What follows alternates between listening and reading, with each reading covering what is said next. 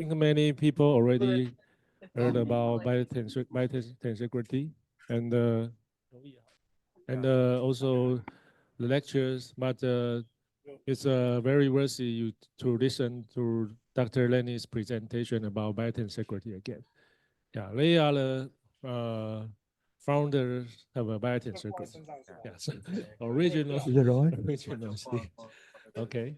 And today, for people who are online, we had some technical problem yesterday, and we have solved it.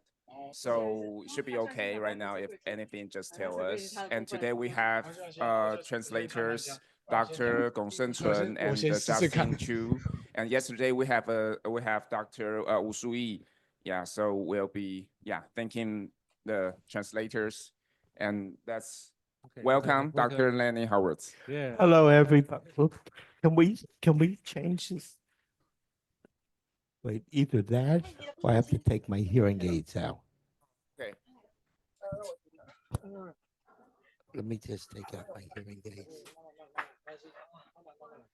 Okay, now that's better. Hello, everybody, and 嗨，大家 welcome. 早安。 I'd 欢迎 like 大 to 家。 welcome all of you I consider fellow explorers. What are we exploring? 当我们 We 在 are 探索的时候， exploring the way that we are put together. We 我 are 要探索我们 exploring what 把 is the 事情把它 truth. 集合在一起的 Where 方 is 法。 the truth? 我们将要 And each 探 of 索 us 什么 will 才是 see 真实 things 的。 differently based upon our experience. So the more experience we have, the more knowledge we have, the 这些 better 真 it 实 is 主 for 要 us 是依 to 据在我 look 们 at 的经 things 验上面， globally and not with our little eyes, that we can only see what we can see. 根据我们的经验， So 我们可以 you 得到一个更纵观的 know 结 what 果，而 you 不是只是单 see 纯我们的肉 and you 眼所 see 见。 what you know. If you don't know it, you don't see it. So my 但假如我们 job 没有这 I 方 look 面的 at 知识的 is 话， to 我们就 introduce you to a new 看不 way 到 of looking 这 at 些真 things. 相。 And maybe in the times to come, you too will find new and different way approaches to the same problem. So we're going to talk first about biotensegrity, and that will be the thing. So I don't know how this works, I don't think.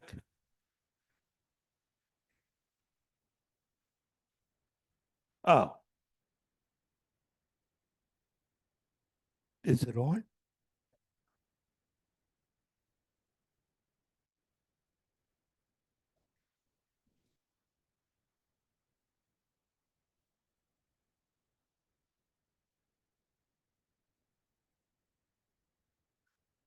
Patience, patience.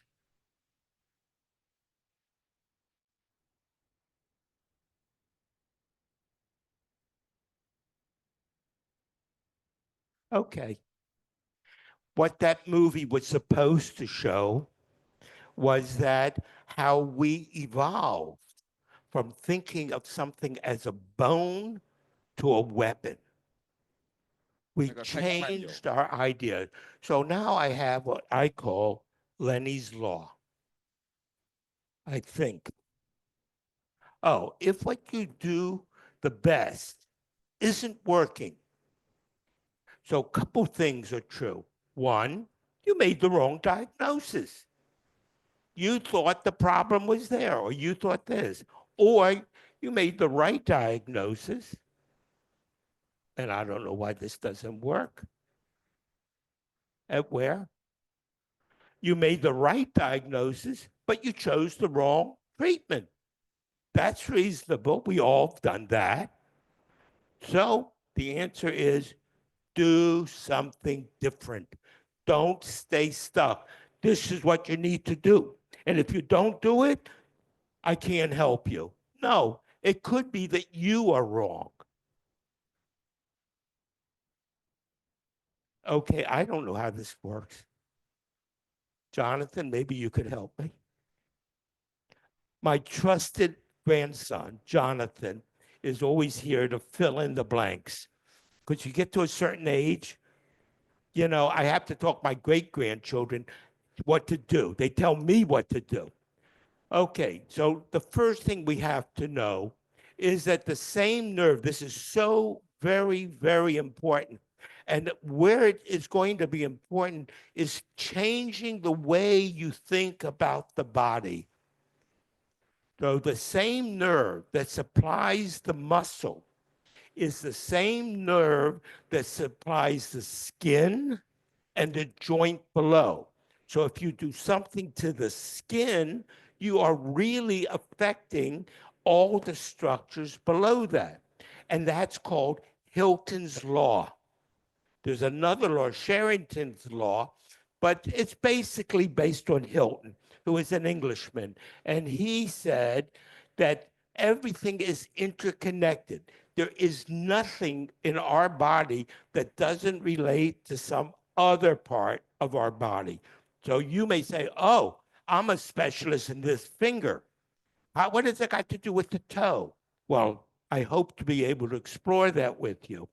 So this will let us understand what tensegrity and how it works in the body. This is the most difficult concept to get in your head. And I'm going to explain it to you as I understand it. That does not mean that's that way you have to understand it. Each of us has to bring it into themselves to understand what they're looking at and how it affects them. So what I would like to do in this brief time we have together is change the way you think about things. We all 希望可 are 以改变你们原 mechanics. 本的 That's 想法。 all that we are, you know. And two, develop an integrated approach to how we're going to treat the problem. 借由这堂课，希望我们也可以得到一个比较整合性的策略去处理你病人的生物力学问 Maybe the arm 题。 contributes to the neck. Maybe the feet contribute to the neck. Everything is integrated. There is no such thing 我选 as 身体的 a 一个部 neck, 分，其 a 实是跟另 foot, 外一个部 a 分有关 knee, 系。 a toe, an eye, an ear. Everything is going to affect everything else. So what I 任何 would 身体的 like 部位都有 you 可 to 能影响 do, 身体 if 另外一 we 个部 can, 位。 is to try to look at life holistically. What is 借由这堂 really 课，我们可以 happening? 用一个比较全人的 At 角 the 度 end 去 of the 看病人的 session, 问 we're 题， going to 并且 learn 处理他 three 们的 things, I 疼痛 hope.。One, what is tensegrity? 这堂课的最后，我们希望可以得到3个目标。第一 As 个，了 mechanics, 解什么 which is 是 what we are. tensegrity。 As mechanics, we have to understand the way the body is put together. 借 It 由力 is 学，我们 not 要 a hip 了 joint. 解 It 我们 is 的 not a 身体 knee 是怎 joint. 么被 It 组 is 成 not a 的。 shoulder joint. It is a body. 我们不是只 And 是单纯 two, 看单一关 what do 节、 I- 肩关 why 节、 do 膝 I 关节， care 而是把 about 它 it? 当成一个整体 You 的 came 人 here with a 体 shoulder 这 problem. 样 What 子 do 的 I 个 care 体去 about 看待。 tensegrity? 为什么我在 And 意 three, biotensegrity 呢？ how do I use tensegrity 我怎么 to 去 make my diagnosis and to do my treatment? Very, very important. What is tensegrity? First question, what is it? So let's go through that. Tensegrity is compression elements in a sea of tension. Sounds really nice, right? Poetic. What does that mean? Let's put it another way. Muscles move bones. And the compression element are the bones, which are the stress, the elements that carry the weight or keep the stress. So basically, our body is made up of two things. We're made up of soft tissue that will transmit the energy from one part of our body to another part of our body. And the sea of tension, which is muscle and fascia, don't forget the fascia, are continuous tension strands. So let's look at that and maybe we can see. So when you look at a crane, here's this little crane, which I'm always amazed at. In Israel, we say we have two birds, and they're both named crane. One is the crane that brings the baby, and the other crane is the crane that builds the building. And wherever you go, you see a lot of babies and a lot of cranes. Okay, so you see, let's go back one, please. You see, you have the straight lines, which are, I'm going to call bones or the stress elements. And then you see the diagonals. They are called the tension element. They take the stress off of the upright and pass it to the next one. And so when you look at these type of things, you'll see how it lifts the weight way off of center. How do you lift weight out here when your center is over here? What's doing that? So here it is, this beam must weigh 2-3 tons, and it's lifting it 20 stories into the air. How is it doing that? Why doesn't the crane collapse? Why don't we collapse? We're human bodies, and we'll talk about that. So here you have a roof. I know you don't have much snow here, but where I lived in Colorado, we used to have a lot of snow. We used to go skiing a lot. So you see this roof, that is 5-10 tons of weight on this roof. How does that roof handle that weight? Now, when the sun comes out, half of that snow is going to melt, and the other half is going to be on the other side of the building. How does that transmit the weight from one side to another? So here is a bridge, and every time you see a bridge, your mind is going to go right to tensegrity. You can't see things anymore like you used to see it. You're going to see it totally different. So what do we have here? We have the tension elements, as you can see, and you have the stress element. Next. So the question is, how much does the weight weigh over there? Jonathan, put the pointer on the first part. How much does the weight weigh there? How much does the weight of the thing weigh in the middle? And how much does it weigh at the end? The truth is, it weighs the same throughout the structure. It is a 2-ton truck. It weighs 2 tons when it first goes on the bridge. It has pressure of 2 tons when it's in the middle of the bridge. And at the end of the bridge, it still only has 2 tons. The pressure and the weight are spread out throughout the entire structure. Very important. Next. Okay, so now the question we have to ask ourselves is, how do young people, you, become old people like me? 接下来我们讨论一个年轻人是怎么慢慢的变成 I 一个比 remember 较年 looking 长 like 的 you, 长 and 者 now I 呢？ look like me. I look in the mirror, I go, who the heck is that? I don't know who he is. 我举我自己当 Next. 例子，当我看到我 What- 的 where 镜子当 do 中 we 的 see 我，我会想说， tensegrity 我是怎么 models 成 in 为 nature? 现在的我的样子呢？ How does that giraffe hold its head up so high? 长颈鹿是怎么把它 It's 的脖 off the 子 center. There's not enough 举在半空中 bones 而 in 不 the 会倒塌 body or 呢？ muscles to hold that head so high. 其实都是靠我们的筋膜肌 How 肉 does 的 that 张力去 bear 达到这件事 stand 情 on 的。 one foot? The bear, I mean, he's off center. You can see how he's off center. How is he balancing? 那 What's 这 causing 只 him 图 to be 片当中 balanced? 的熊是怎么单脚站立而不会倒塌呢？它是如何做到 Okay. 的？ And here's this woman standing on her tiptoes. She has a weight way away from 图 her 片 center 中 of 的女 balance. 性， Next 她把 slide. 一个婴儿举在半空中， And 踮脚站 gravity 着， is trying to pull her on her face and drop the 将 baby. 重 But 力 she 试图 doesn't. 把这个小孩往下 How is 拉， that 但是他是怎么 possible? 让他维持这样的姿势而不会倒塌呢？ Where do we see it? We see it in Israel. We have in Jerusalem this 在耶路撒冷 Nielsen 以色 thing. 列， You see this 我们 in 有这样子的建 California 筑，然后 with the 在旧金山，我 bridge. 们有这样的金门 And 大 you see 桥。 this is Nielsen's tensegrity model. 这是一个 Nielsen 的 which is Biotensecurity amazing. 的模型，我们都可以看到 Okay, Biotensecurity what 的 pulls 展 us 现。 apart? Why does this not work? Or why does it work? 是什么 Well, 东西 what 把我 pulls us 们 down and apart is a 把我们 thing 分离 called 的？ gravity. 是重力。 And gravity is the thing that is pressing us down. So let me 这 ask 就 you 是 a 张力 question. 是把我们往下拉的。 What? translator has problem, so we will hold it for 30 seconds. They will reset. Oh, okay. Okay, talk about it. So let me ask you a question. What is the first thing that you put on in the morning and the last thing that you take off at night? I'm willing to take answer. And those who have heard this lecture before have heard this question before. Anybody has any idea?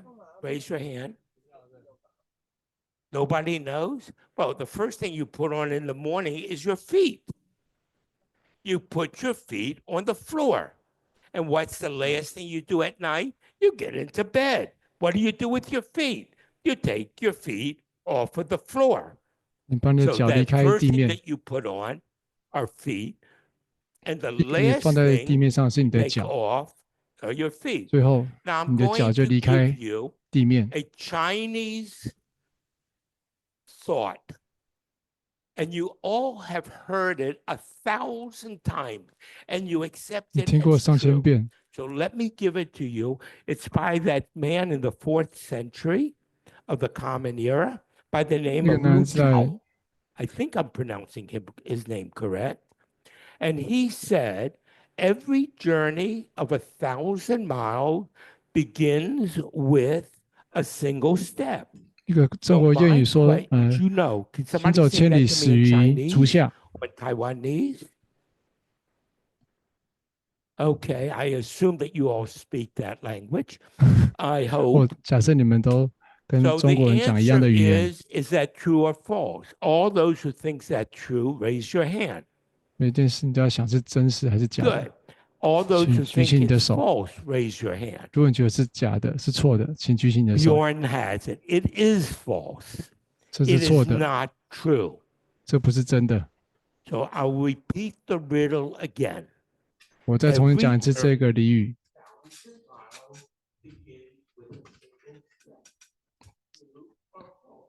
千里之行，始于足下。从你的一只脚开始， False. 你觉得是真 Why 实还 is 是 it 假的？ false? Every 为什么是假 journey 的？ of 1,000 miles begin with a single look. You cannot 千里之 walk 行 unless 开 you 始于 turn your 第一个 neck, 第一眼。 your atlas, in the direction that you're going to walk. Now, philosophically, which I'm really into, philosophically, there's another saying.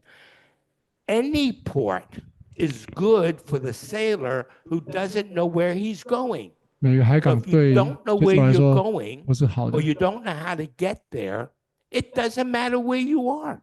不管在哪里，他 So 只要知道 you 方 and 位是哪 I, 里就 as 可以。 humans, we turn our neck before we start to walk. 在我们走之前，我们会启动我们的脖 Integrity? 子， Absolutely.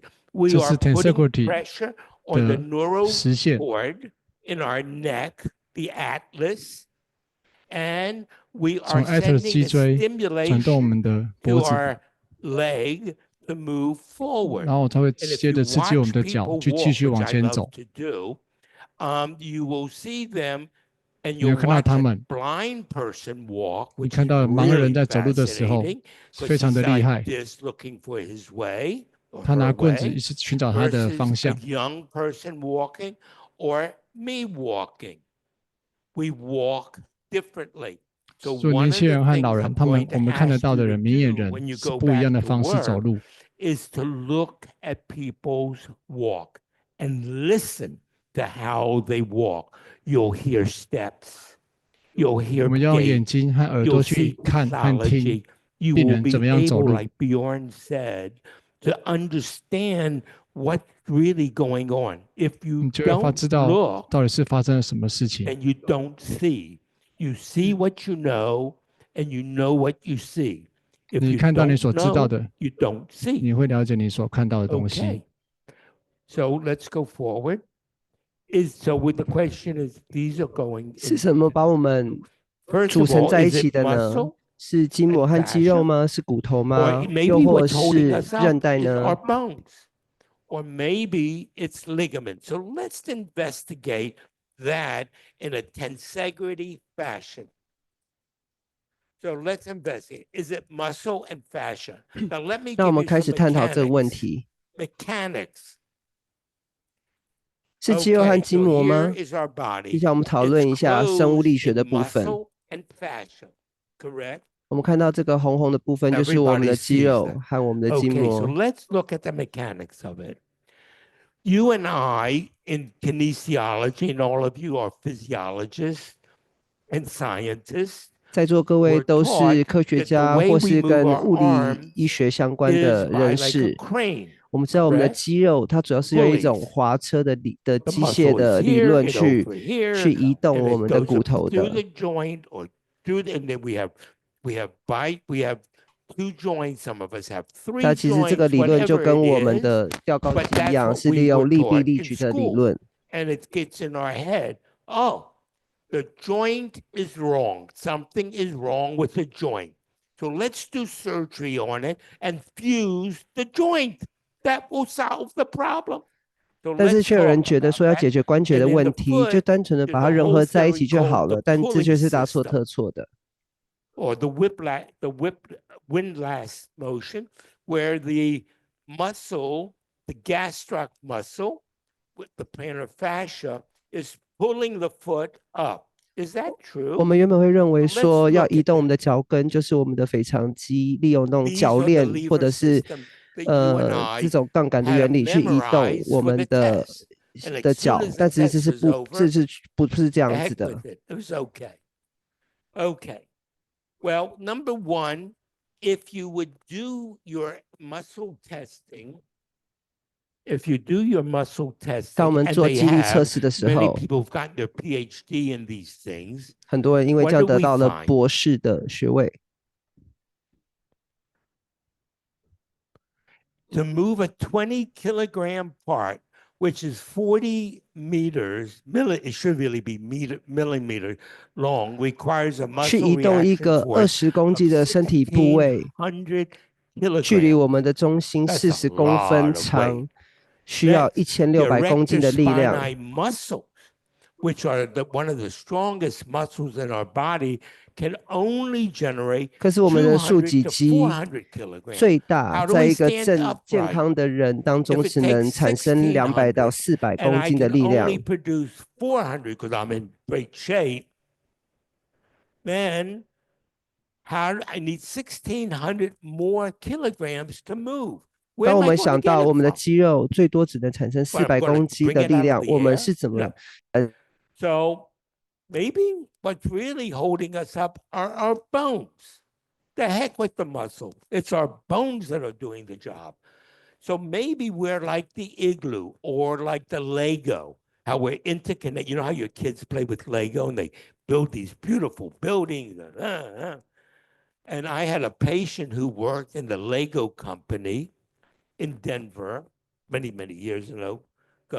And she used to bring me big black bags of Lego, which I gave to my son at that time. And they thought nothing of it. They made models of it, they threw it away, whatever.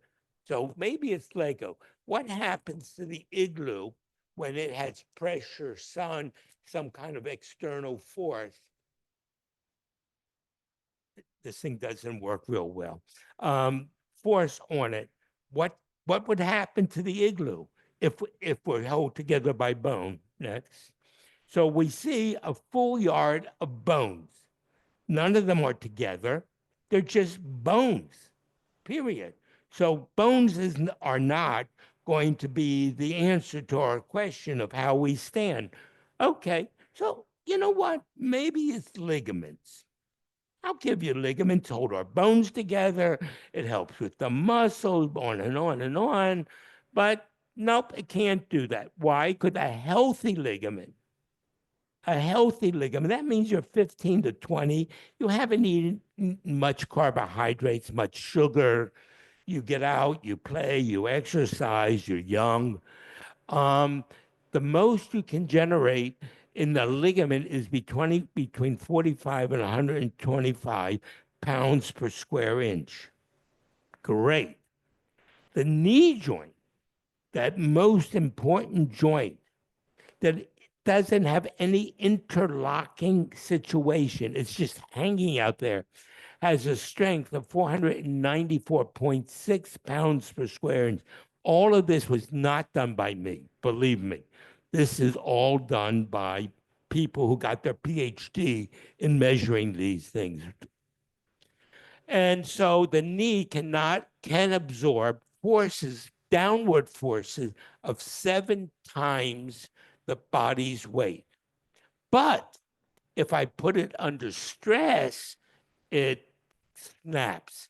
So what happens to the ankle joint? Great joint. It's got locking. If you think of the ankle joint, it's held together by bones. It's got muscles around it, a lot of ligaments and all that. And yet people sprain their ankle. How is that possible? Because the answer is that the force put upon it in a twist is more than what anything can carry. So that doesn't work. So the question now is, how do we stand? So here we have an X-ray of a ballerina, and she's on point. That means I can't do it anymore. Don't know if I ever could. She's standing on her toes, and she's standing straight. That's what the foot looks like. That's an X-ray I took of a ballerina. That's what the foot looks like when a woman or man is a ballerina standing on point. So that brings up a couple questions. What is preventing this dancer's ankle from falling apart? Because she's got all that weight pressing down. Why doesn't it spread apart and collapse? What is providing the dancer's ankle the ability to come up onto point? So you have 2 things. She's pressing down, but pulling up. How is she doing that? Is that even physically possible? So what do we have to say? If it can't be muscles, we just proved that muscles aren't strong enough. And it can't be bone, because you know that bones will not hold together with any kind of pressure without ligament. And we just said that ligaments aren't strong enough to do it. So what is keeping this person on point? The answer, it must be biotensegrity. Meaning what? We will see. Tensegrity was originally thought of or documented by a man named Buckminster Fuller. And he lived between 1885 and 1983. And you can see on your left, or that would be your right, a dome. Now, when somebody walks on that dome, the pressure when you're on one part of the dome or the other part of the dome are all equal. It's like that truck going across the bridge. The pressure and the weight is spread out throughout the entire dome. Now, you see the same structure in nature.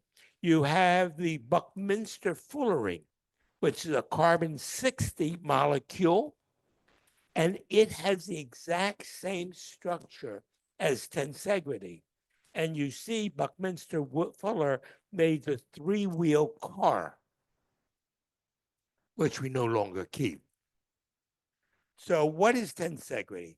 Tensegrity, by definition, is tension and compression are in all segment causing an integration of the unit, integrity.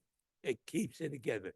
So tension and compression are all working together. This thing does not work. You want to get it? You want to be my granddaughter? You want to be my granddaughter? Jonathan, you got somebody taking over. Okay, so tension is continuously transmitted across all members. So when this person stands on point, what's pulling her up? Everything. Her neck, her shoulders, her back, her leg, everything is working in unison to bring her up on point. What's preventing her from falling down? Everything. all the tension element and the compression elements are bringing her to stand straight. When you go by a building under construction, you're going to see exact the same thing.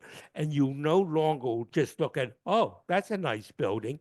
You're going to look at the tension and the compression elements and try to understand what the engineers put together. So biotensegrity was made by a friend of Bjorn and mine, Steve Levin. Do you know if Steve is still alive? Huh? Okay. Oh, Steve Levin, a physician in Washington, D.C., came up with the concept of biotensegrity. And Steve said, structure and movement stability of a living body depends on the balance of soft tissue. The flexible soft tissue helps to distribute the load across the entire body. So your muscle, your ligaments, your fascia transmit the issue or the strength back to the bone. So everything is working together. And if there's a failure in one part, there's going to be a failure in the entire structure.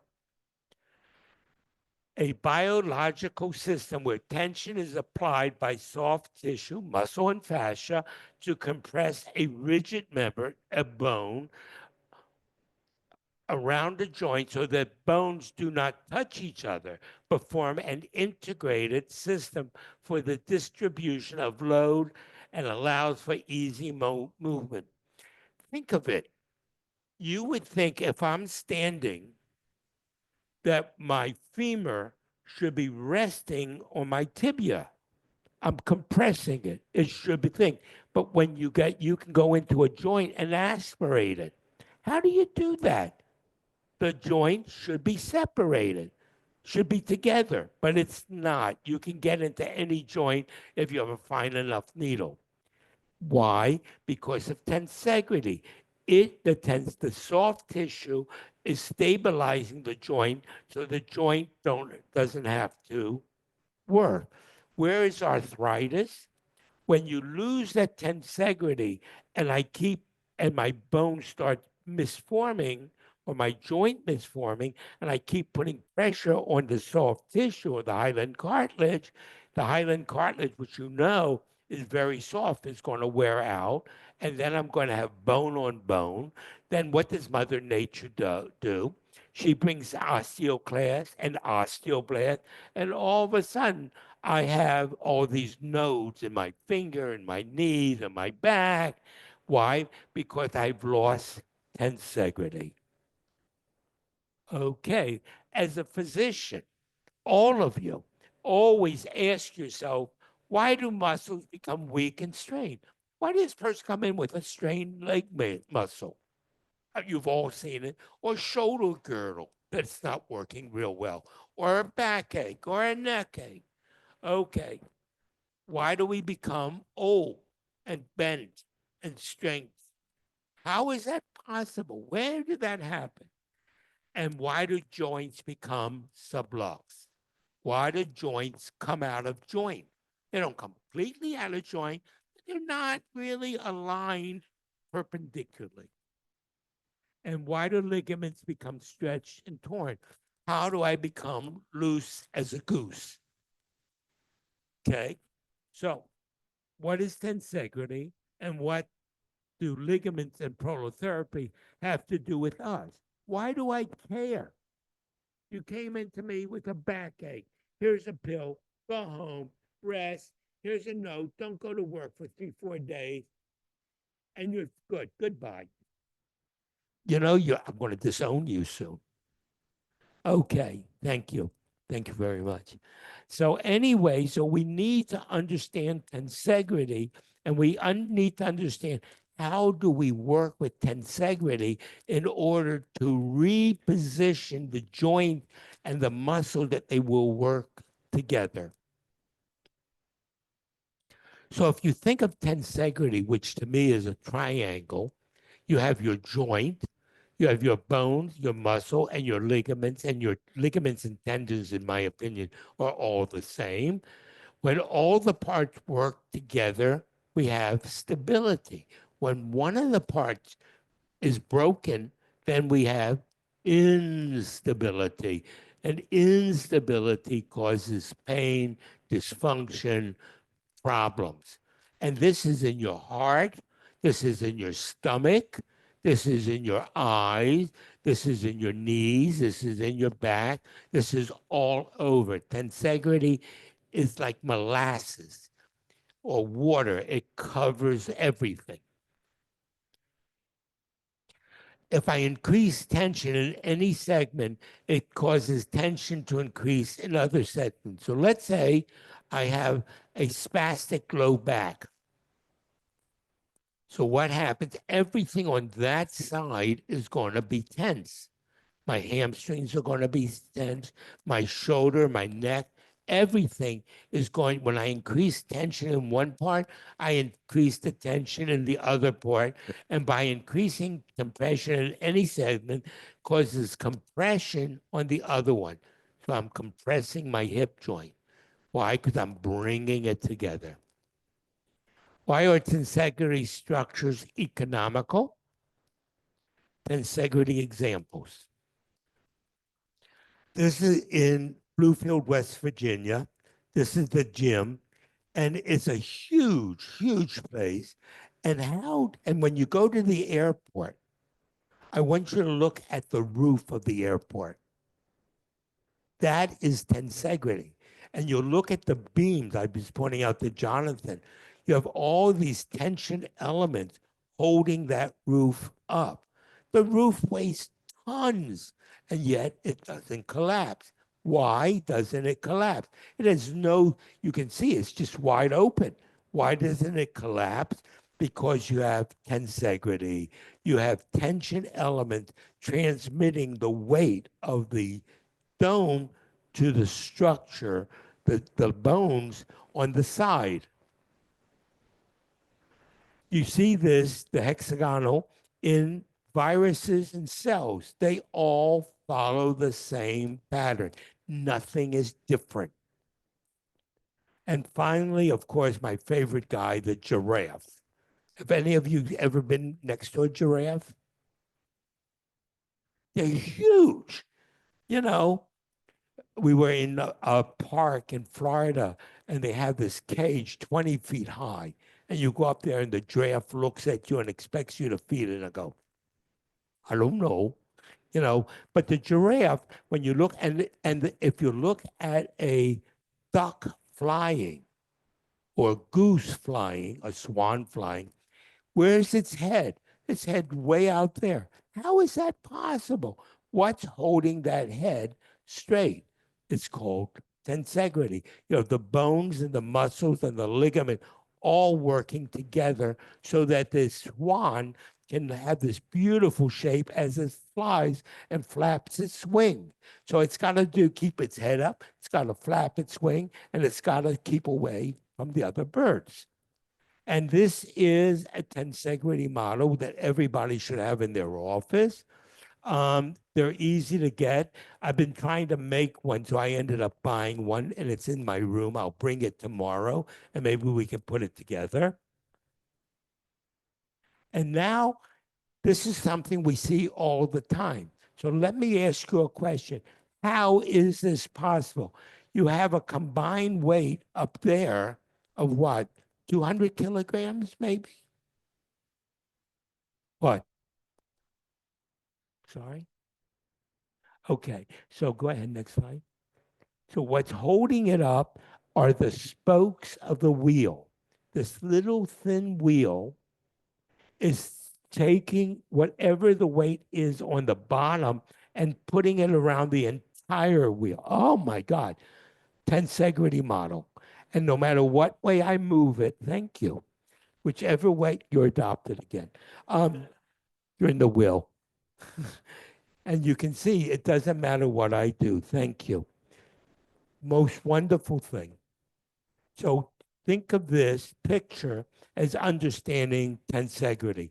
All of that weight is being pushed to the little part of the wheel, and the wheel doesn't collapse. How does that happen? Tensegrity. Why do I care about that? Do you have patients? I'm sure you do, who have multiple muscle complaints.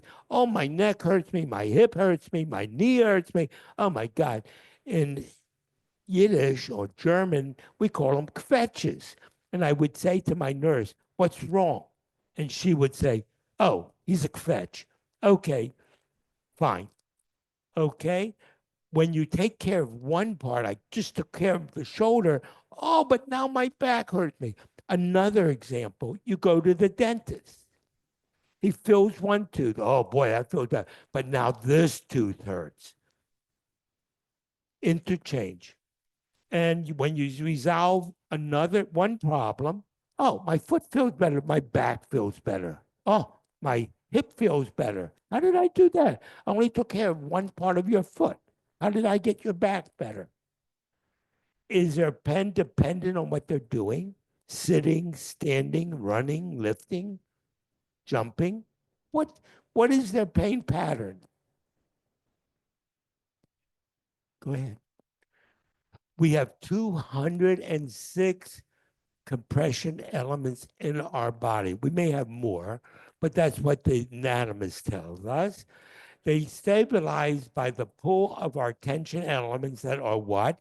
Muscles, tendons, ligament, and joint capsule. In another lecture, we're going to explore what does a ligament and joint capsule do and what are they. All connective, this is so important. All connective tissue come from mesenchymal tissue.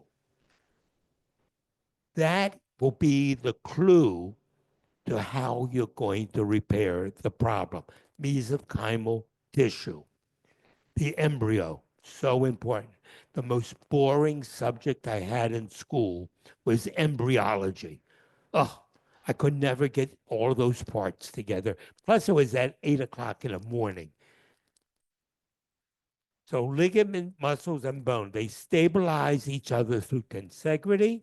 They have the ability to synthesize complex molecular structures. They take wherever you're at, and they bring it together harmoniously. Okay, now we're going to talk a little off point. What about pain? All of us, I mean, why am I here? I'm here because my back hurts me, my knee hurts me. Otherwise, I'm not coming to see you. You know, you're going to hurt me. I'm not coming. So let's talk about types of nerve receptors. We have mechanical, we have chemical, and we have thermal. Those are the three types of basic. There are really many more, but basically you have mechanical, chemical, and thermal. When I heat up the body by rubbing it, I bring healing, right? Chemical, I put a drop of something on my skin. I can either heal it or not. Mechanical, I hit something that hurts. Okay, the nerves, all of them have a very rich supply of afferent nerve bundles. That means they go back from the limb to the central core. All of them. Now remember, pain travels at 20 millimeters per millisecond. Reflexes travels at 200 millimeters per millisecond. The way you prove it, turn on your stove. Put your hand next to the heat. You'll pull it away long before you feel the heat. Or when you stick a needle in. Oh, now it hurts. Okay. So how can I use tensegrity? Maybe the pain is coming from someplace else. Maybe that hip pain really isn't hip pain. Bjorn did his examination and he said, oh, this ligament is strong, that ligament is strong, this muscle is good, that muscle is good. So why does my hip hurt me? So maybe the pain is being transmitted from one place to another place, and your perception of it is in your hip. But that's not the initiator of the pain. The pain is in the knee, in the foot, the ankle, the neck, could be someplace else. When my feet hurt, how many of you have heard this? I heard this all my life. Well, if my feet hurt me, I hurt all over. I can't stand. Why? Because the feet pain will transmit to the neck pain. The neck pain will transmit to the foot pain. It's all the same. Your job is to find out what is the embryo of the pain. Where does the pain really come from? That's not so easy. So let's go back to Lenny's law. I come in with a neck pain. You do prolo, you do physical therapy, you do medicine. I still have my back. It doesn't work, but it worked on my other patient. Why doesn't it work on you? Maybe you should look someplace else. Maybe the pain is not coming from the neck, but it's coming from the knee. Thank you all. Thank you. Any questions? And if it's about biotensegrity, I don't think I can answer it, but go ahead. Everybody knows it well. Yes, dear. Tini.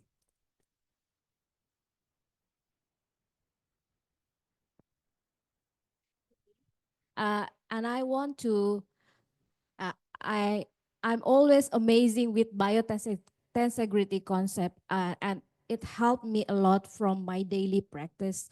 I just want to ask you, when you treat like this part, do you treat all the fascia, ligament, and muscle in one injection, or you try to make this one, oh, I know this is from ligament, so I treat it first, or do you treat it all in one session? Thank Very you. good question. And I will tell you that I have matured from in 40 years. I now have a different opinion, totally different. Before, if you had asked me 10 years ago what I would do, I said, well, I would just treat the ligament. The heck with physical therapists, they never get anything better. The parts of it come back. So I'm not going to send you to physical therapy. You go to the chiropractor, you're good till you get up and walk around, and then you're back again. You know, maybe you're crazy. You need a psychiatrist. That is how, so I would always treat the ligaments, you know, and the joint capsule and try to get things in alignment. And then I'll tell you another part of it. And I had pretty good results. But as time has grown and I've thought about it, and I'm now doing exercise, which I never did before, you know, that was a pain in the neck. I hate exercise. But now that I'm doing, I really feel better. I'm standing straighter. My back doesn't hurt me anymore without prolotherapy. So maybe I should have gotten more involved with the physical therapy. So I think it's really an integrated thing.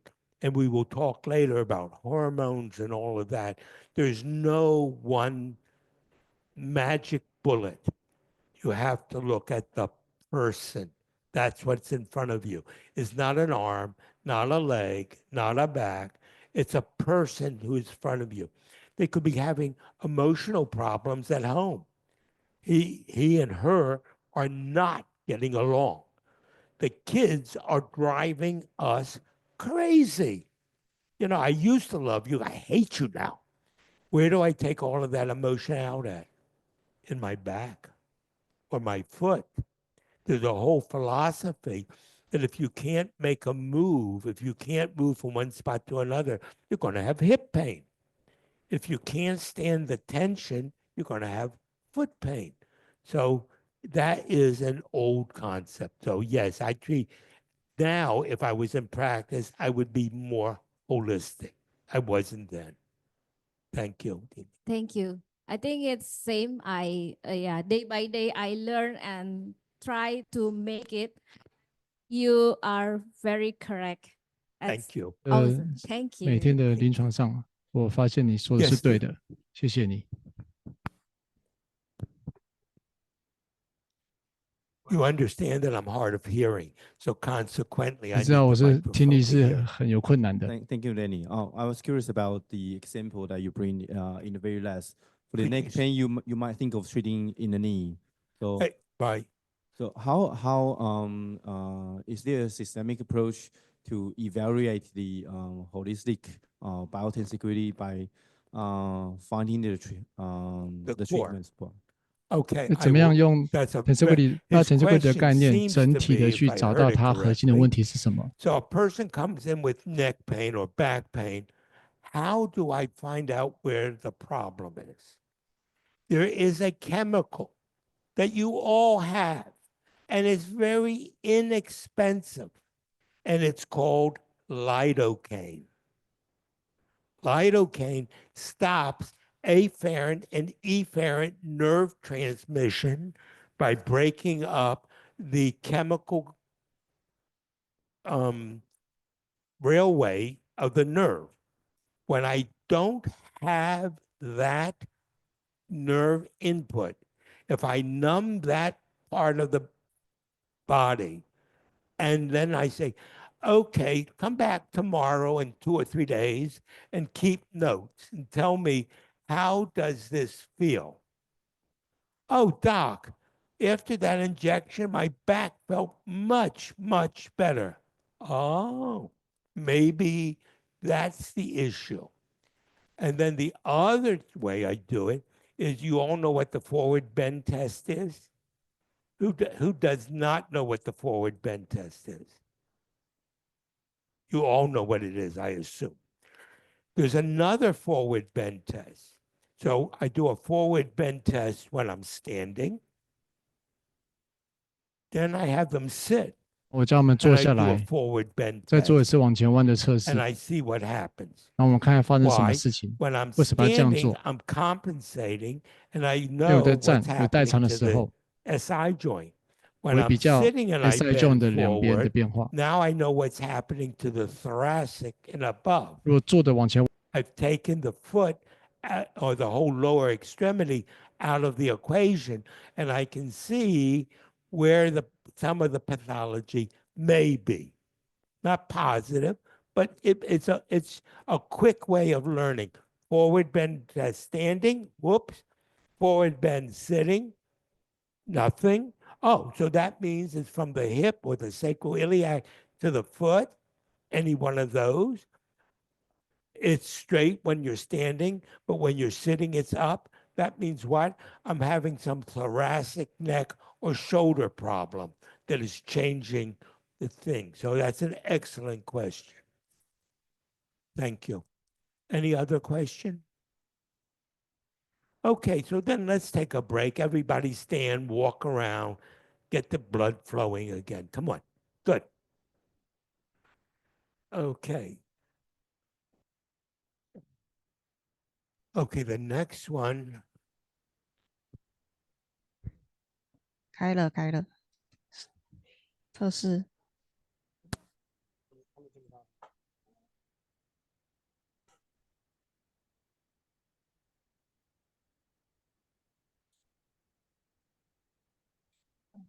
那边有茶点哦，大家可以享用一下。因为我们那个现场口译的功能有点问题，所以不好意思，就是有点干扰大家上课，然后我们在测试，然后顺利这样子。对，应该是要别人当主持人。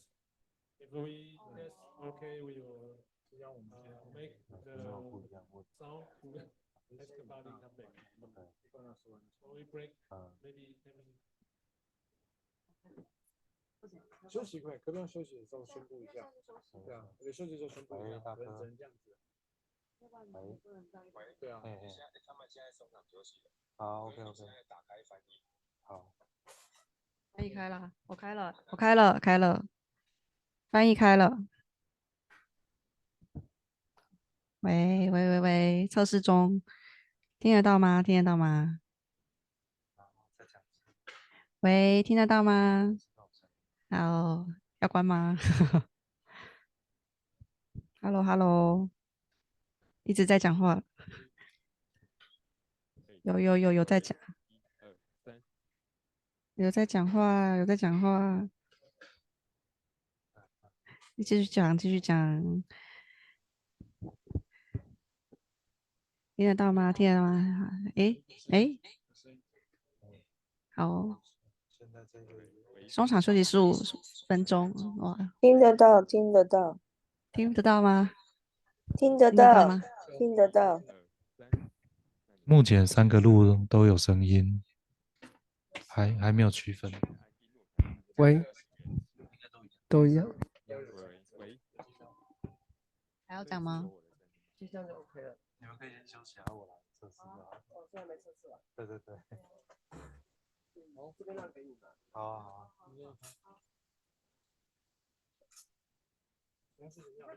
可以听一整段，然后把它浓缩起来。不是好厉害，你可以听很长，然后再把整个截录出来。有时候最后才知道干嘛。对对。你们那好厉害哦，专有名词。1、2、3。啊，不会，有时候专有名词。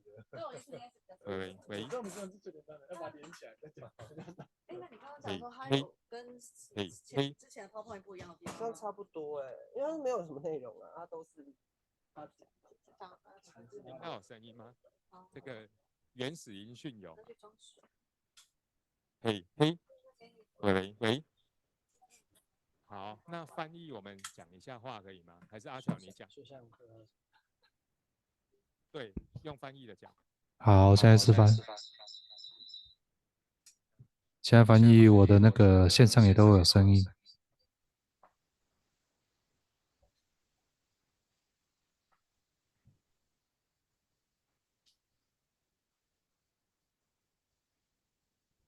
喂，1、2、3。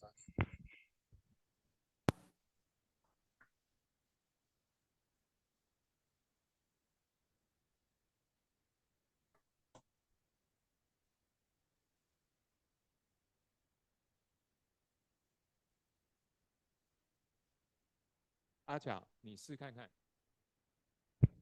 1、2、3。1、2、3。1、2、3。现在还是都有声音吗1、2、3。1、2、3。喂1、2、3。1、2、3。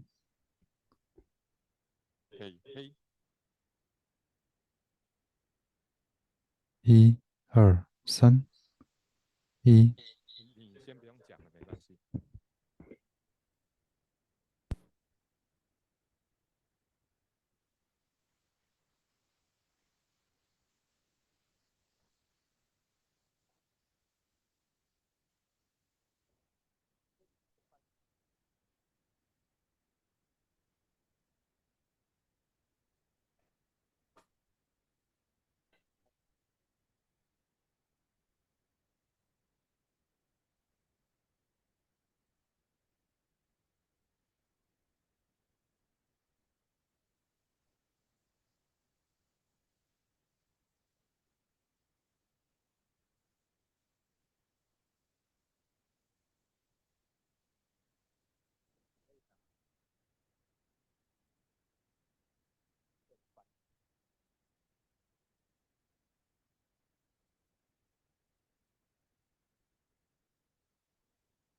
嘿。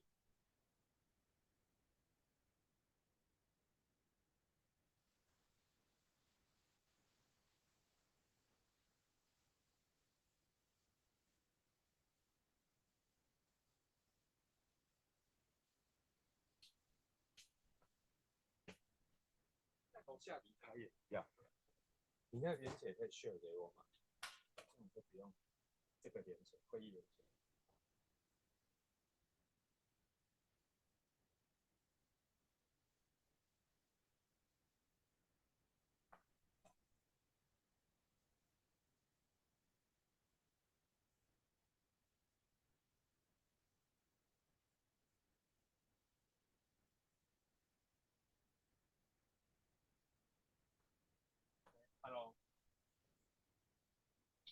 我在楼上租的。我楼上这一台想要退出再进去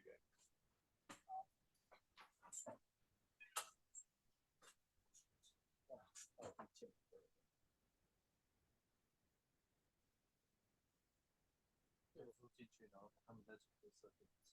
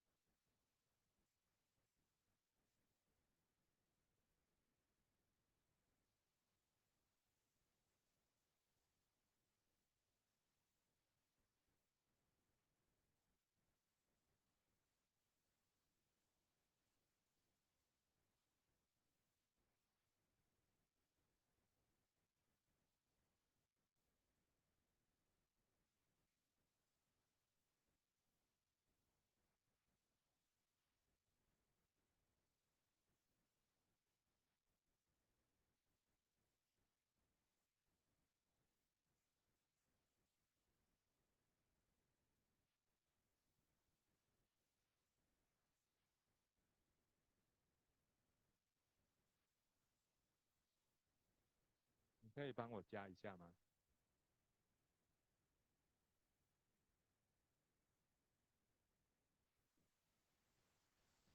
你有加了吗？有，我进来了。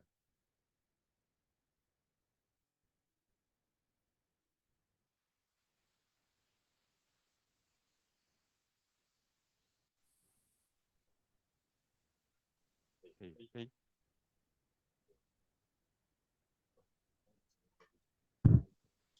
喂，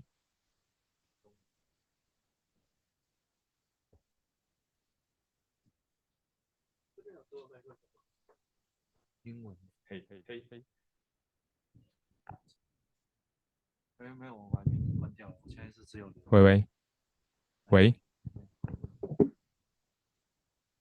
你现在有指定我翻译的功能吗？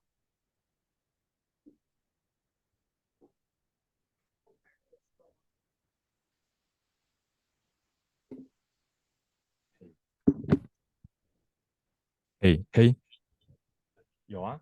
可是这个是原因呢，就是直接就是全部送出去。我们现在换一个账号好了，还是你们学会有账号之类的？我用你的账号登录可以吗？我怎么觉得这个不是我现在可能不是以翻译功能进去的。翻译令人这样。对啊，我现在没有翻译权限。因为我现在怀疑我并没有翻译权限，我只是一般加入了。有我来试。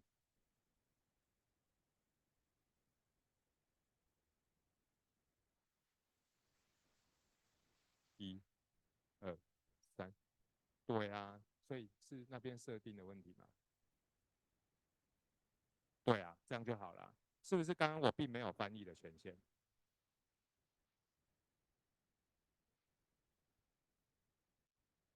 这样应该就可以了。好，我现在是哦，现在是现场英文。Hello， 有听到吗？我现在问我同事有吗？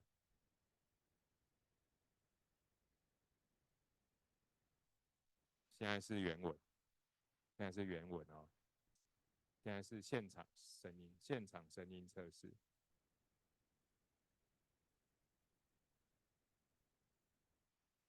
同时讲，嘿，现在是现场声音测试。现在是现场声音，那你选现场声音。现在是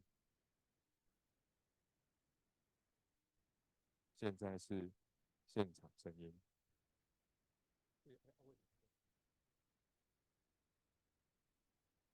可以，1、2、3。现在是现场声音。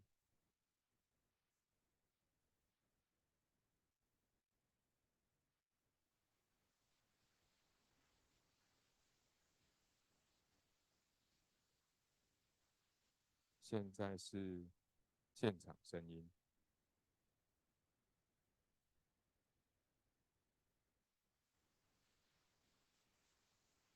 现在是现场声音。Hello，嘿嘿。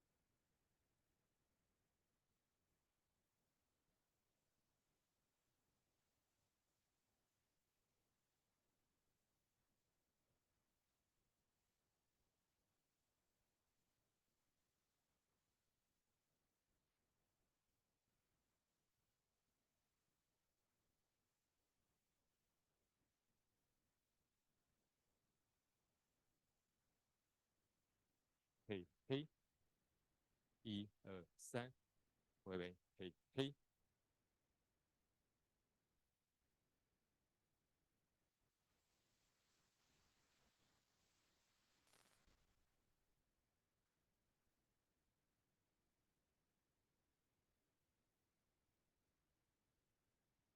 嘿，1、2、3。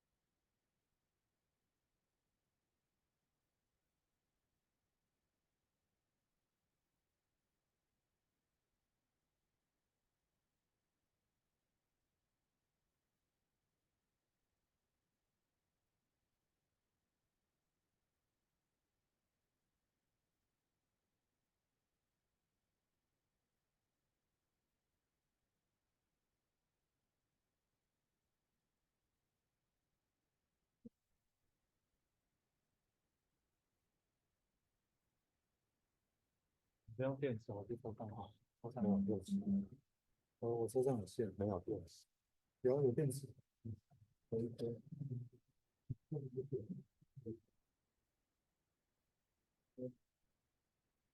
找一个延长线。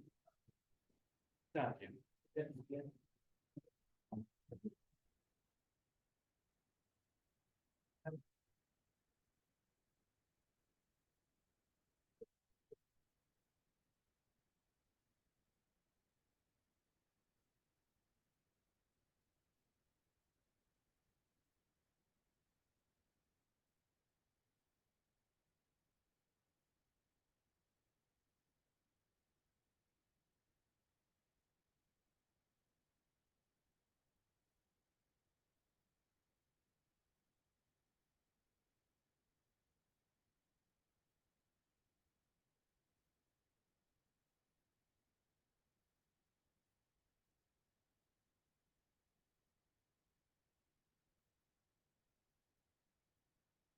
可以吗？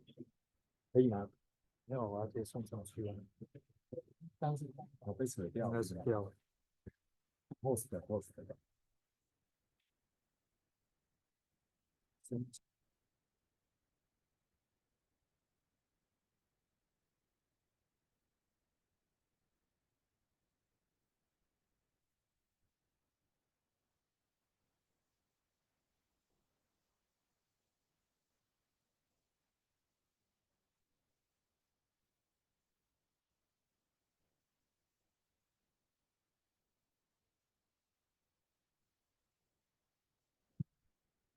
嘿嘿，现在声音是你的手机。嘿嘿，那现在那个声音，哦，那你帮我拿口角再做最后的口译的脉量，我们做最后的测试，如果可以就 OK 了。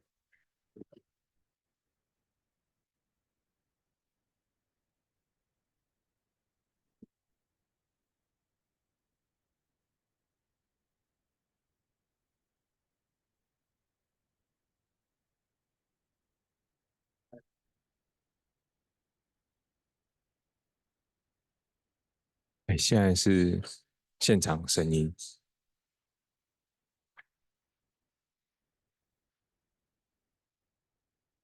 好，你口译你可以选择。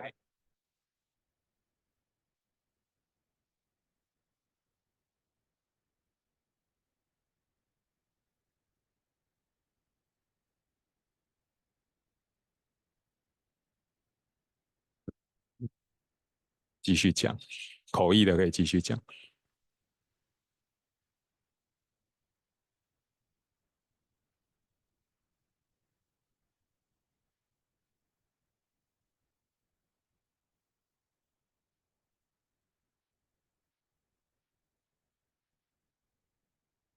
对，你继续讲，你一直讲。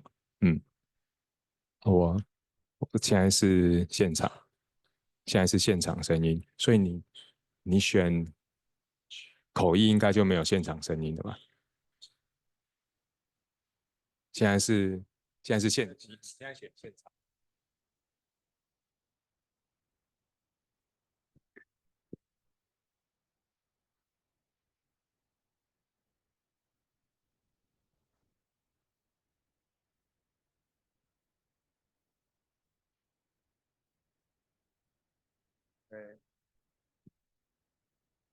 Okay.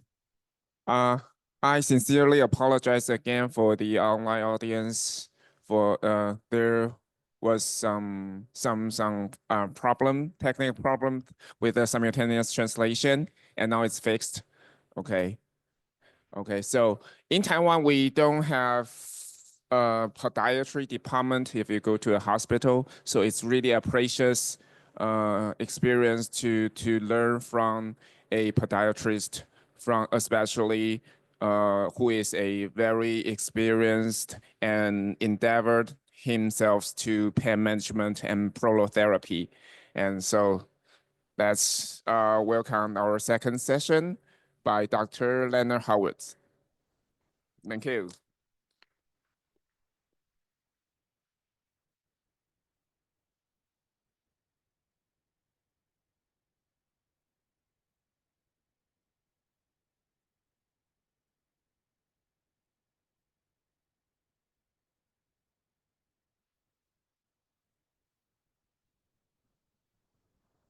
You, Jonathan? Okay. Yes.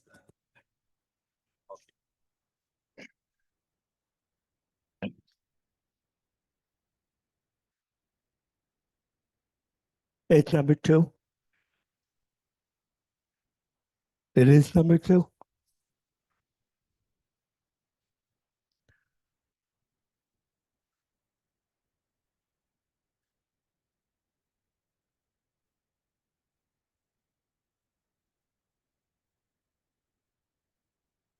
Good. Okay. Okay. Now, most of our specialties for us here, at least for Bjorn and I, are, you'll excuse me for sitting down, please, are ligaments. Now, I want to go into the very essence of what a ligament is or are. Okay? What are ligaments? First of all, like I told you before, a most important thing to keep in mind, where do they come from? And so we have the embryonic thing. We have 3 levels of embryo. In the 3rd week of the fetus, you first have the endoderm, the mesoderm, and the ectoderm. And for me, what I find that each one of the embryonic tissue is all of that embryonic tissue actually work like its beginning. So if I have ectoderm, skin, etc., all of it will have the same way of being treated, same way of being healed. If I have endoderm, I will approach it with that in mind. What is the basic concept of the endoderm?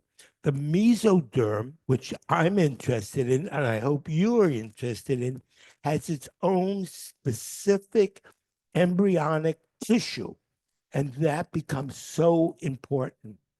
So the tissue that arises from the mesoderm are 1, skin, heart, bone, muscle, and tendon, what we're interested in, blood and urogenital system. All of that is mesodermal. Meso meaning middle, the mesoderm. And this is supposedly what the embryo looks like. They all have mesodermal origin. Excuse me, go ahead. And what's the essence of the mesoderm? Fibroblasts. Fibroblasts. So when you know that, and the ligaments have a lower collagen but higher water and proteoglycin, and low viscosity and cellularity, when you look at a ligament, you don't see under the microscope, you don't see many cells. You see a lot of fiber, but no cells. And the capsule and the tendon bind together to make the musculoskeletal system. They are extremely strong and in resisting tensile movement. That means they go sideways. You can put them under a lot of stretch, but they tend to shorten with age. I was just telling Jim in the thing, I used to be 6'3". I'm now 5'5". No, I'm really 5'7.25", but now I'm only 5'5", maybe. Anyway, when did I get so short? And all of you are also going to get shorter. That's called gravity. Now, the capsule and the tendon bind together into a musculoskeletal system. They're extremely strong, but tend to shorten with age. How do they insert into bone? They insert into bone or the periosteum by Sharpie fibers. These are small fibers that you can see. And all of this, although you say, well, I learned this in school, all of this will now start playing a part in how you're going to treat. So all ligaments, tendons, muscles, and bones are mesenchymal. Please, please try to remember that. There are three types of mesenchymal tissue. Soft to hard, meaning muscle, ligament, and bone. But there's another kind of mesenchymal tissue, and that's hard to soft. That's bone to ligament to muscle. It's all the same.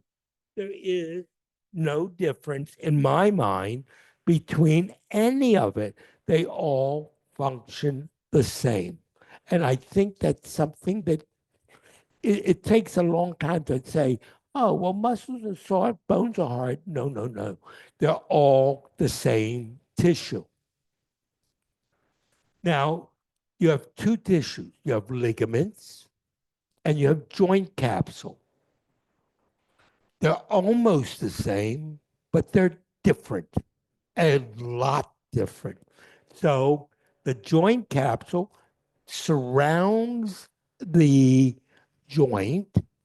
It's made up of areolar tissue. That means it's really soft, got a lot of holes in it, microscopically, as opposed to ligaments that are stronger. And when you look on the microscope, you'll see here's the joint capsule. Oh, here's some tight fibers in the joint capsule. And we're going to call that ligaments.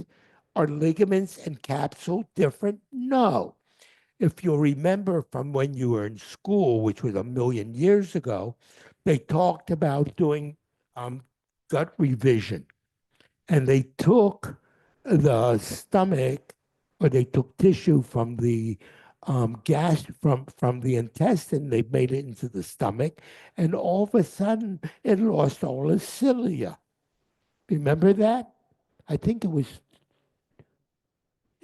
two surgeries, number one and number two. Neither of them worked.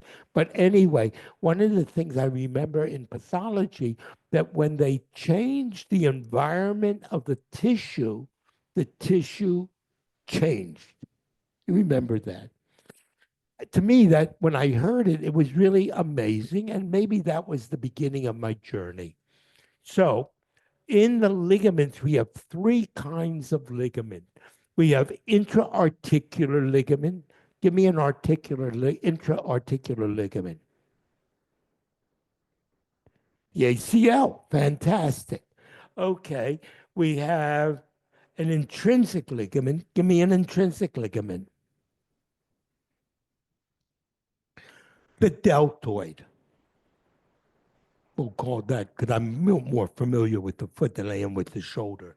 And we have extrinsic ligaments. Give me an extrinsic ligament. You see it in the knee. Oh, right, exactly correct. Thank you. So you see there are three different types of ligament. But when you look at them under the microscope, they all have similarities. They have very few cellular tissue. They're very stringy, if you will, and have a large tensile strength. So there are similarities, functionally different. Ligaments are based on their relationship to the joint capsule, either inside the joint capsule, in the joint capsule, or outside of the joint capsule. But they're still ligaments, and we're going to treat them all the same. Okay, ligaments, tendons, and capsule. All of them are made up of what? Collagen fibers, fibrochondrocyte cells, and fibroblasts. So all of our treatment are going to be geared to the mesenchymal origin of this tissue. And you have prebone. That means, remember I told you that you have soft tissue and hard tissue? Well, what we find, and I'm going to show you in the next slide, how all of this progresses. It's all the same. They're all layered. And the bones were a little bit different, even though it had fibroblasts, but the fibroblast has now changed to become osteoblast. Different things, same fiber, but different names. Who gave them the name? We gave them the name. Is that their name? I don't know. They work the same, but we gave them the names. You know, like you have a name, you have a name, you have a name. Are you really any different? Not really. We all are the same. Okay, so here is a schematic. Zone 1, you have tendons and ligaments. Zone 2, it starts getting a little bit harder. And then zone 3, we start seeing calcium integration. And number 4, all we see is calcium, but it's all the same. Okay, all the same. Tendons are lined on the long axis of the body. Tendons are always aligned on the long axis. That's why you and I stand straight. If we were a cow, it would be on the horizontal line and some thing. But if you could stand the cow on its feet, then it would all be on the longitudinal line. Their role is to transmit the muscle. So the muscle is the engine, and the transmitter, the train, is the tendon. And the cellular alignment allows for the transmission of all the forces to the bone. So we don't have a pulley system. We have a transmission system. We're transmitting one power to another power to another power. Excuse me. So that's important to keep in mind when people start talking to you about pulleys and axes and all that, especially in the shoulder and in the elbow.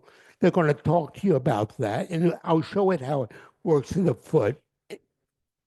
Anyway, so all of this is where the muscle transmits its energy to the tendon. The tendon, based on tensegrity, keeps the joints together with the joint capsule, and therefore we can do what we do. Okay, we have 900 ligaments and still counting.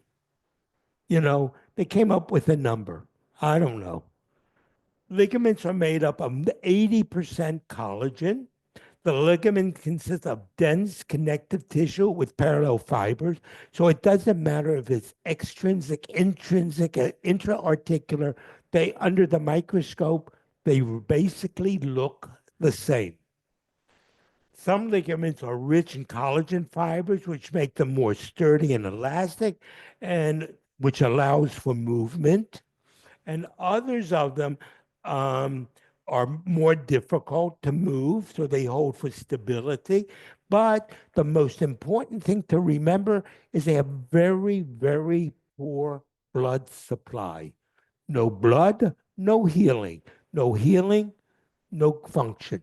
So blood is an important part to everything that we do, because the blood holds all the essence.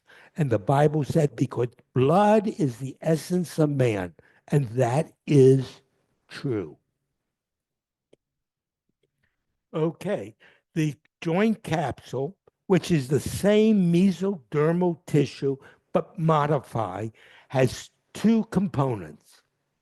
You have basically two layers, like clothing. You have two layers.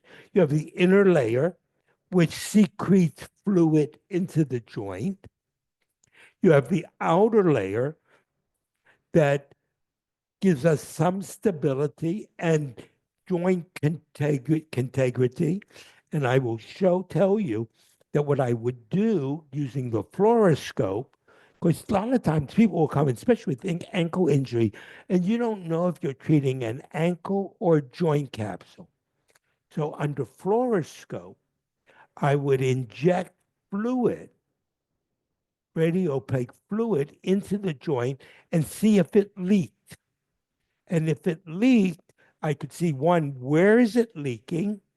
And then I would know where the damage was done. And then I would go right to that spot and treat that spot, and not the ligament, just the joint capsule. And that helped a lot. But I was very fortunate. I lived in a very small city.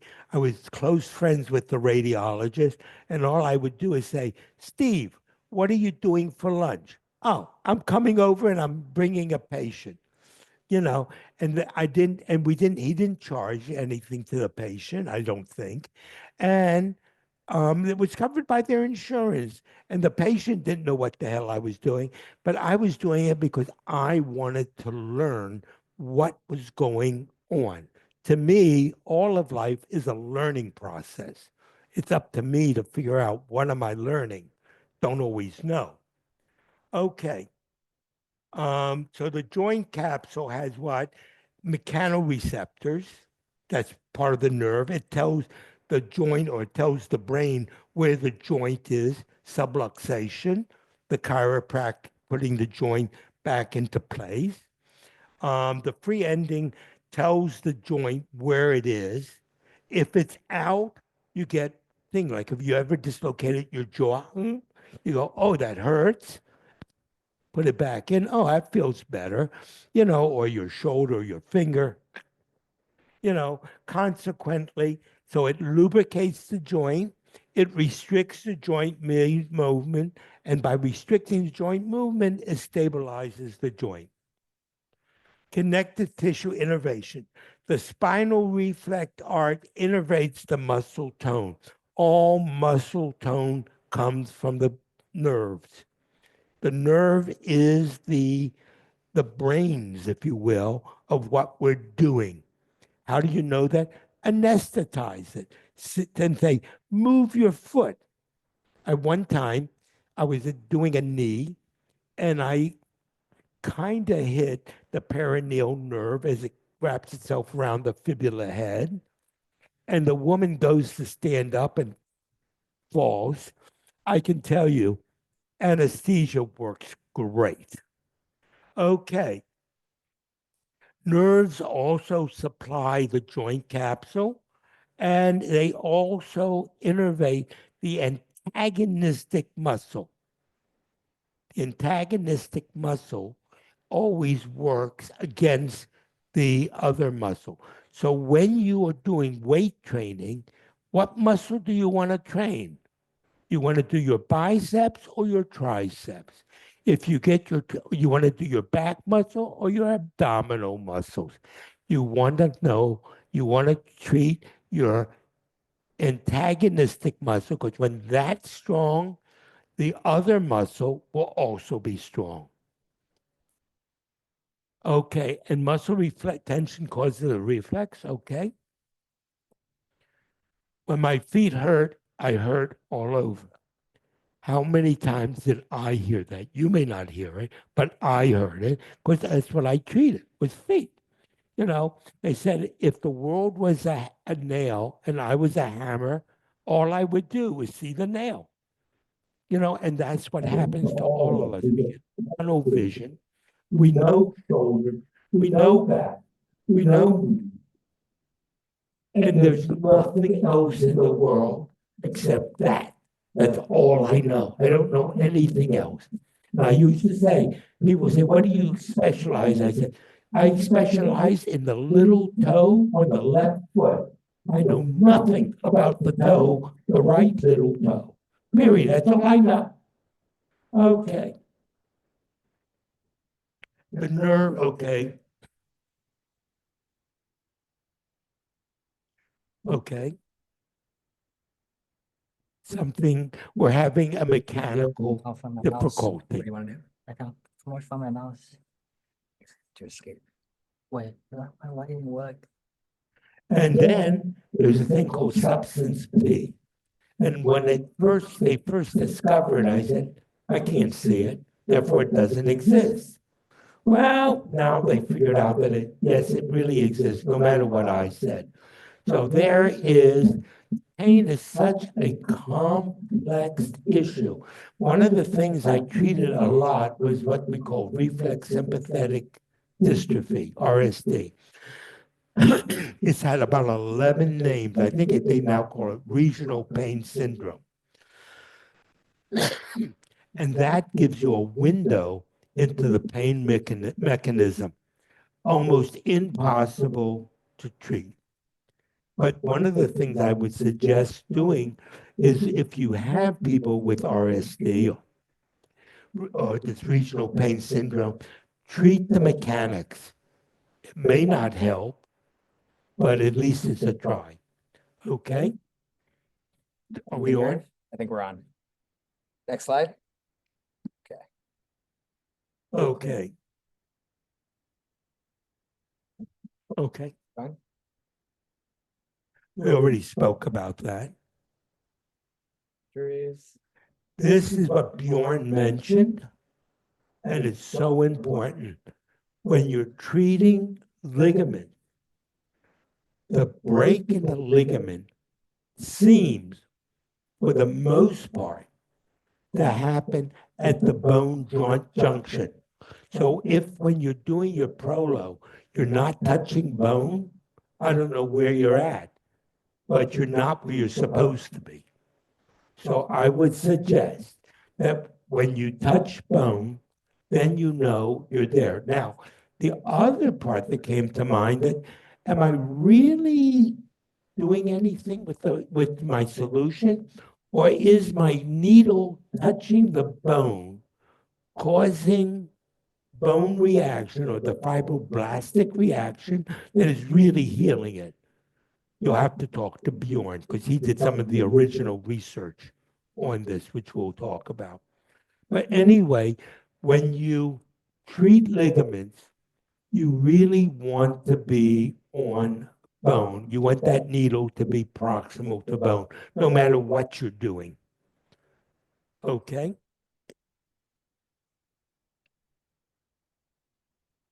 There are 3 types of sprains, and I assume that they go to all parts of the body. You have a mild sprain, and that should heal in about a few weeks. You have a grade 2 sprain that is pretty, and that should heal in 6 to 12 weeks. And then you have a complete heal that heals in 3 to 4 months. That's what the books say. I don't agree with that because you see people never getting better. I just twisted my ankle. I moved my shoulder. I hit my back. That's a mild sprain. Go home. Take a few non-steroidals. Here's some pain pills. Here's a couple weeks off of work with pay. And you'll be back. You'll be fine. And they come in and they're not fine. Okay, what's really going on?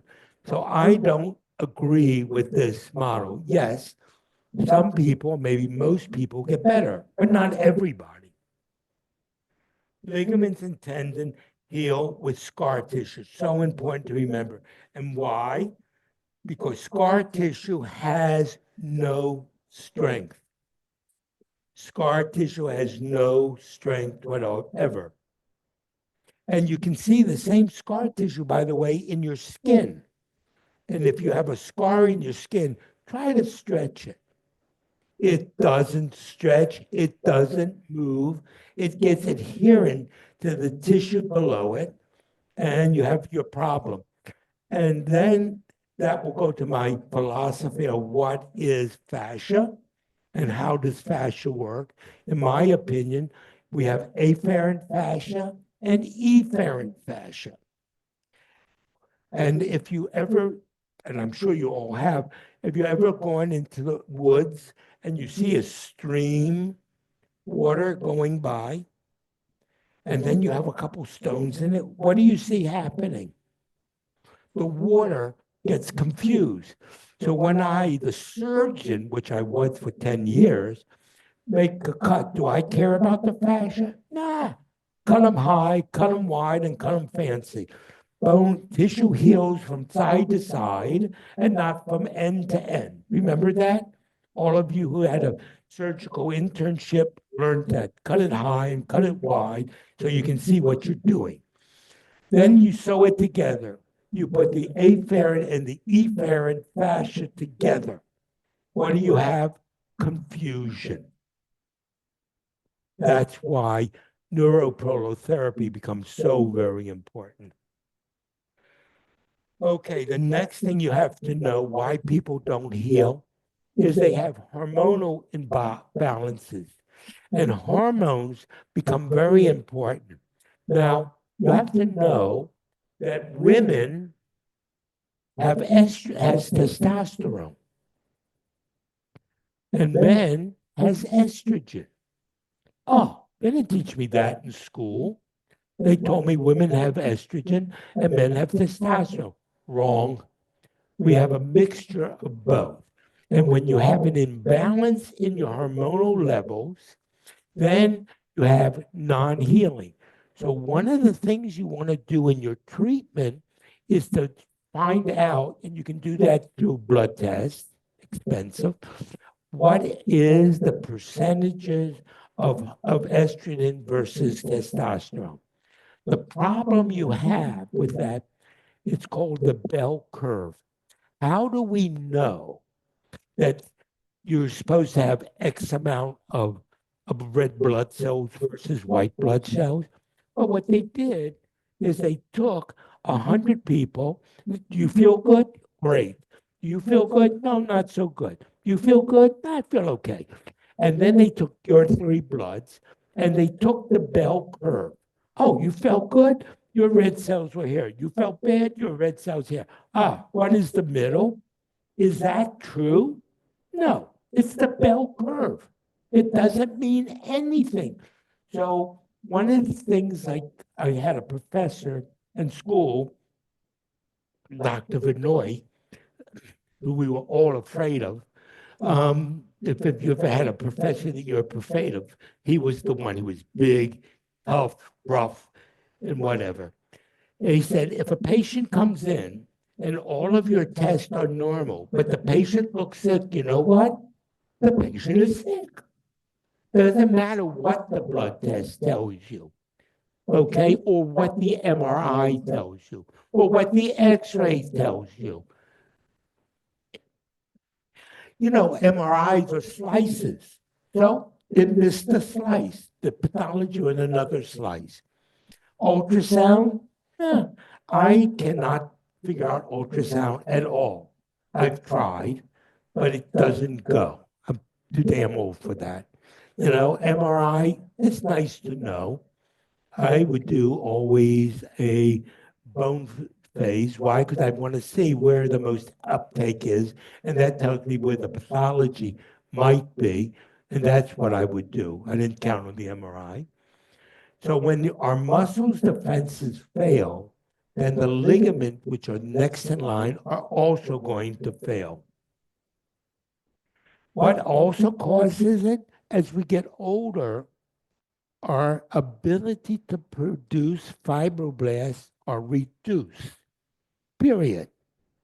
And it doesn't matter. You can't get a pill. You can't get an injection for fibroblasts. When it's gone, it's gone. It's like my hair. It's gone. It ain't coming back, period. Lack of exercise. Exercise is good. Why? Because it tears the muscle. When it tears the muscle, what does the muscle do? It brings in fibroblasts that does the healing, that makes you stronger. So exercise is good only because one, it's pain in the neck, and number 2, it tears muscle. Smoking reduces your oxygen levels, introduces carcinogens. What else it does? Beyond me. They found so many different things in tobacco. Plus, they're now adding things to tobacco. So all of you who are vaping, understand you're taking poison into your body, no matter what you think you're doing. Immobilization. You ever see a person in a cast, when they come out of the cast, their limb looks shriveled. They didn't use the muscle. You don't use it, you lose it. Non-steroidal, big problem, because non-steroidals reduces the amount of the ability of the body to bring in healing factors. Do I take them? You darn right I do. I take them every day. Do I care? No. Compromised immune system. We all know that. And endocrine imbalances. And that could be your thyroid. That could be almost anything. So when you see your patient, you're not seeing a patient, you're seeing a person. Look at that person. Okay? Now, 3 stages of healing. Stage 1, hemorrhage, blood. That is what's needed in order to bring all the healing factors in. 2, after you get the healing, you have proliferation. The body starts doing its chemistry and the body starts healing. And finally, remodeling and maturation.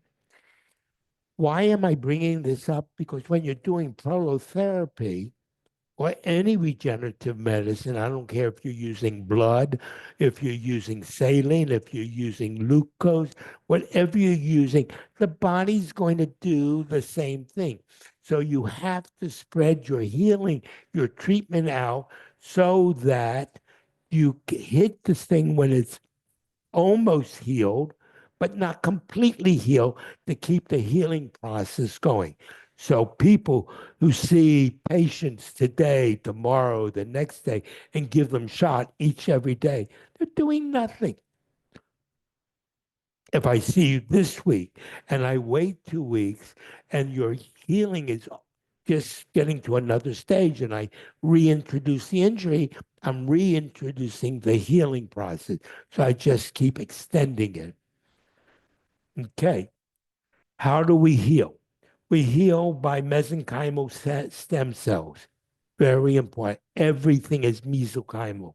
And we can do whole blood. They do that, by the way, in Russia. And it's cheap. You can use dextrose, inexpensive. Protein-rich plasma, PRP. I didn't have good results with that. And that's just bringing in the factors of the blood and the dextrose.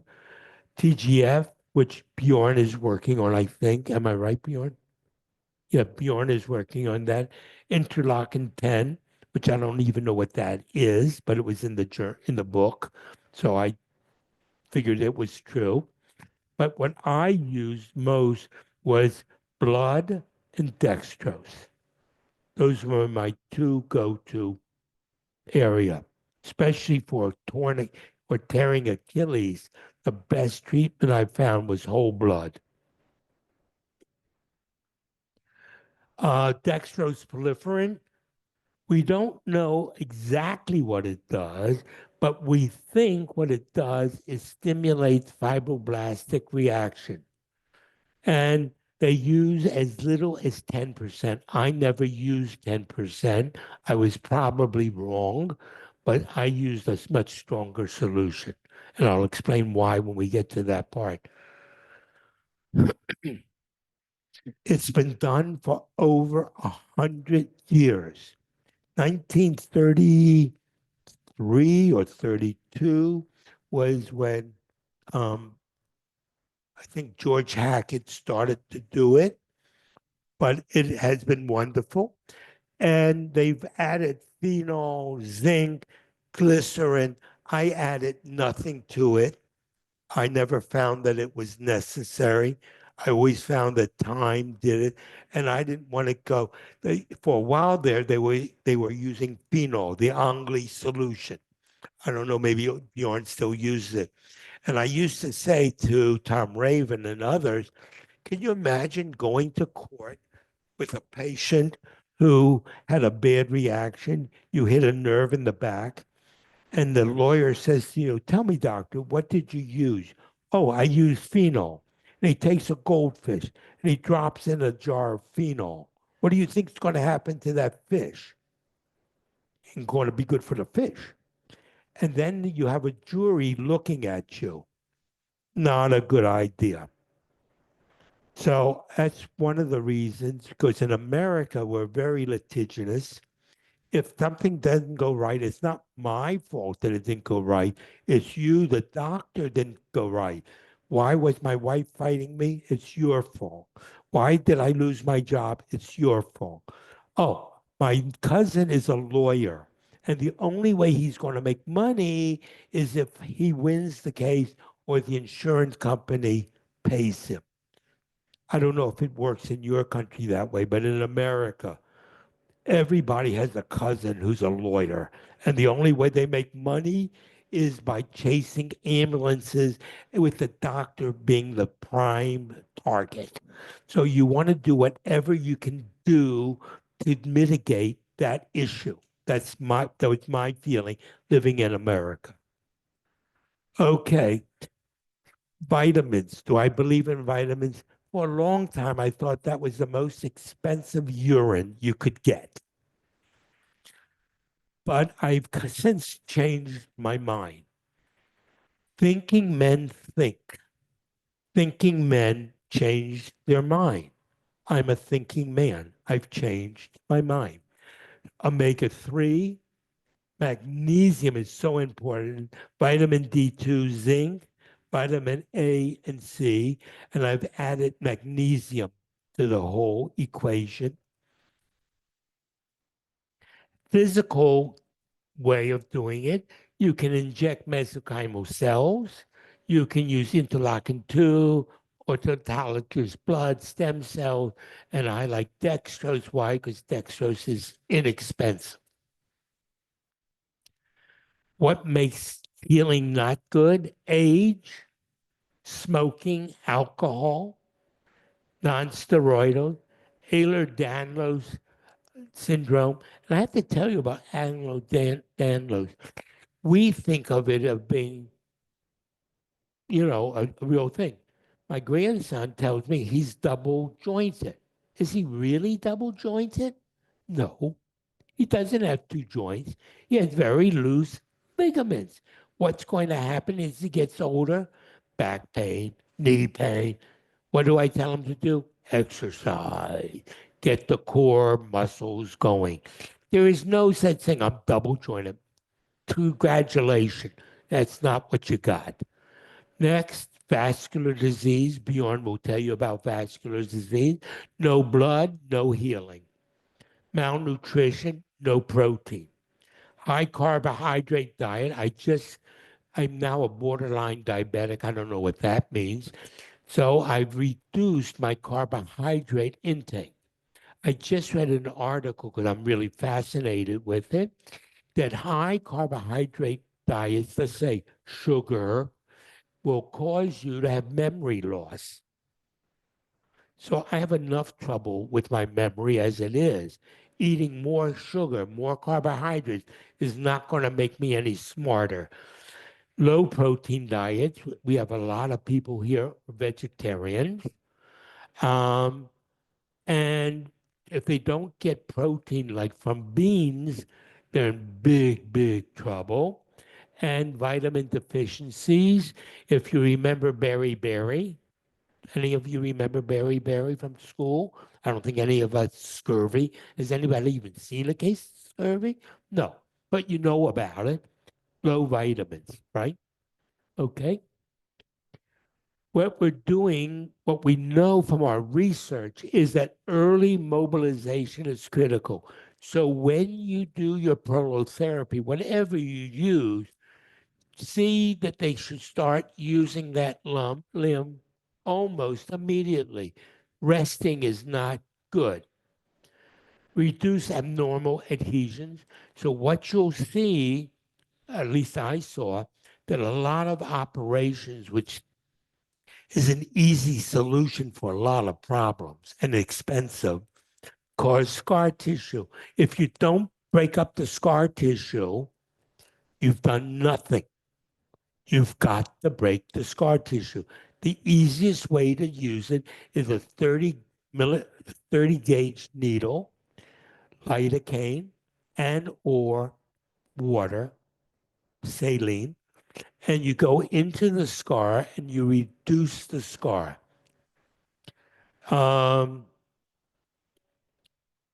you want to have your exercise based upon the way the body moves. So this cross training, I don't know. Okay.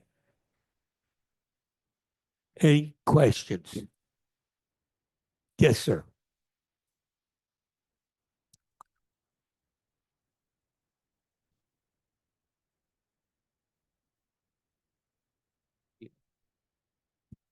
It's a pain, isn't it?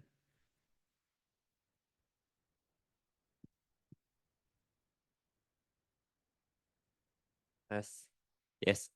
Thank you, Dr. Lenny, for the interesting lecture.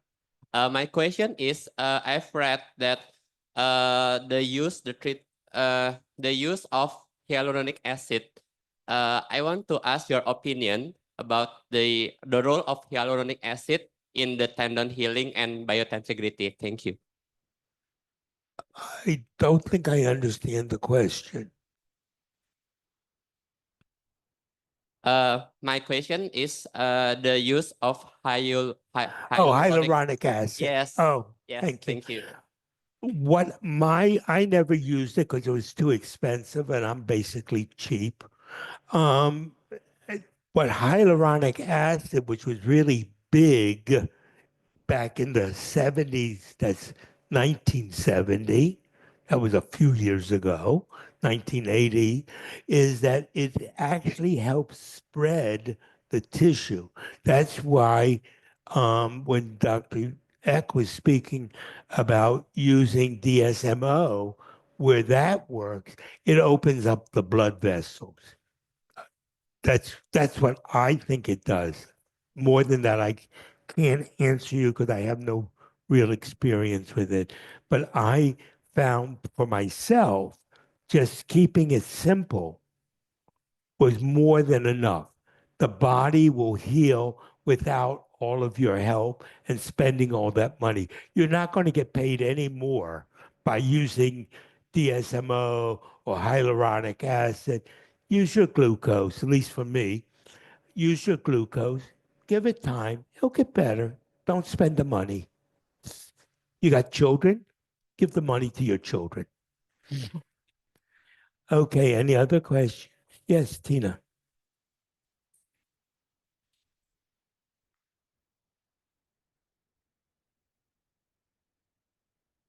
I just want to ask about the omega-3. Omega-3. Omega-3. Oh, yeah. Omega-3 is, I know it's anti-inflammatory, but there is a statement that omega-3 will decrease the cortisol. Oh, okay. Many patients, Cortisol or cortisone? cortisol. Cortisol is not cortisone. Cortisol. Yeah, cortisol. Yes. You need cortisol Yes. in order to do it. But cortisol gives you, from what I understand, is an energy producer. Yes. It is not an anti-inflammatory. Yes, but there's many patients that I've found that low cortisol, it related to the hormone actually, and it will cause more ligament is injury. But omega-3 is sometimes we need it for pro-inflammatory. And how about your thinking about this? Can we give the omega-3 for low cortisol, because the cortisol actually lower than normal? So it's like a circle. I found many patients that here like a circle of cortisol, but actually it's lower than the normal cortisol. If I get to give omega-3, is it helpful Like at the time or not? the problem you have, I can only speak from my experience, is that your license, if you have a general license, you can prescribe estrogen, androgen, you can do anything you want. If you have limited license and you start messing around in somebody else's area, the endocrinologist area, they really get upset. The problem I have is that most of them do not understand the entire situation. I had a lady come to me, a very pretty woman, and with foot pain, leg pain, and she wanted to get pregnant and couldn't get pregnant. And they had a lot of money. They were going to some of the best doctors, fertility doctors in Colorado. Because she wasn't getting better, I ordered a testosterone test, estrogen testosterone. Her estrogen was really low. Her testosterone was really low. I called up her fertility doctor and I said, "Do you know her testosterone is really low?" After he got done cursing me out and hanging up the phone, I said to her, "Well, maybe you should find somebody who will give you testosterone." In 3 months, she was pregnant. I think they named the baby after me. I had nothing to do with it. But, so I agree with you. We are a mixture of multiple things. Nothing works by itself. Cortisol, very important. What does that have to do with omega-3? Everything. What does the chemicals, calcium, magnesium, vitamin E, what does all of that have to do with cortisol? Everything. So you need to be kind of holistic. But what's more important than being holistic is looking. What do you think? And don't trust your tests. Your tests are just tests, period. So the patient looks sick, they're sick. Yes. Well, once again, thank you. And we will continue this, in about 10 minutes? In 10 minutes? Or do you want to go on? Question from online. From online audience, we have a question from online audience. Okay. Okay. So, okay. Dr. Eileen Cho is asking, how do you treat hormonal imbalance if there is any in your clinic? Do you monitor the level afterwards? Good question. Excellent question. Once again, you could monitor it. The problem you have in America is money. I don't know anybody else has that problem, but money is a problem.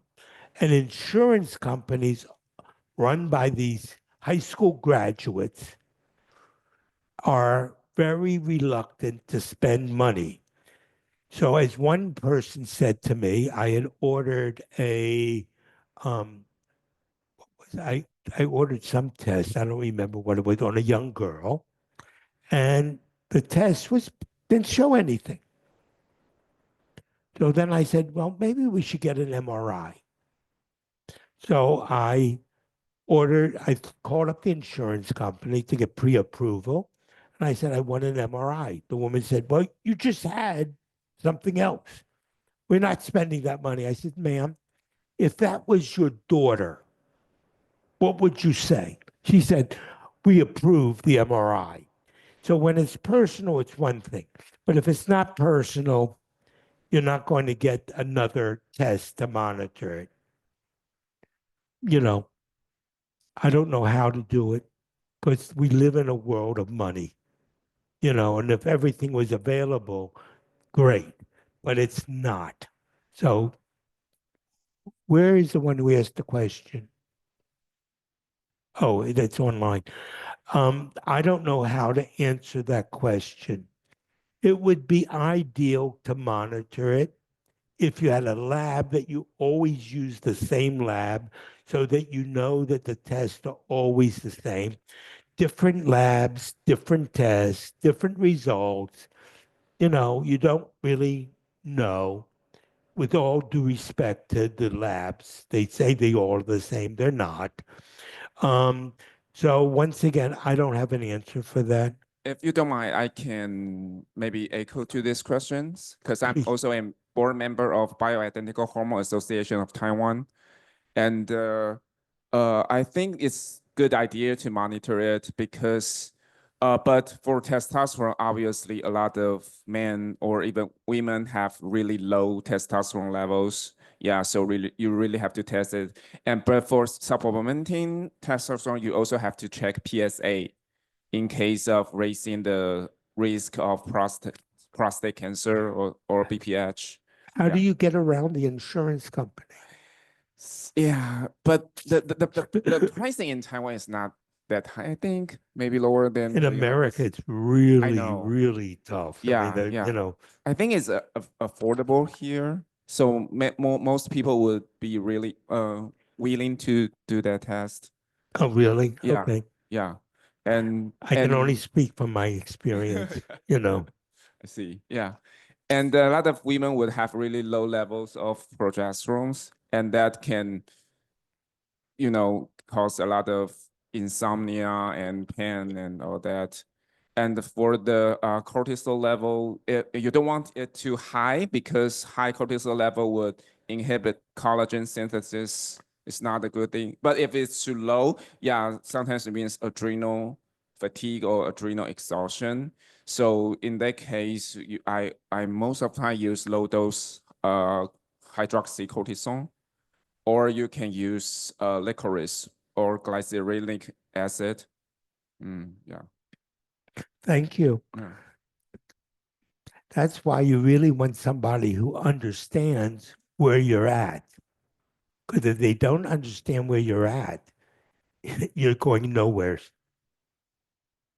So I think we maybe take a break.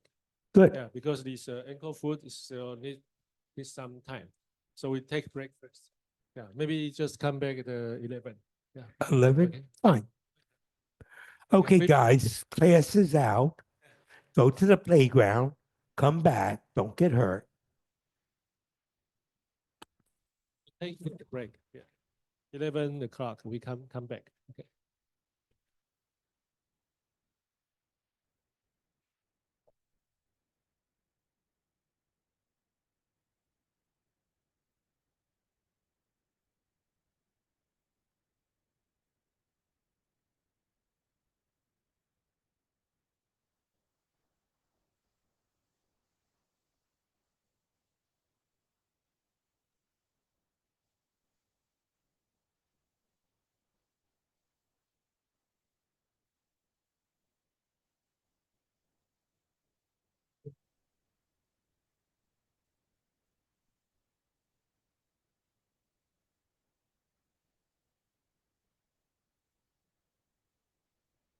I'm really sorry about the pointer.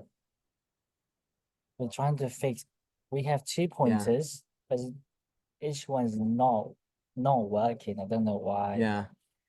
So that you have to keep Keep standing pressing here. it. Yeah. No, it's like so fine. Also, like the two people who are responding are in their 80s, Yeah. and it's very hard for them. So I think it's just like it's good to have someone younger who's like helping. Yeah.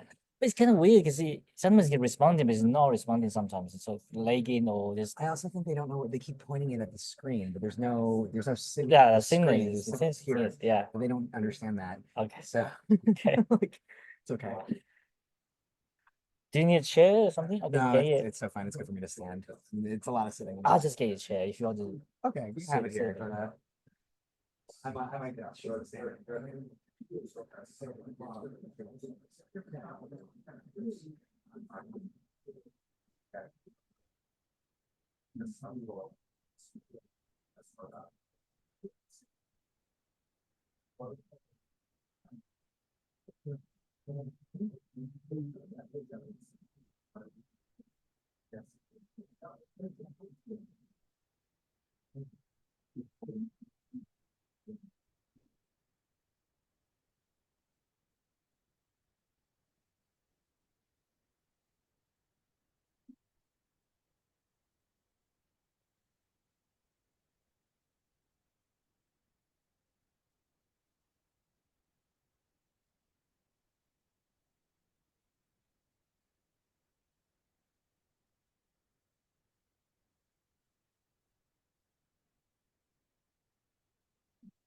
I'll put it here in case you want to sit.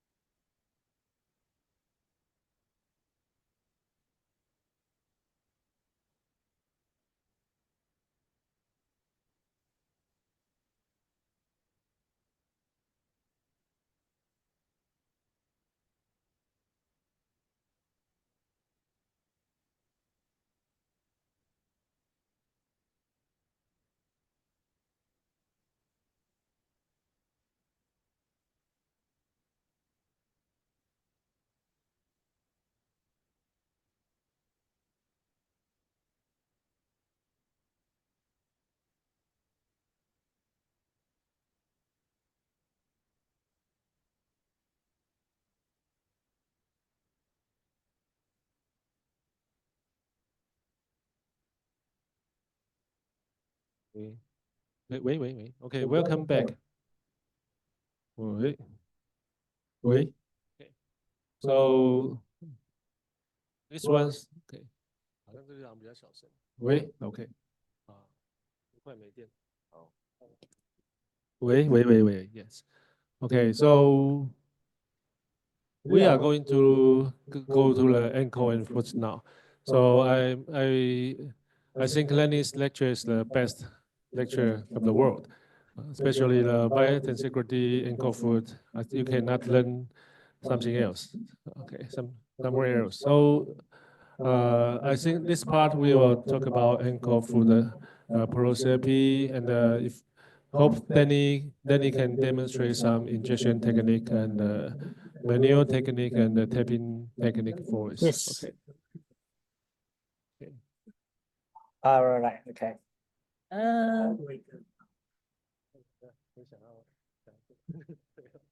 Okay. Okay. So let's welcome Danny again.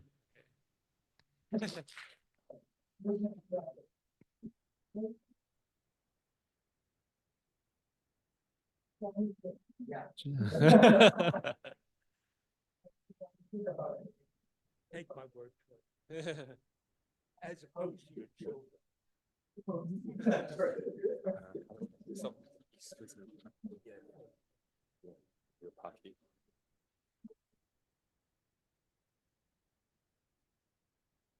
The thing is missing. What was it? The thing is.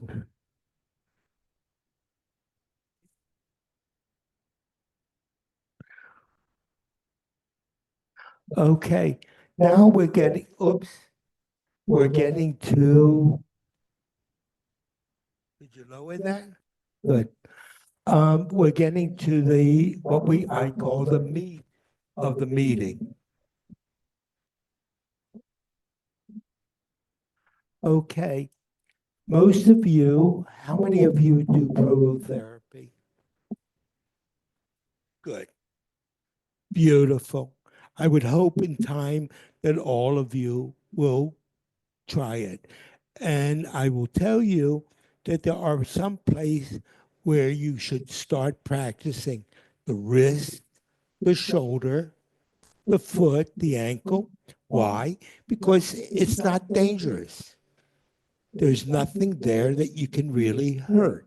And once you get a feel for it, then you can do the back.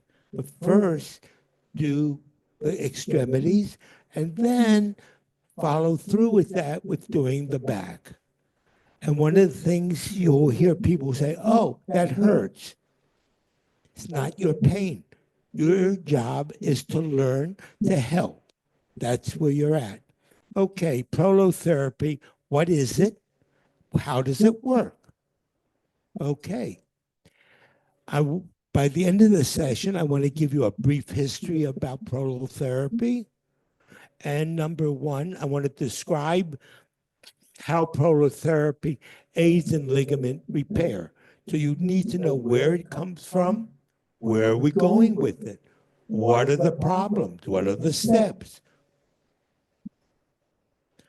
Okay, prolotherapy is a very elegant and very simple, inexpensive way of treating joint musculoskeletal dysfunctions. It stimulates, proliferates, why it's called prolotherapy. It proliferates the ligaments and the tendons. Why? By bringing in what comes in? Fibroblast. What makes it heal? Fibroblast. Huh? Fibroblast. Fibroblast. So everybody understand, fibroblast is the essence of where we're at. They should be in bed with you. Okay. So what it does, it proliferates the ligament, and by proliferating it and putting more ligaments down, you get a stronger bond. That's what you want. You want a stronger bond.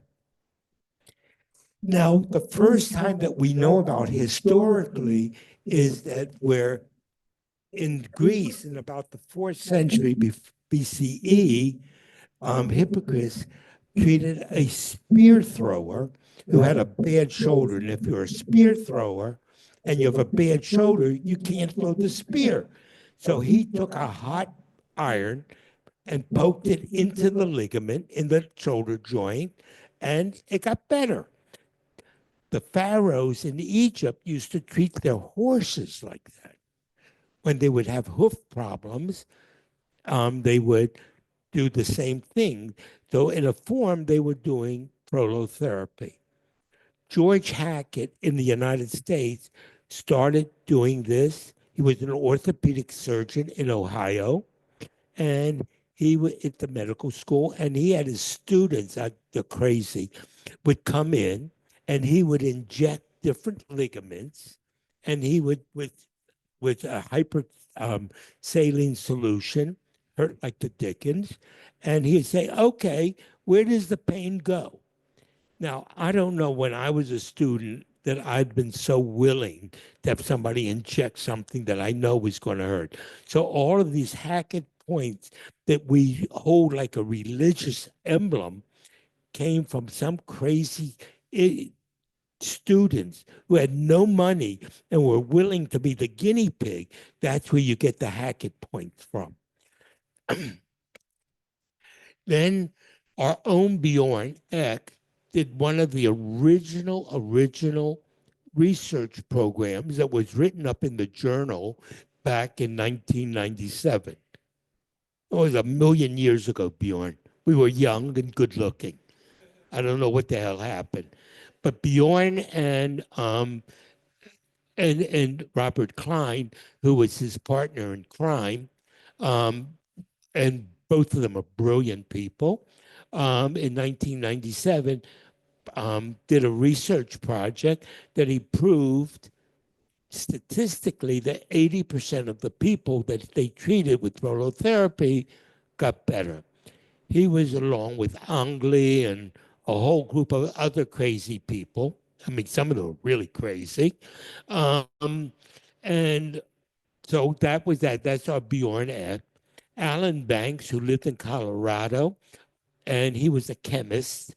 He wrote the whole cascade chemistry of what happened when you would inject the glucose into the ligament. He broke it down chemically.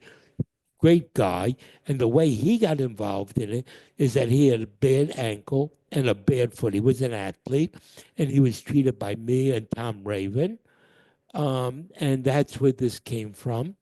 Dorman and Raven, both of them in America, both of them, one in Colorado, the other one in California, crazier than the Dickens, wrote a little red book that is well worth having, and where they talked about injection therapy. You have Hackett's book, which is a classic, which you should get if you like to read, and they talk about it. So there are enough outside paper. Right now, there are people working at the University of Wisconsin who are also involved in the research program. So this is not some off-the-wall kind of stuff, something we make up when we're sleeping. This is really well-researched and well-documented. Because many times when you'll tell your colleagues, well, what are you injecting? Glucose. You're crazy. You're going beyond the realms of medicine. Well, there's well-researched, documented stuff out there that you should have at least in your computer so you can say, let me send you the paper. They're not going to read it, but, whatever. You know that, right? Nobody reads anything. Okay. Prolotherapy is nothing more than another tool in your toolbox to get people better. That's all it is. It is not a miracle. When I first got involved in it, I thought it was, but it isn't. It's just another tool that we get to play with in our toolbox to figure out how to get people better. In the foot, it is really, you know, how many of us see plantar fasciitis? Everybody comes in, what is wrong with it? He's got plantar fasciitis. That's nice. What the heck is that? You know, nothing. So you plantar fascia, ankle instability. And you will think that ankle instability is only in young people. It's not. What about us old folk who our ligaments get loose, and as we walk, you can see how I walk somewhat unsteady. What's going on in my ankle joints? What's going on in my knees? What's going on in my back? So do not think that ligaments are only in young people. Us old folk also have ligaments, and they also, without trauma, get age. Consequently, when you see older people with back issues, shoulder issues, knee issues, foot issues, it's ligaments. It doesn't matter on their age. Unstable wrist and ankle and arm joints, knees, all of that generally is due to ligament. Arthritis. Why do we have arthritis? We have arthritis because when we were created, our joints were in good alignment. As we get older and our ligaments relax, we go off a joint and we put too much pressure on one side or the other.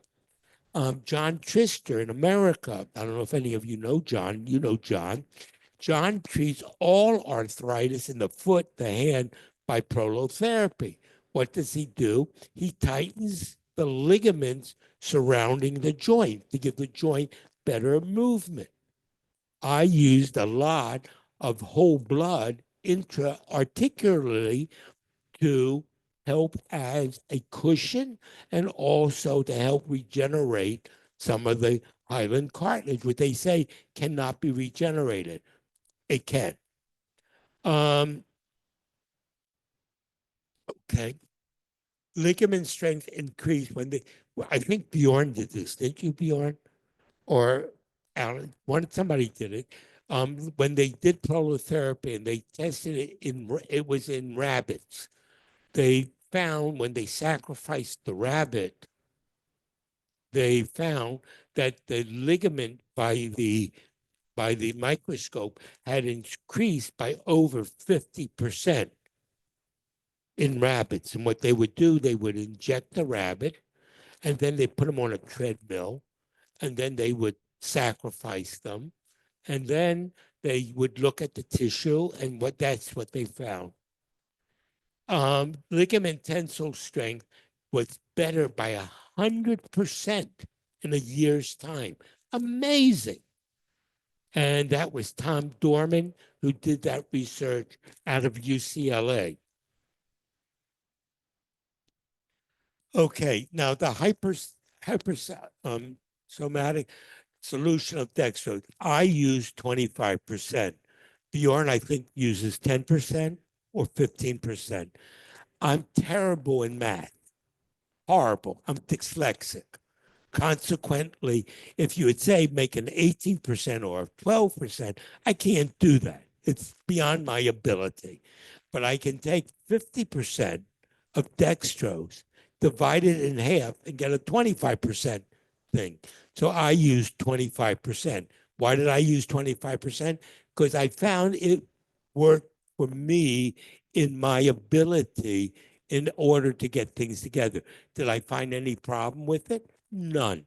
Actually, it worked just as well at 25% as at 10%. And what it does, what we think it does, when you put hypertonic solution into a thing, you have osmosis.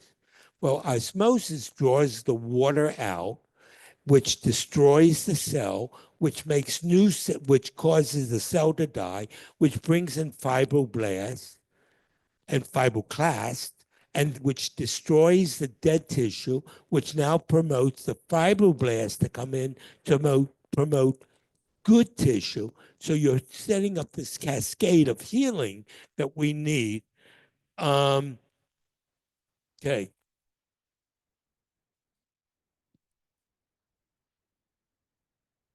Simple chemistry, simple chemistry.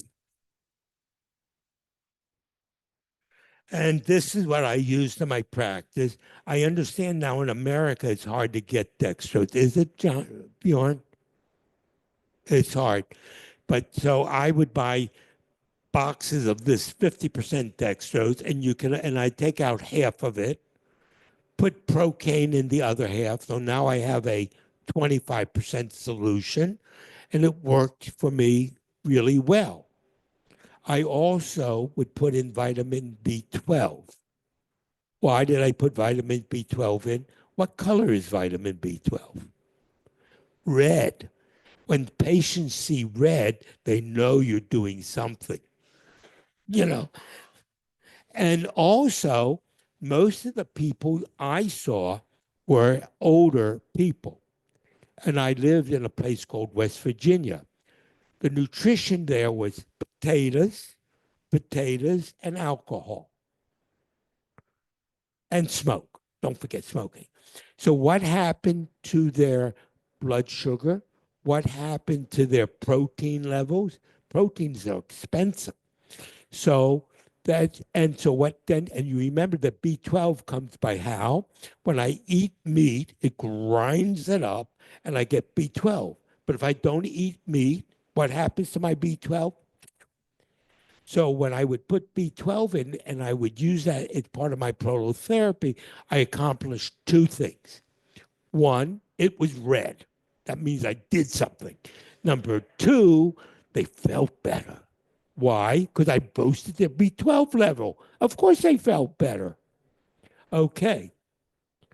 Now you have to go back to what works. And we can't fight Mother Nature. Mother Nature tells us that the inflammatory process is between 1 and 10 days. That means if I inject between 1 to 10 days, I'm doing nothing. And then granulation is 10 to 30 days. So I would schedule patients 3.5 weeks out, and they come in if they came in, because nobody likes to get injected. And I would re-inject it, and that would help the inflammatory process go on. And healing took between 1 month and a year. But they really felt a lot better. Plus, at that time, I used a lot of taping, a lot of exercise. I did a lot of other stuff. Because, like I told you, prototherapy is just a tool. A tool by itself, a hammer without a nail is nothing. A hammer and a nail, that's something. So you got to now look at the global picture. And this is a picture which we all learned in school, the classic concept of the inflammatory process. Nothing new here. It hasn't changed since we've been here. Okay, what do I do after I do the treatment? Well, the first thing, they're going to hurt most of the time. Although with the lidocaine, I found that, and being gentle with tissue, I didn't have much pain at all. Actually, I would tell the patient, this is really going to hurt. And then they come back and they said, you lied to me. It didn't hurt at all. And I realized that by respecting the tissue, and if you were a surgeon, the most important thing was to respect the tissue, then you did not get as much inflammatory process. Mother Nature worked well. They got a little bruise, but it was nothing that they couldn't handle. Number two, I never, ever, I think in 20 years, I may have used 5 cc's of cortisone in my whole practice. It was at a little vial tucked away somewhere, because if it's available, you'll use it. If it's not available, you're not going to use it. So if you put things away that you can't get to it, you won't cheat. Otherwise, you'll cheat and say, oh, came in with pain, I'll give you a shot of cortisone, you'll feel better. If I don't have it, I don't use it, I'm better, the patient's better off. And then in America, for a while there, you couldn't get cortisone. What did the asthmatic do? I have no idea. But there was a big time there where there was no cortisone available to anybody. So I don't know what they did. So that was one. And what does cortisone do? Cortisone reduces inflammation. Reduce inflammation, reduce fibroblast. Reduce fibroblast, reduce healing. Okay? More scar tissue. That's not what you want. So put the cortisone in the upper shelf, and if you're only 5'5", put it up at 6 feet, and keep a nurse who's shorter than 6 feet to get to it. You know, because otherwise you're going to use it and cheat. Don't cheat. Okay. And who said this to us was Jeff Patterson of blessed memory, who some of you knew. And Jeff was amazing. And what Jeff used to say, most amazing guy, you see these fingers? They are my, my MRI. Jeff never, he was at the University of Wisconsin, never ordered an MRI. Oh, my daughter's back again. Actually, my granddaughter. He never used an MRI. He would say, let my hands do the walking. And Bjorn and I were talking about it. Patients would come in and I would scan their x-ray. And I could say, oh, this is where you have your pain. Bjorn does it. He scans the body and he feels the energy. You all have that God-given gift to do that, but you have to train yourself to be extra body. You have to be outside of your body. You have to be Star Wars. Do the scan. And the more you do it, the more you understand it. I would really suggest that you read the book, The Musculoskeletal Train. When I first read it, I was sure the guy stole it from me. But you would come in, patients would come in, I said, oh, that hurts. So your shoulder also is sore, or your neck is sore. How did you know that?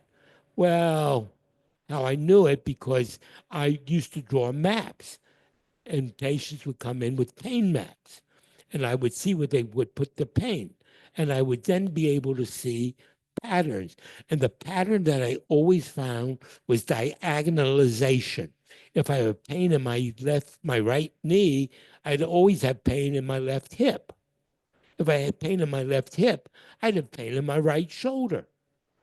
And it went on. So now when you came in, you said, oh, I got pain in my right ankle. I knew that you were going to have pain in your right hip and your left shoulder. So I could say to you with very little fear of being wrong, oh, and your shoulder hurts you too, right? How did you know that? I looked at the pain map. Okay. Now, what do you not want to do in prolotherapy? You, number one, if the person doesn't know what you're doing, or they don't, or they're afraid of needles, don't do it. Don't do it, because no matter what you do, it's going to fail. If the patient isn't convinced that you're God, don't do it. It's not going to work. And how many patients are absolutely frightened to death of needles? And they see that needle and they panic. What happens when you panic? What goes up? Your cortisol goes up. Your white cells go up. Everything gets higher. So how is prolotherapy going to help? It's not. Why? Because everything is working against it. It's fight, flight, or fight. You're not going to do it. So if the patient is frightened, don't do it. What I did in my practice was, I'll show you, I would first anesthetize the part. I had television in every room with earphones. I'd leave the patient there in the room, watch television, and I'd leave for 10, 20 minutes. Why did I leave? For two reasons. One, I had other patients to see, and two, they kind of relaxed. You know, So that's something to think about. Also, you may want to give them an anti-anxiety pill for something to quiet them down. If you use hypnosis, that's fine. Nitrous oxide, it's fine. Whatever you do, quiet them down. There won't be that much resistance. If there's a local infection, and I would tell you if there's an infection almost anywhere in the body, not a great idea because the body has to make a decision. Where am I going to bring the healing? And the body will always take infection over everything else. So if they have an infection, don't do prolotherapy. If they have neurological diseases, well, I can tell you from my own personal experiences that the muscles cannot be in tone. So no matter what you do is not going to work long term. But then again, you have to think, what do I really want to do? What am I looking to accomplish? Do I want to make them a runner? Or do I just want them to be able to get along? So you need to make up in your own mind, what do you wish to accomplish? And then based on that will be how aggressive you're going to be. My wife died of a neurological disease. It didn't matter if I said, you got to exercise. She couldn't exercise. So what difference? So if I did prolotherapy on her, I wasn't doing it to strengthen anything because it wasn't going to work. So you need to know what are you doing it and why are you doing it. If they have a systemic illness, a virus, like Bjorn talked about earlier, they come in with AIDS or they come in with herpes or whatever else, you're not going to get such a great results. Know that and tell that to the patient. You have an infection or you have some systemic issues. I can only do what I can do. I can't do more than what I can do. And finally, if they have a depressed hormonal system, it's not going to work. When do you have depressed hormonal system? Mostly in women with abusive husbands. They come in, and there was one woman, her name was Andrea Dawson. And you never forget your failures. I can guarantee you. I was a surgeon. I did 7 surgeries on her. I was able to give her reflex sympathetic dystrophy, ultimately.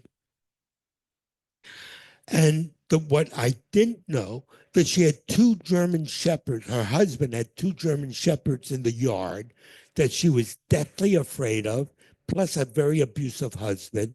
So psychologically, she was having all that issues that I had no understanding about.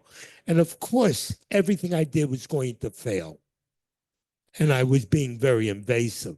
So definitely everything I did failed. So, and ultimately, her hormonal system were in a defense. So she was in flight, not fight. Consequently, that was the issue. Now, one of the things you would like to do when the patient comes in, young or old, is you'd like to check what their protein levels are. What do you eat? Oh, I eat a big vegetable diet. Great. What do you get for protein?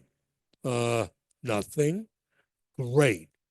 How are you going to heal? I don't know.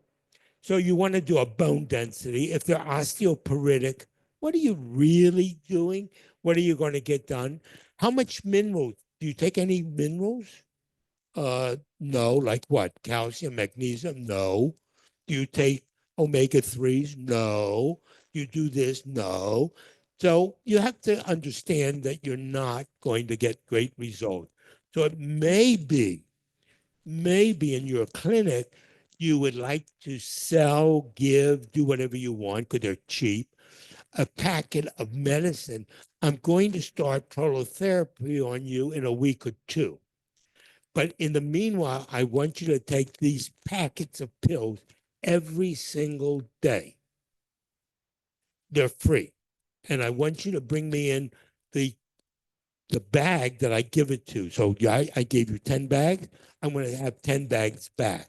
That way I know that you should be taking your pill, because otherwise they're not taking it. So you want to give them a guilt trip that they're going to do it. And you may want to do that before you start your treatment, because if their minerals and vitamins are low, you're not going to get what you want to get no matter who's paying for it. Okay, stop your anti-prostaglandin therapy. That means aspirin, non-steroidals, red rice maybe. Red rice has statins in it. So you want to stop that at least for 2 weeks prior to treatment. That's important. Not really certain how important it is, but it is important. But if the person has had a heart attack, you really don't want to stop their aspirin. Why? The jury is out about how effective aspirin really is. I speak to my cardiologist. I've had 2 heart attacks. I've spoken to my cardiologist, and he wasn't really hot on the idea with aspirin. He said, take it because you never know what's going on. And if you don't take it and you die, it's my problem. So if you're taking aspirin, you're taking 0.5 milligrams is nothing. Keep taking aspirin.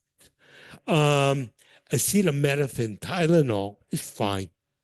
That does not seem to interfere.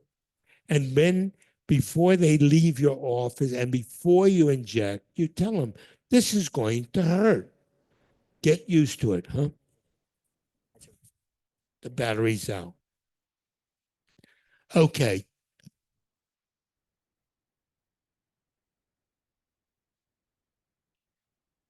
There's a technical change.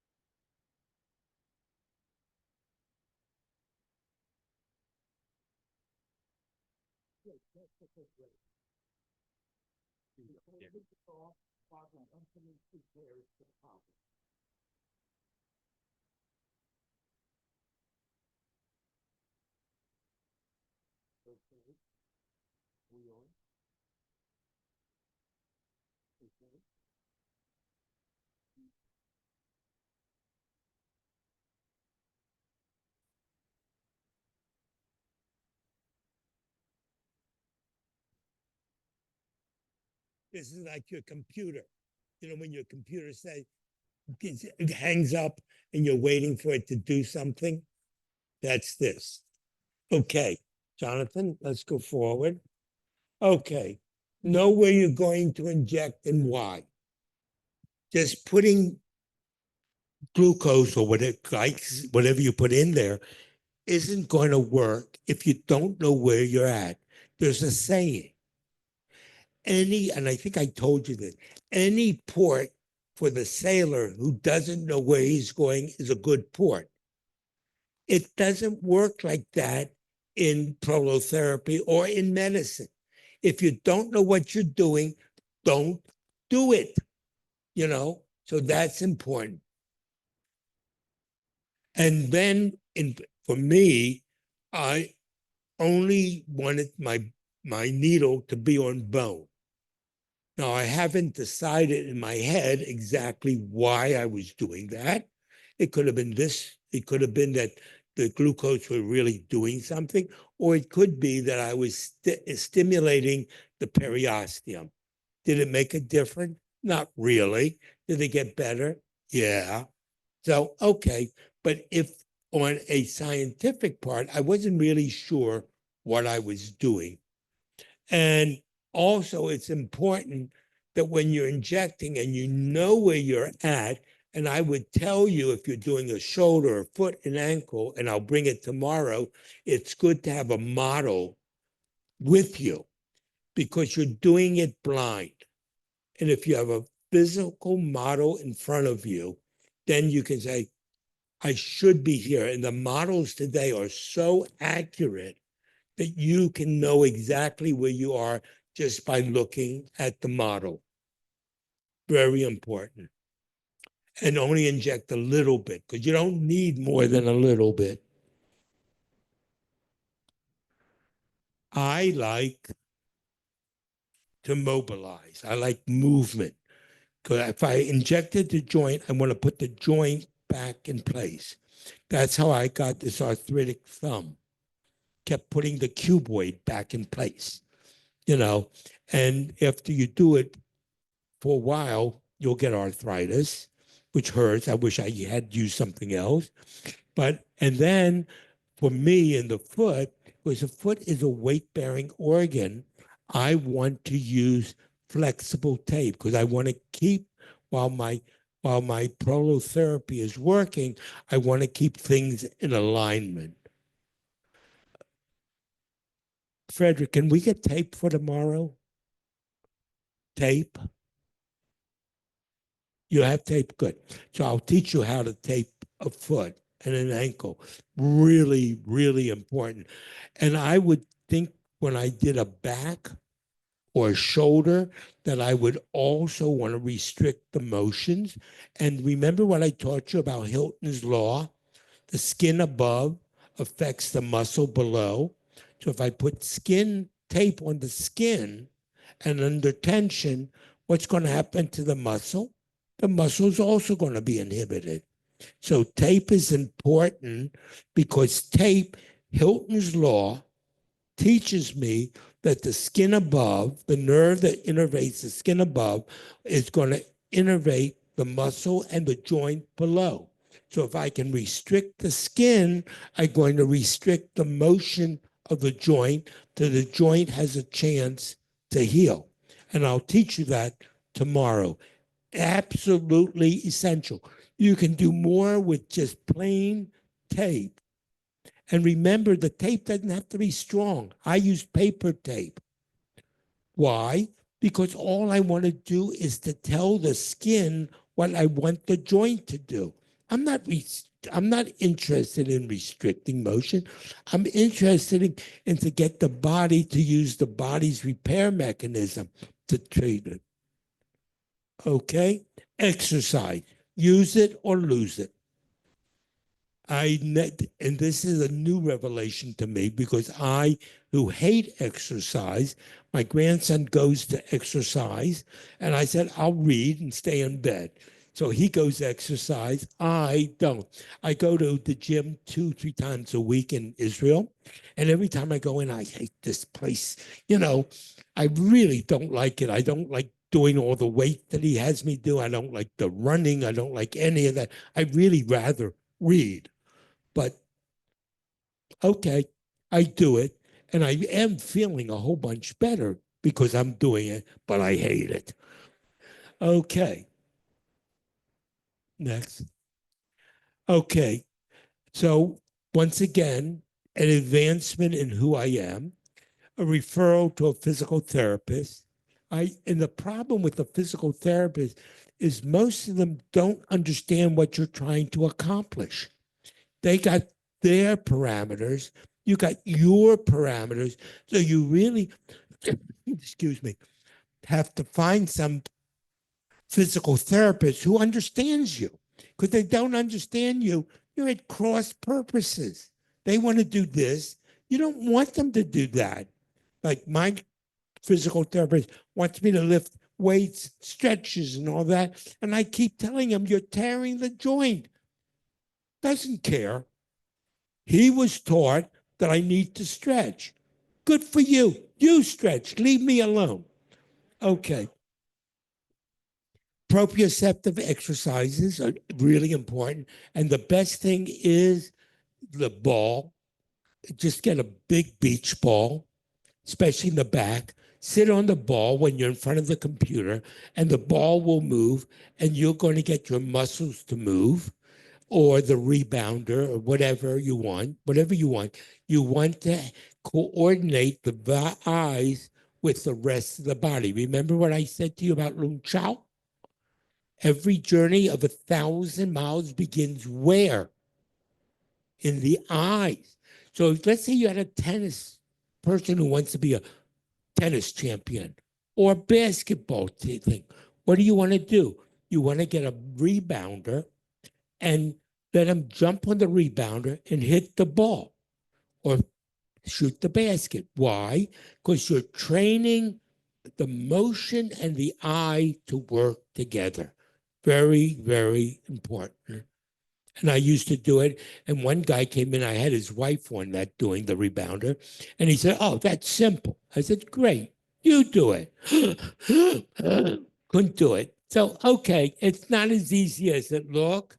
The Swedish ball, which I do like to sit down in front of the computer with, I don't do it, but I would recommend that you recommend everybody else to do it. It's good for the other person.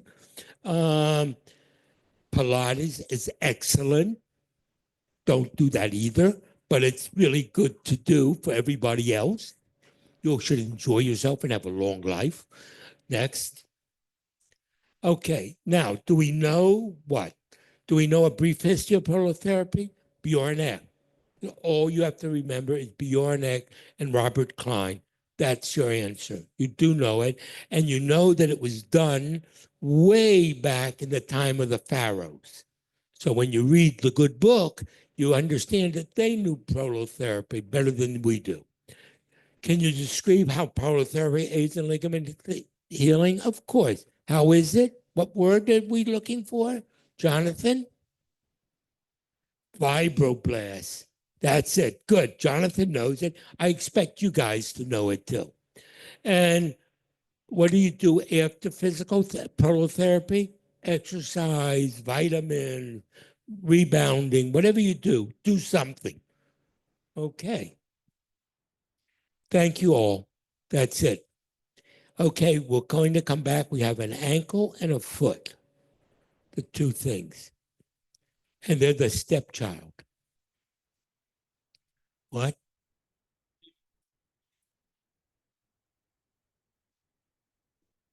We don't have so much time. So Oh, we can do it now. Yeah, I'm like the ever-ready bunny.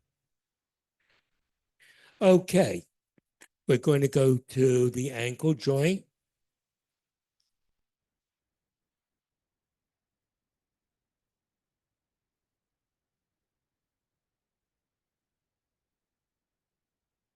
Close that one out, Jonathan. Can you get to the computer?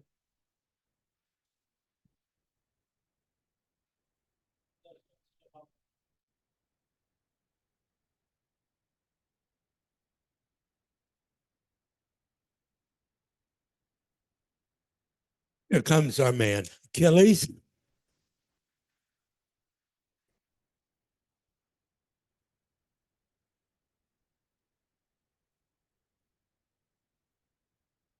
Thank God for grandchildren. Otherwise, my clock would still be saying 12, 12, 12, 12, because I can't change it.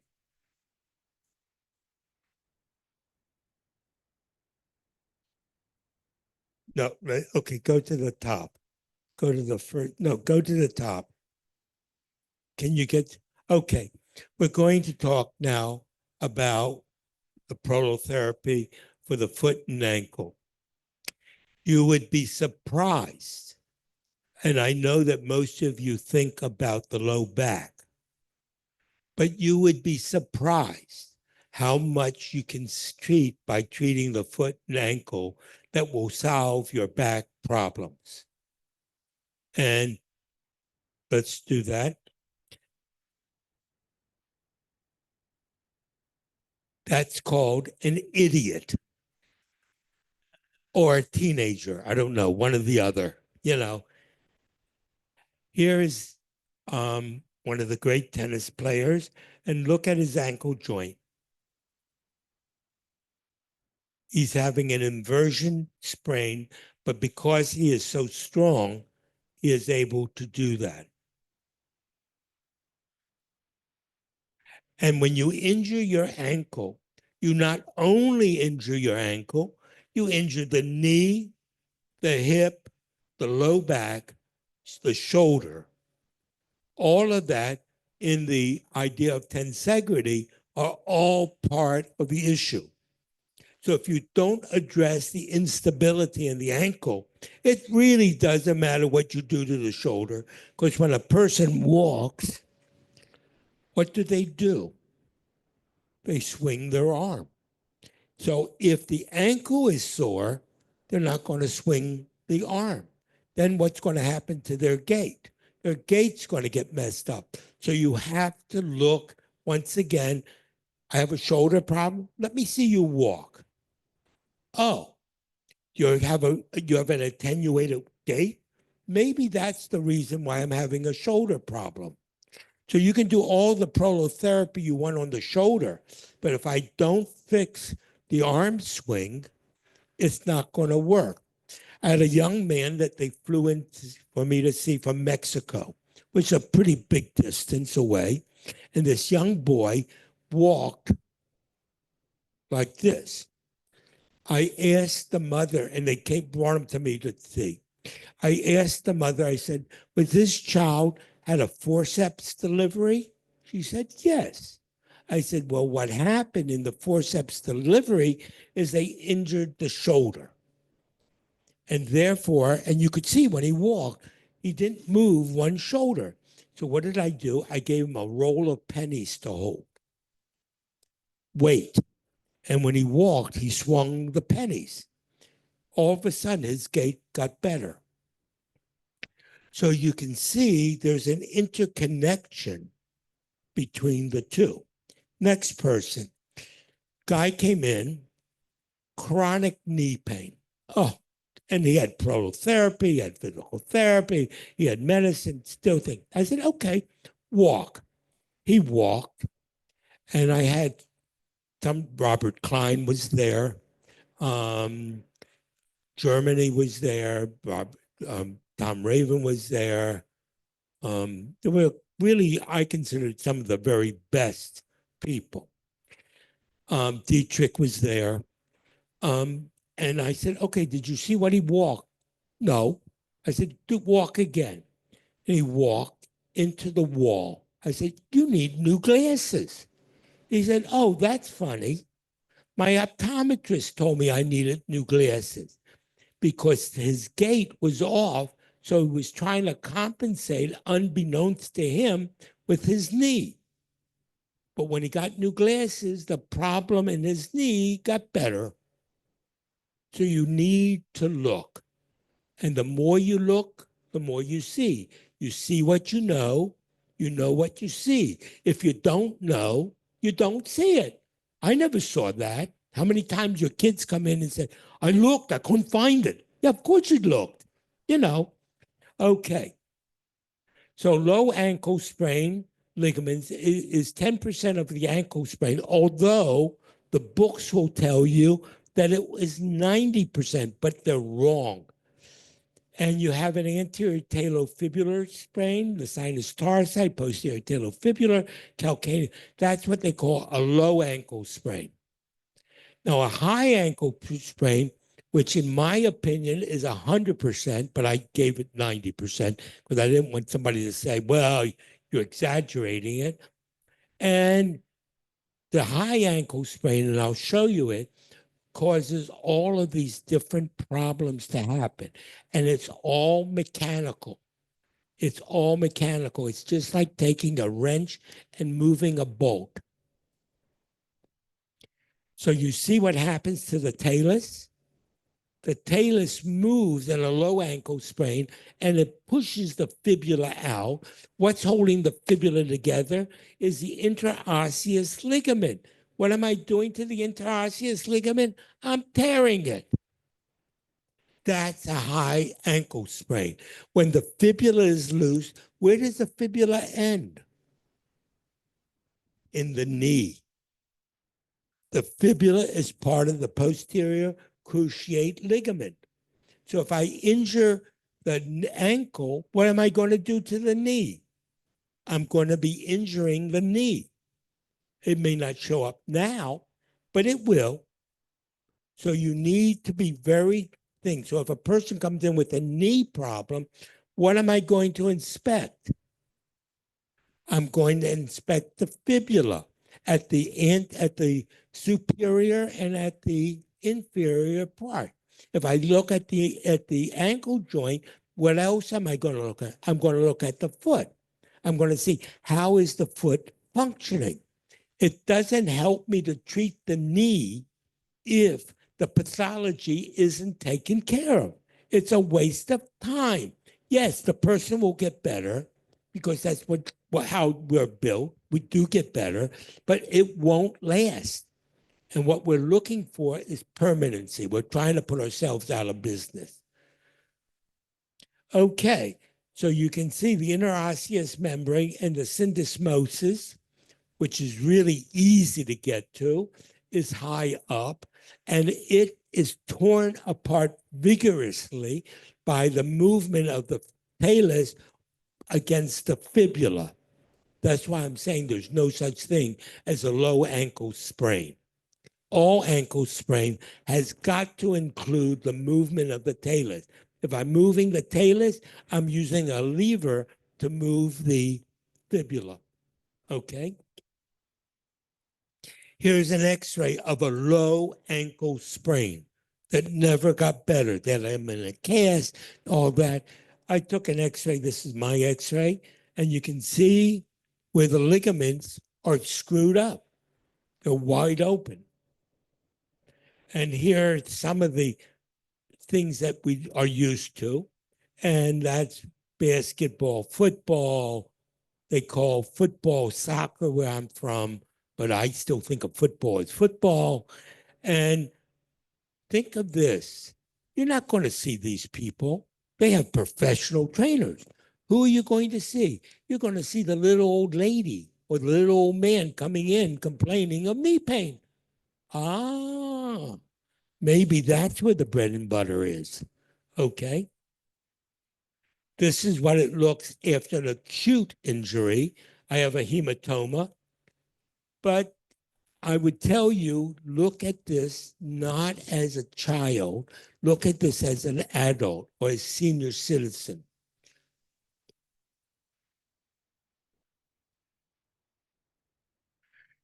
One of the things you do when the patient is sitting down, see if you can, what is your range of motion in that ankle joint? You'll know, as Bjorn told you, that it is lax. You can see the increased motion. You know right then, that's not normal. Something else is happening. I need to do something. How many times when you're walking and you go to the airport, I love watching people in the airport because they're totally unaware of what the hell is going and they're in a hurry. And they'll twist their ankle and they'll keep walking. You know, they got to get to the airplane. The heck with the ankle. They got to get to the airplane. Or you watch people walking in the street. They'll twist their ankle. They keep walking. They step off of a curb. They keep walking. But even with that, when they come to see you with knee pain, check the ankle. And this is what it looks like. You see what happens to the talus? How it's acting as a lever to throw out the fibula, which is throwing out the knee, that is throwing out the hip, that is throwing out the shoulder. It's all the same. That's what it looks like in the anatomy books. Does it really look like that? Nah, not really. If any of you have ever done surgery and you're trying to figure out what it looks like, it does not look like this. And when you look at it, you really want to look at the calcaneofibular ligament and the anterior talofibular, which is the most common injury in golfers. Any of you treat golfers? You know what golf is? Yeah, I'm sure you do. But when you get up to address the ball and you come through, what are you doing to your ankle? You're putting it into eversion, and you're tearing the ligament in the ankle joint. So the easiest treatment there is just to treat the anterior tibiofibular talofibular ligament and look at the calcaneofibular ligament. They're not torn, they're just injured. They don't have enough fibers in there to hold things stable. And you can see that's the x-ray.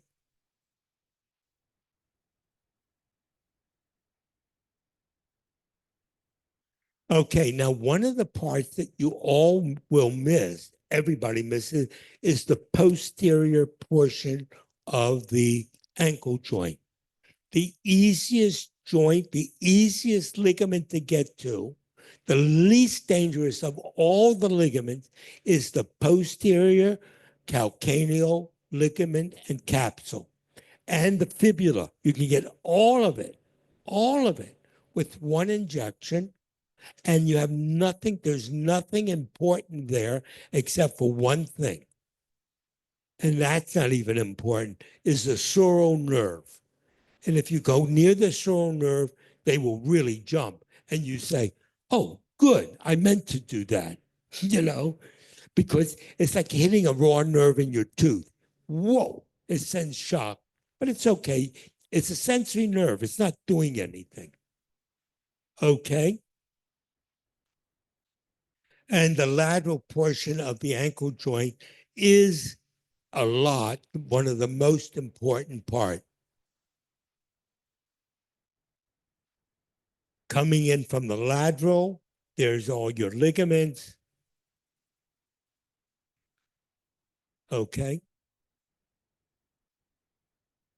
Bisect the Achilles, your fibula.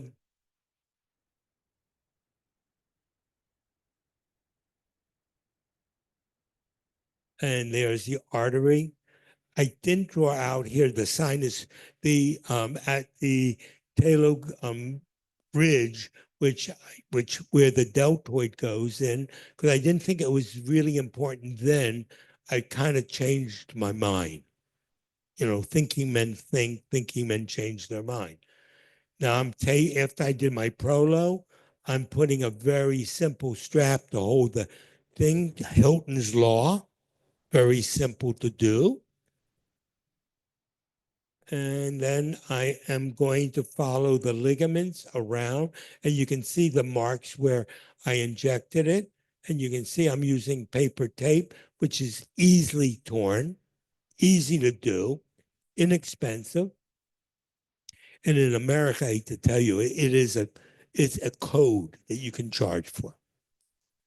Taping is a code, and that's it. That's the whole taping of the ankle joint. And it works tremendously. Another place when you do knees, do the same thing on the superior part of the knee. We did that with a son of a friend of mine who was a football player, American football, and he ran faster.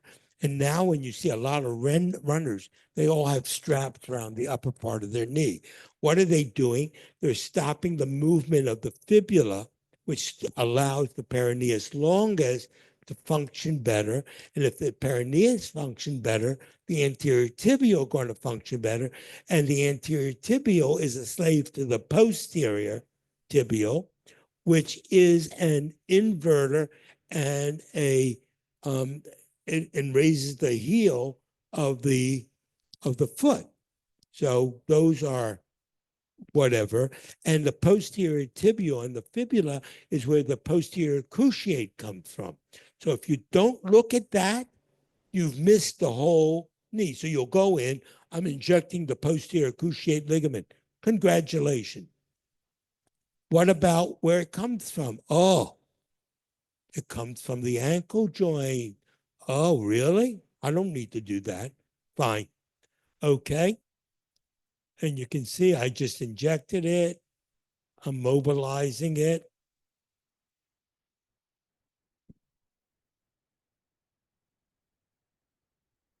And it's all in good alignment. I'm going to tape it afterwards. Okay, Jonathan, and she can move it.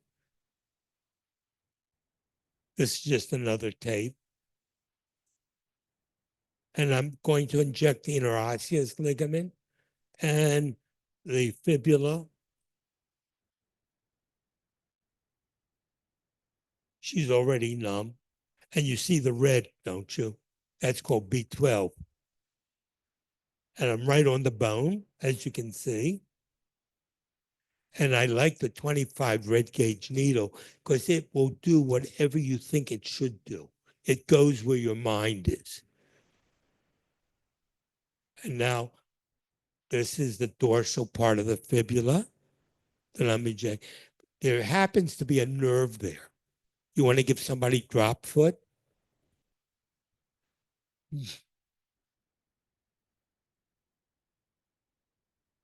And you can see this person a little overweight, a little bit older than 20, you know.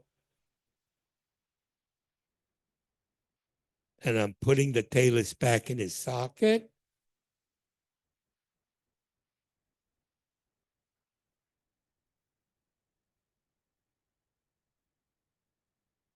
There. I can feel it. And now I'm going to do a knee motion. I'm putting the fibula back into place. Boom.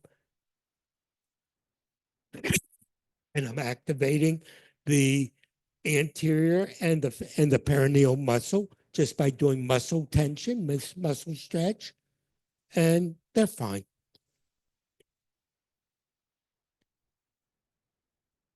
Okay, John. And I'm taking it.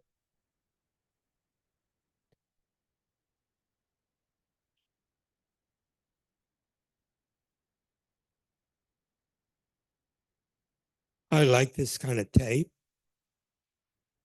because it's very flexible. It allows for movement and restriction at the same time. And you don't put it on tight. Just put it on. Just follow the ligaments.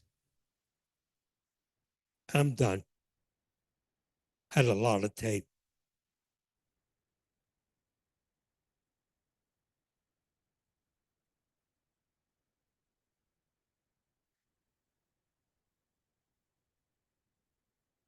Okay, you can move forward.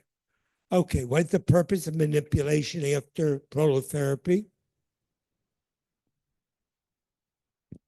Anybody? Speak up. Putting the joint back into its natural position. Okay, why is taping critical? Because the body has to learn what you want it to do. Like, any of you ever ridden a horse? Any of you gone horseback riding? Nobody? Fun. Why do you have a bridle? Because you want the horse to do what you want the horse to do. So you put a bridle and you hurt it so that it does what you want it to do. And what other injuries may be sustained in a sprained ankle? Knee, back, shoulder, neck, all of that. Thank you, guys. These are the hills of West Virginia. Okay, we're ready to go and do the foot now. Okay. See, Achilles, you are worth something.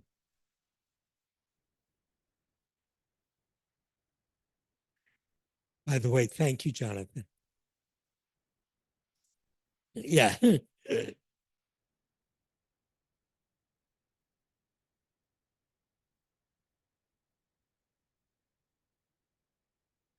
Go to the top.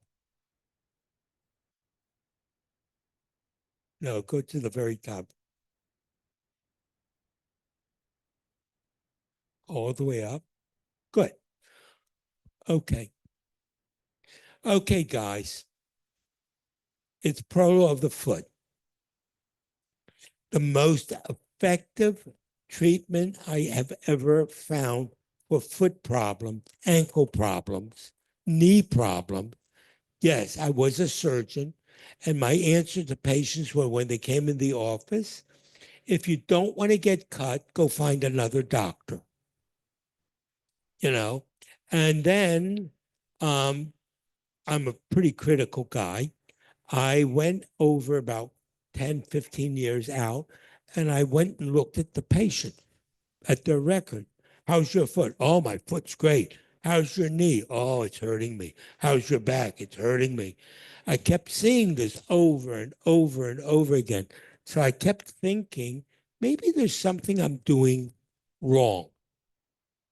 And then a good friend of most of ours, John Trister, calls me up one day and tells me about a lady who she had a bunion surgery. She now has scoliosis. She now has neck issues, hip issues, all of that because why? She wanted to look beautiful and wear beautiful shoes. They operated her bunion. They changed her entire tensegrity issues. And now she has so many other problems. So the foot has three functions. One, it supports the body. And you need to learn, as physiatrists, you need to learn the 7 stages of gait. Most important. If you don't know it, go back to the books and learn it. It's more important than you'll ever know because the whole body works around that. Second thing is a shock absorber. I'm walking. I weigh I'm going to say 75 kilos. I would like to weigh 65, but I now weigh 75. And when I hit, where's all that shock going? To my low back. Why did God make us to have so many joints? I would have made you all with one joint, save money. But what happened? We have all these joints. Why? To dissipate the shock wave as it travels up the body. And you need the shock wave to get the muscles to work. So it's all kind of figured out.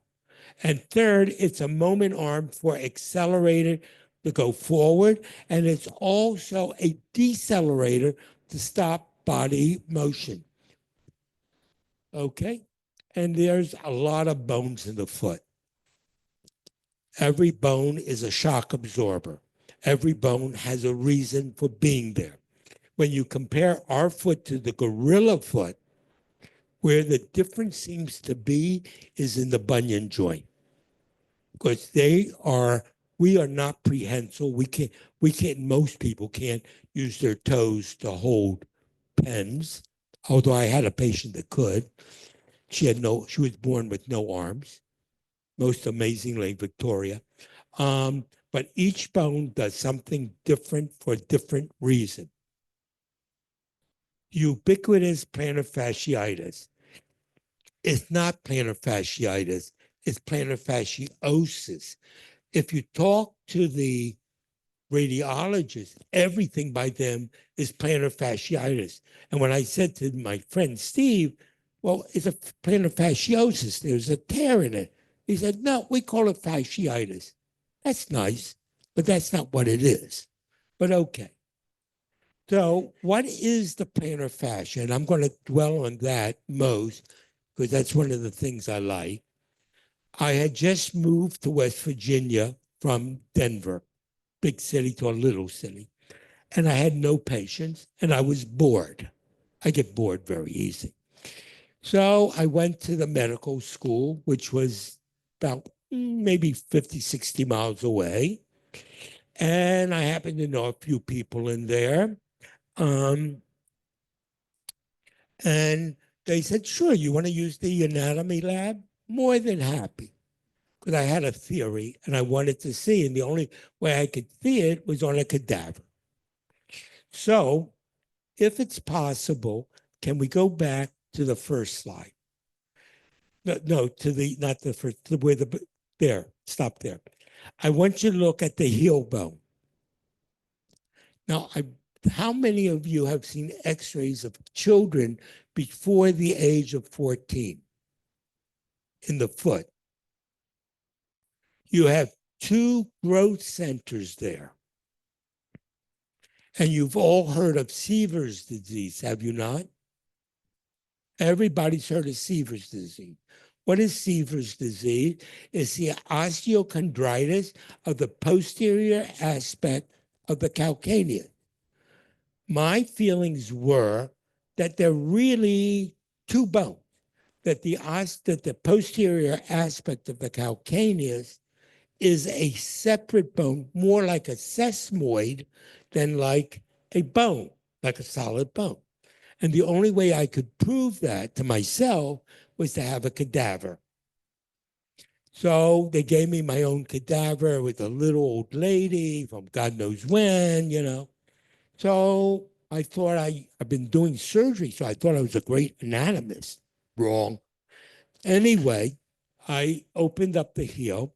I took my mallet and I laid it on the apical line, which is the imaginary line from where the posterior part of the calcaneus goes to the body of the calcaneus about the age of 14.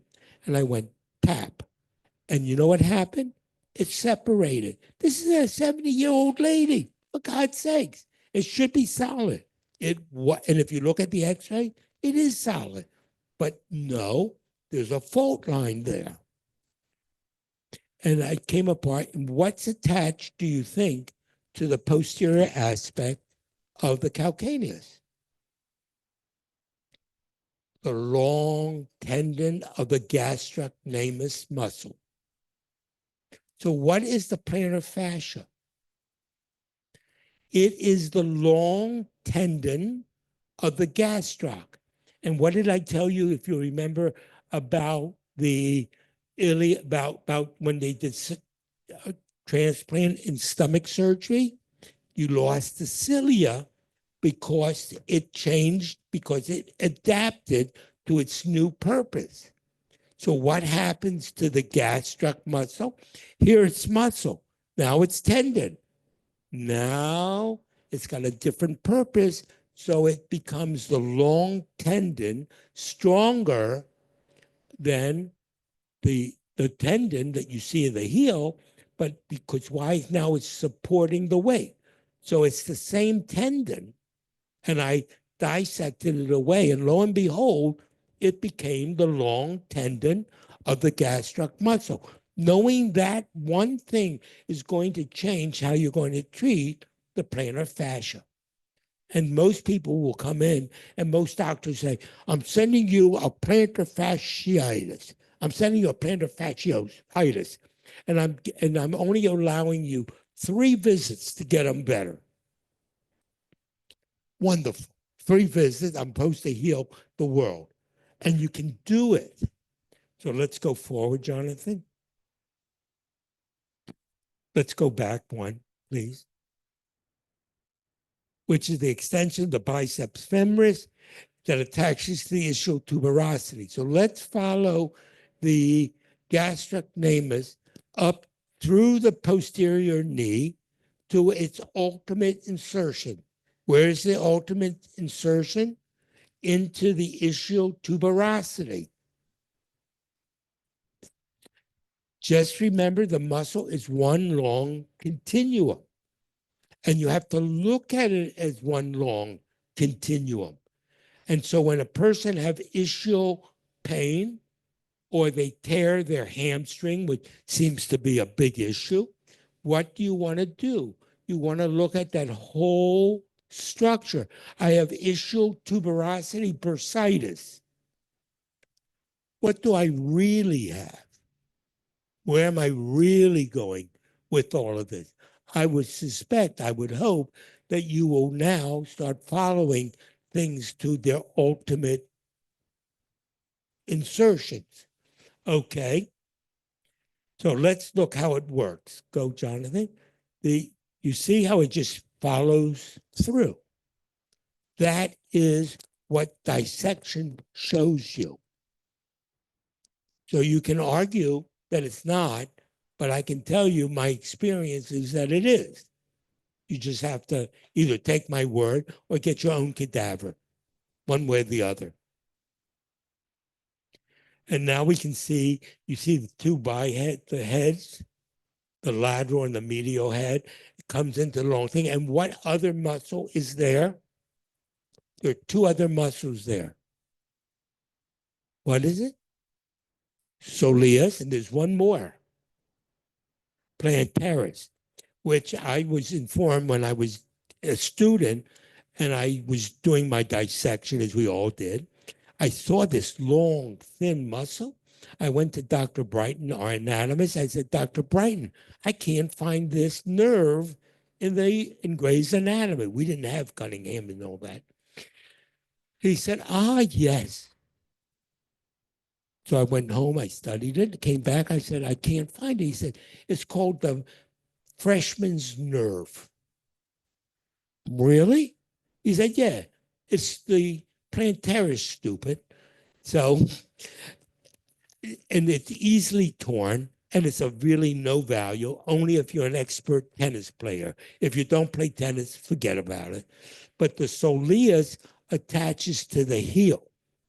The plantar fascia attaches to the metatarsal. They're two different muscles doing two different things at two different times. And as I was talking to Bjorn, we have muscles. We have monophasic and biphasic muscles. Look at your muscles. How many times in the gait cycle do they fire? It will tell you what the muscle does. Mother Nature doesn't make mistakes. We call them freaks when she does. But if she doesn't make mistakes, so now look at what, is it a biphasic muscle or a monophasic muscle? It will tell you a lot. And this is what it looks like on the bottom of the foot. It does not look like that at the bottom of the foot. That's the drawing of what it should look like at the bottom of the foot. Okay? And that's another drawing. Now, what is the use of the plantar fascia? If it's the long tendon of the bicep, of the gastroc, which is the long tendon extension of the bicep, which becomes the ischial tuberosity, what does it do?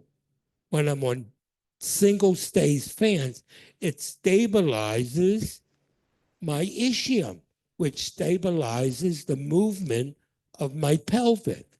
Is that important? I don't know. That's your decision.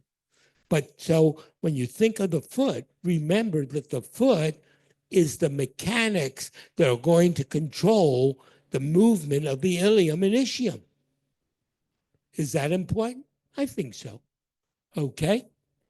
And then you have the spring ligament and the dorsal acute. There's a lot of ligament.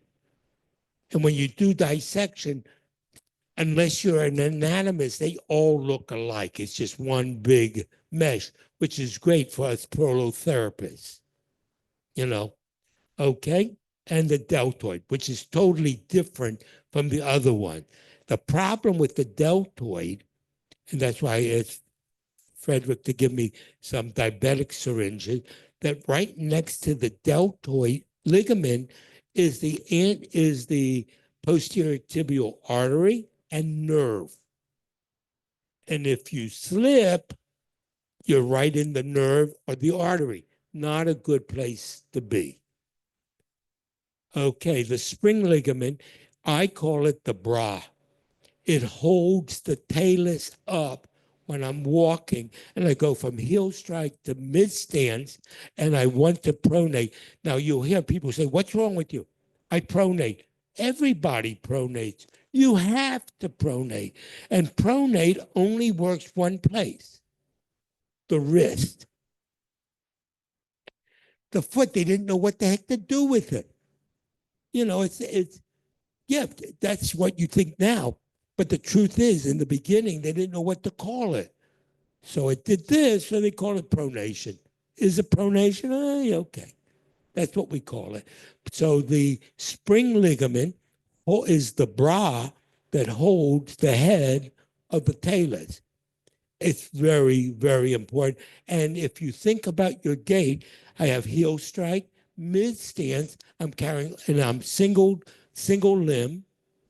So I'm carrying all of my 75 kilos on one limb, and I'm moving in with my knee. And what does this spring ligament do? It holds my foot in a position that will now allow me to toe off. If my foot collapses, then I can't engage my perineal muscle to help my flexor extensor digitorum longus to toe off. It's all, so you got to think of this globally. I do. Okay, let's go forward. Okay, now you have the short, what is the thing on top? You have the short talar ligament. Really important. Why?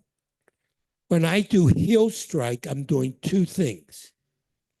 I'm preventing forward motion, and I'm locking the hip and the knee. I'm doing three things. What muscle is engaged?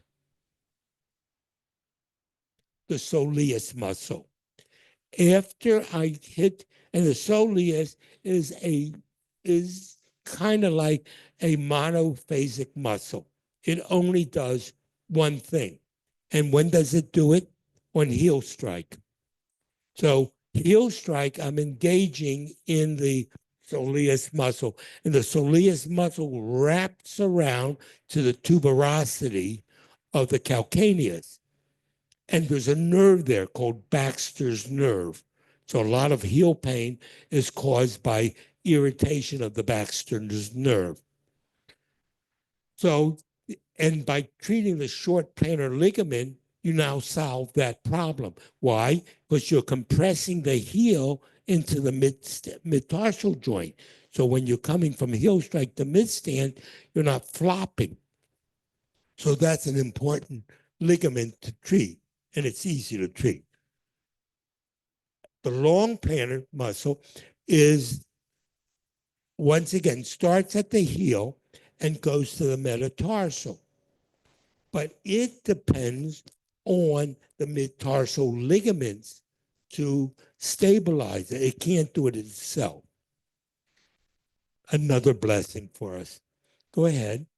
And there are two ways of approaching this. My way and everybody else's way. Now, the difference is I always come from the medial. Why not the plantar, which would be easier? Because there was a lawsuit in North Carolina where a young doctor had taken a course for God knows 1 or 2 days, and the person who was teaching him how to do it went through the plantar. What else runs on the plantar? The nerve, the plantar nerve. And he used a 16-gauge needle, and he was able to bisect the nerve. Obviously. And then the next guy went and did something else, to fix it, which obviously made it worse. And he who got sued, they got sued. They came to me to be an expert witness for him. I said, I can't be an expert witness because what he did, I think, is wrong.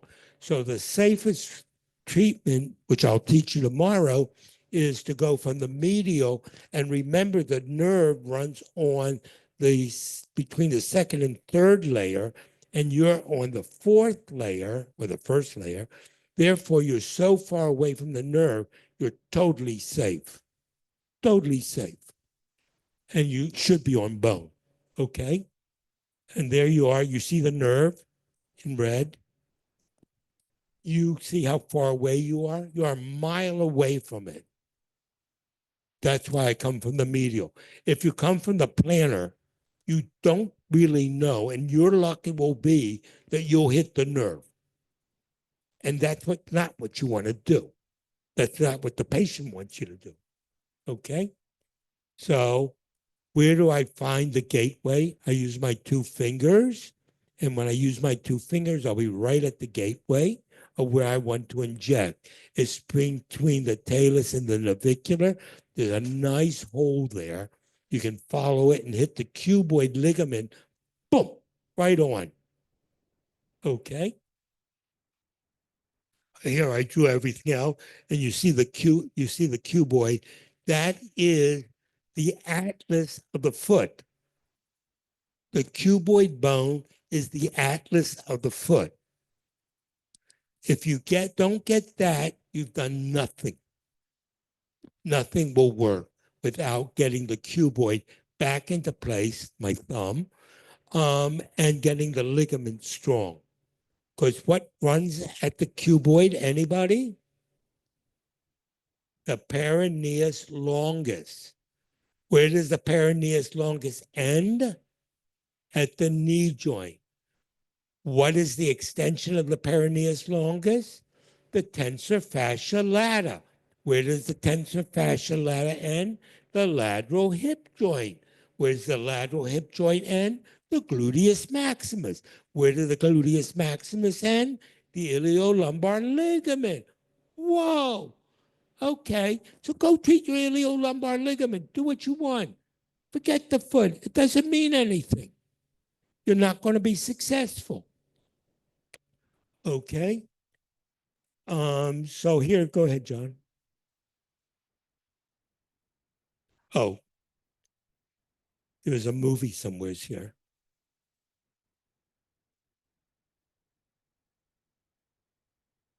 You know, technical difficulties. You notice the red injection.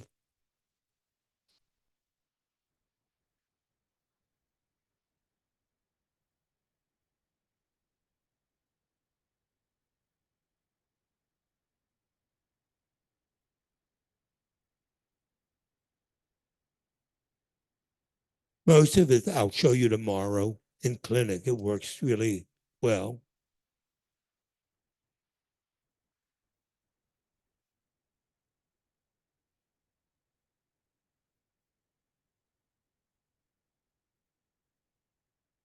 Okay, maybe the next slide. Okay.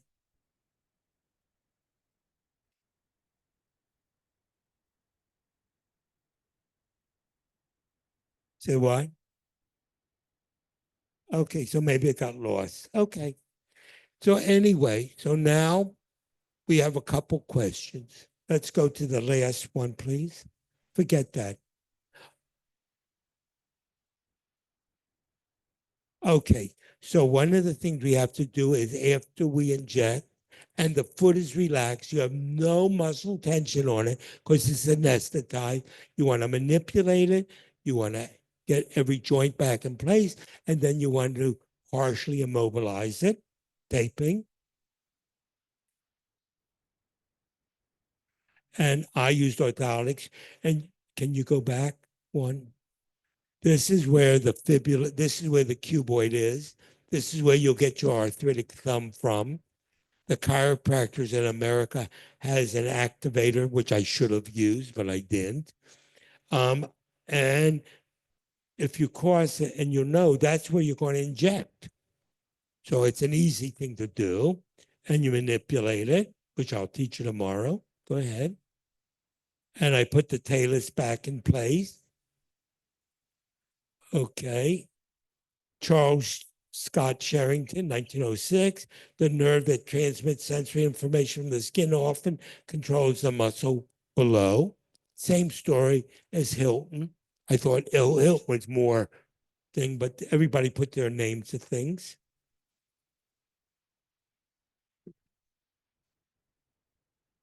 That means that if you can affect the skin above the joint, you'll also affect the joint below. And now you'll see me taping. By the way, my wife used to dress me, so I always had everything matched.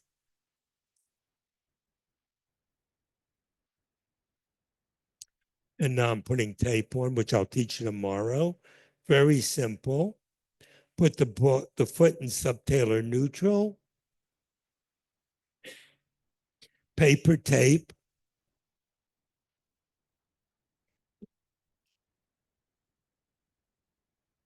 1.5 inch paper tape. There's no tension at all on it. No wrinkles either. And they can get this wet in the bathtub or the shower. And I'm done. Go ahead, Jonathan. Same story. Let's move on. That's what it looks like before. I used the pad. Why?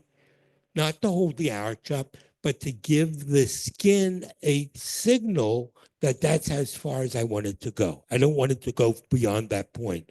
And the tape does that. The pad does that.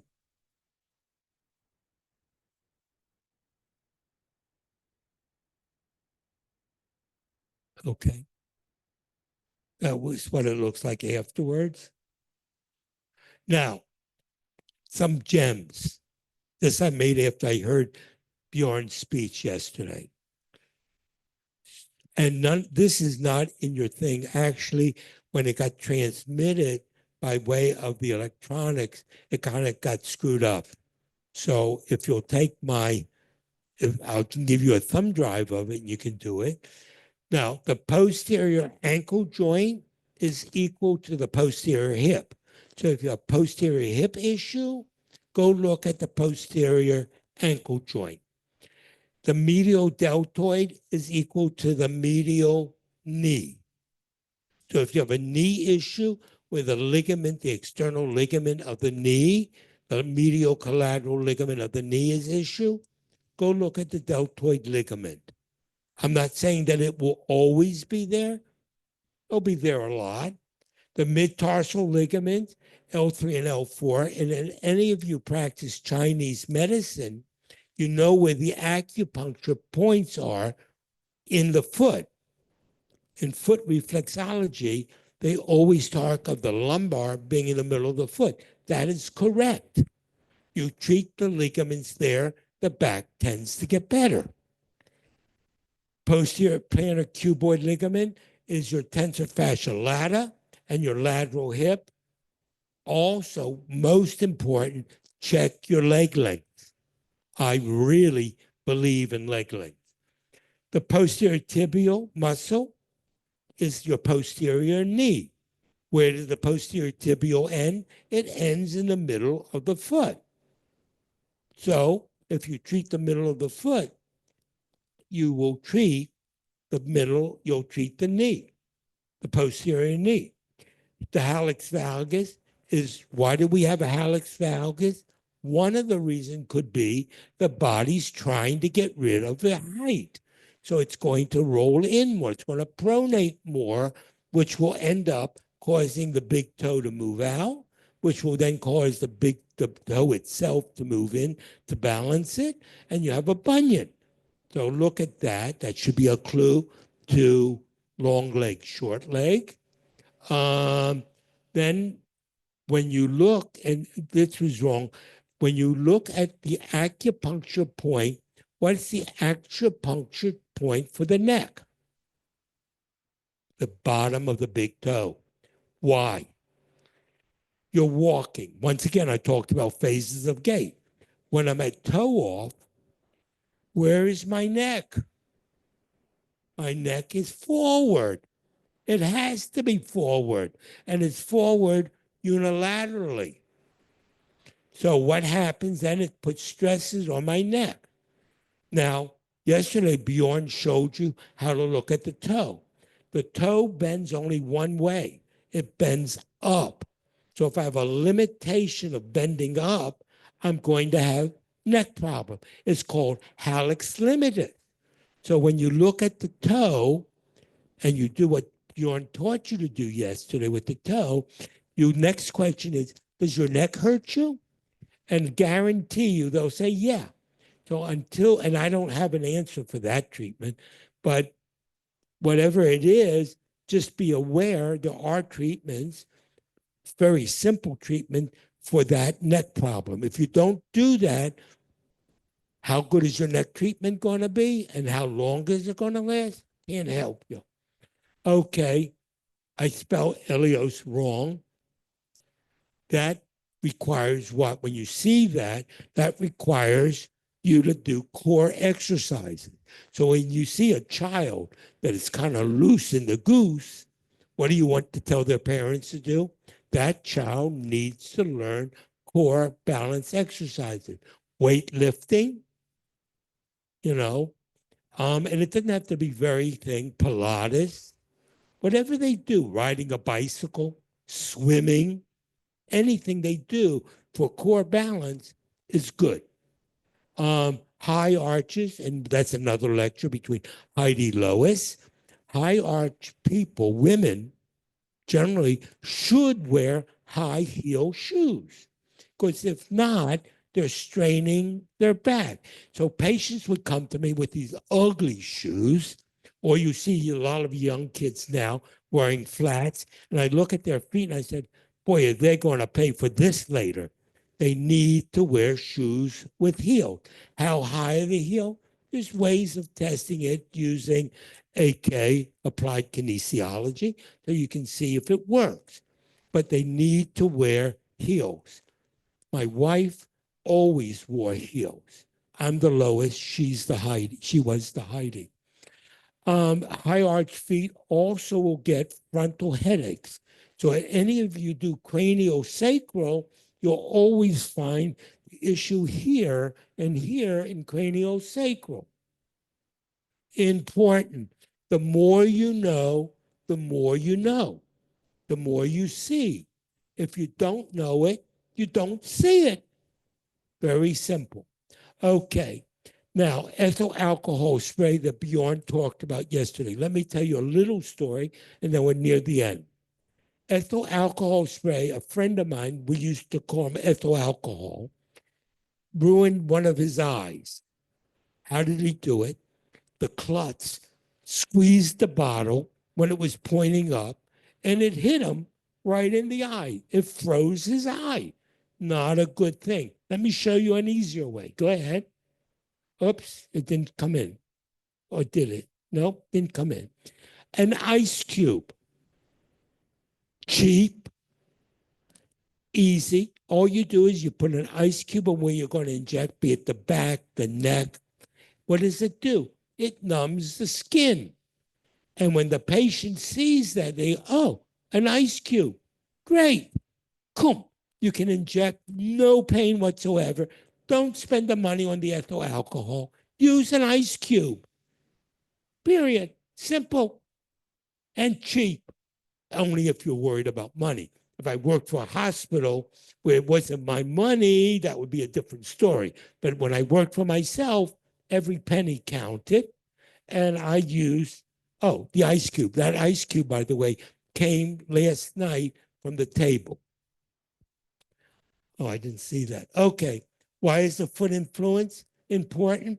Because it influences the entire body. That's the way we address the ground. If you don't address the ground, you're either a porpoise or you're an arthritic. Now, what animal or what mammal does not have arthritis?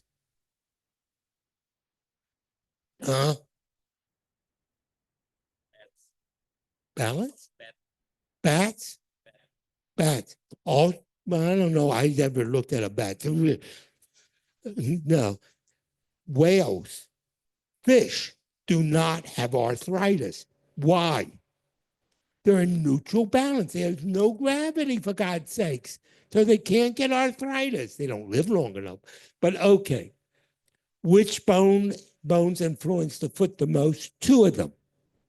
The talus and the cuboid. Those are your two bones. The third one would be your big toe. Because the big toe is going to influence your neck, which is going to influence your vision, which is going to influence your balance, which is going to make the whole issue go. What are the action of the plantar fascia? It's two actions. One, it pulls your heel off the ground so you can move forward. And two, it stabilizes your body on the ground when I'm in 1 foot stance. Learn your 7 stations of gait. Important. And I'll tell you one more thing. I think I told it to Bjorn. I know when you guys tell me it's a hip flexor, a hip rotator, blah, blah, blah, blah, blah. Oh, no, no, no. I'm only interested in one thing. What is that muscle doing in stance? You're in stance 60% of the time. You're in swing 40% of the time. Who cares what that muscle's doing in swing? Nothing to do with anything. In stance, that's where it makes a difference. So when you talk to me about muscles such as the piriformis, what does the piriformis really do? Well, it locks the sacrum or the femur when I'm in a stance phase. That's the piriformis. I don't care for the hip rotator. Doesn't mean anything to me because it's not involved in stance. Okay. The best approach, I told you, is not from the plantar, but from the medial. What type of shoes, hood, foot function? If I'm a low arch foot, wear anything I want to wear. I don't really care. If I have a high arch, I want to wear a heel. Why the heel? Because of the gastroc. The gastroc is the ischium. The ischium is the iliolumbar ligament. I think it makes a difference. What are some exercises you can prescribe? Core exercises.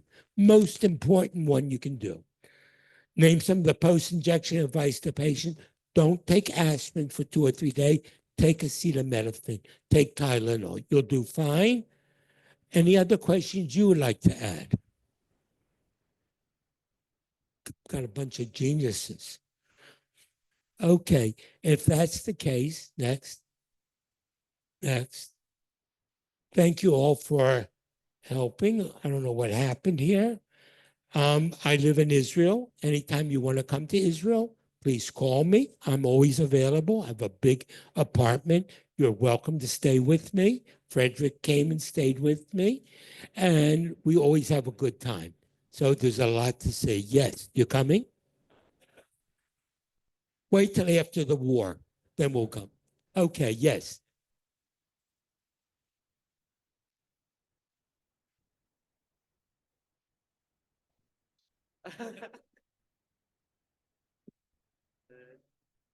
Okay.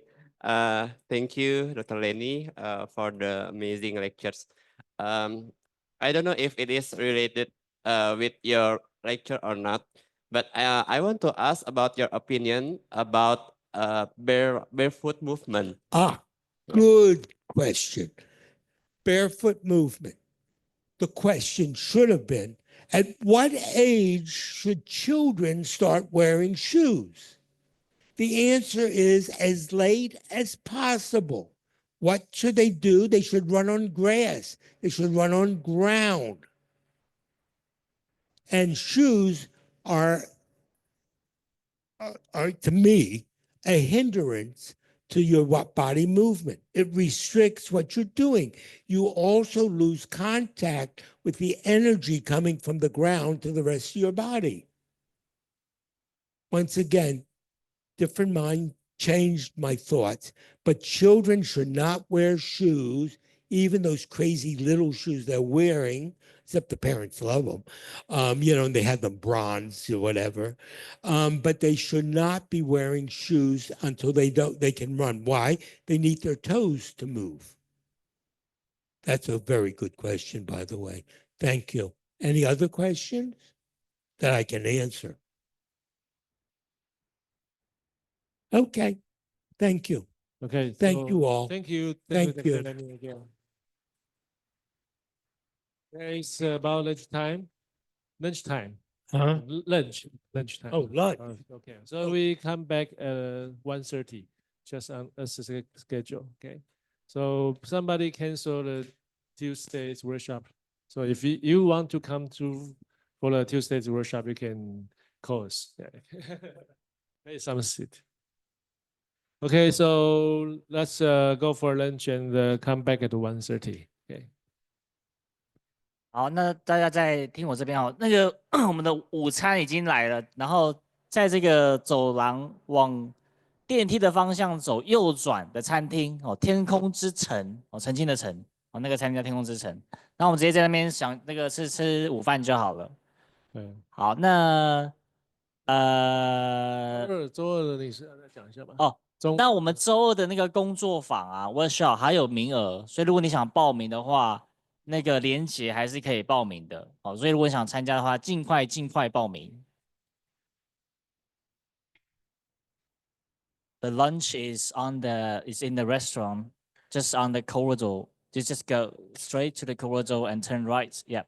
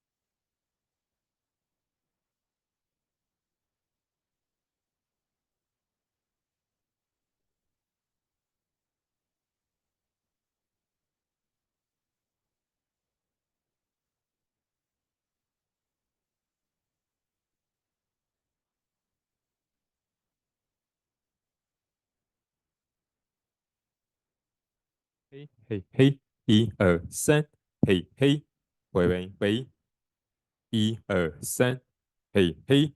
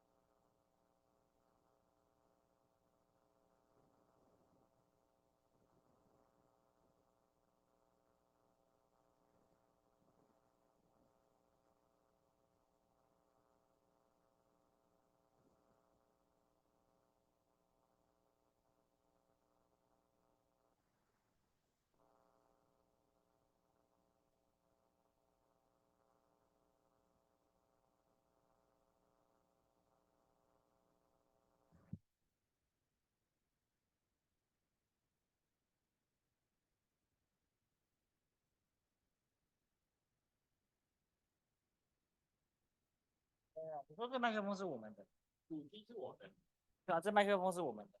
是这个 pick 是我的，但是麦克风你们的 pick 我已经放在那边，就是你们。你说这个是可以拆开的哦？对啊，这个是可以拆哦的。因为我的是粘的，我怕老师不喜欢那种粘。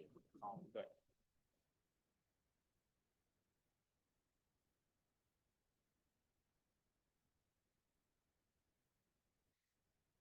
一二三，一二三，测试测试，可以可以，喂喂，一二三，一二三，好，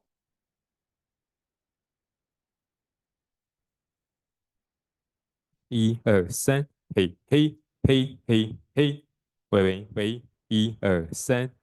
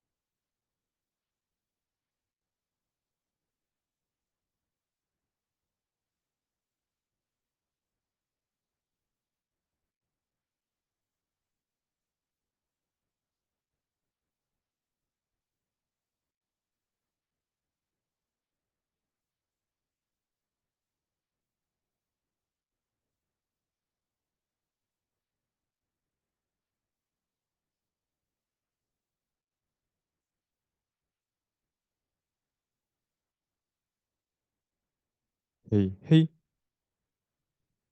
喂喂，一二三，嘿嘿，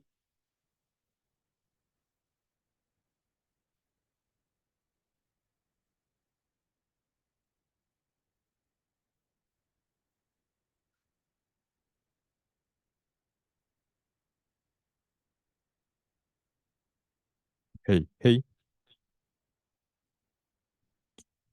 喂喂，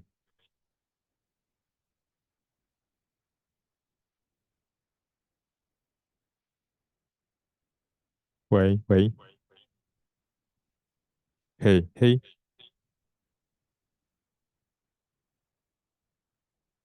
喂喂，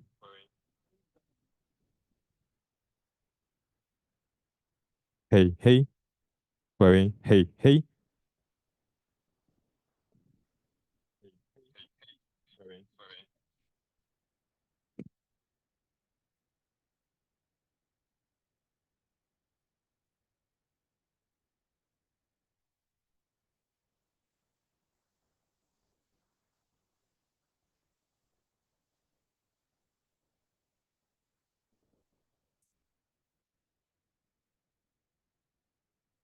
喂，嘿，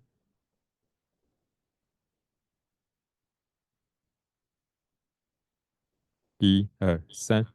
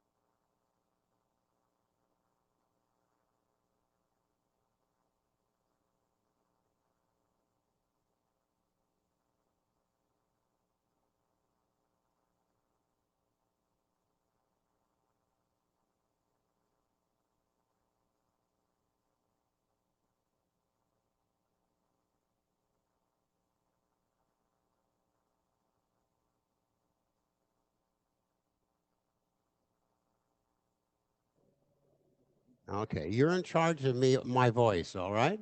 Okay. We have to give him a responsibility.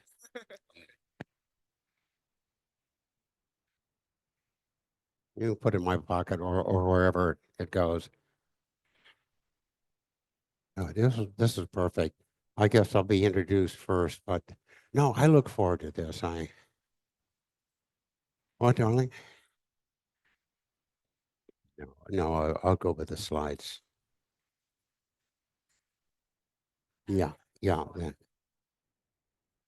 Double check. yeah. 付出。对，没有啦，就说准备满天，因为他就是有兴趣就把它都讲。Oh yeah, oh yeah, here. Good. Thank you, darling. I love you. 最主要是项目太多。Oh, 我觉得他年纪 I 太 can't 小 do. I can't do. 所以就是等于实际上就8。Yes. The shoulder, yeah. Still wait a minute because somebody still have lunch. Yeah, so we wait for somebody and then we. Shoulder, they know which one to. Yes, it'll be the knee and then.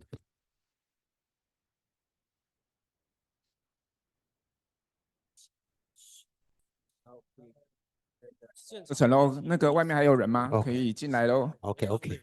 可以进来喽，准备哦，要准备上课喽。Do I click it or do you? Oh. Is going to move when you say floor.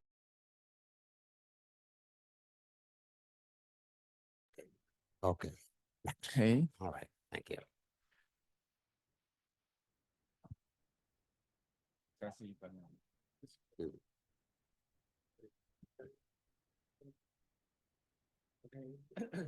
Wait. Okay, we got a surprise for you. Yeah, we got surprise special guest. Yeah. It's our grandpa or brother. So it's family union here. So yeah, so this afternoon Stanley will be here together with us and be the moderator. So also share some the history of Hong Kong, Taiwan, and between AOM first. Okay. So let's give time for Stanley. Good afternoon. So immediately after your lunchtime, I think it's time for me to. I don't have to introduce the speaker. That's why I just like to share with you the history and the story and the road of my learning about prolotherapy and why you have to learn all the knowledge and the skills taught by our grandfather, Lenny, and beyond. Yeah, thank you. These are so important. In fact, I met Lenny in 2002 in Colorado Spring in Denver in the snowy days. And then there's in a hotel. And then at that time, apart from Lenny, was also Tom Raven and also Mark Cartieri. And then at that time, I didn't know what I was learning. Completely didn't know. My brain was just completely empty, and I know nothing. So you guys are very, very lucky, and you guys are fortunate because you already have a lot of the background knowledge to start with. I think these are so blessed. And then also I met Dr. Beyond here back to 2005 in AOM. At that time, I met Lenny was AAMM. In fact, it's not AAOM. Okay, and that's how I started. Then it's at that time, I was stressed. Biomechanics, and you have to treat the whole person. Very important. You have to look at the patient. even the low E and the high D from Dr. Lenny. I still remember that. I know nothing about that at that time. And then I just get the concept. You know, I have to look at the whole person. Each time when the patient come into your office, you have to look at the patient, how he or she walks inside your clinic, and then you decide. And then those are the experience and knowledge you're going to accumulate. And I still remember in Colorado Spring, I met Dr. Beyond here in a consultation room, and that's a conference room, and then it's already the AAOM's annual meeting, and it's a group tutorial, and then Dr. Beyond at that time said to us about the holistic approach of prolotherapy. You have to inject, you have to inject the right target, not only inject one part. For example, a patient come to see you with a knee OA. Don't only look at the knee. You have to look at the hip, the lower back, the foot, and you have to look at the whole person. And that's the reason why you need to learn comprehensively, why you need to learn all these things from this grandfather of prolotherapy. You know, it's so important. And then throughout the years, I accumulated many different skills, knowledge, ultrasound, but my thinking is still the same. You have to treat the root cause. Don't only treat the consequences. The patient presented with low back pain, presented with neck pain, presented with shoulder pain, presented with supraspinatus tear. That's the consequences only.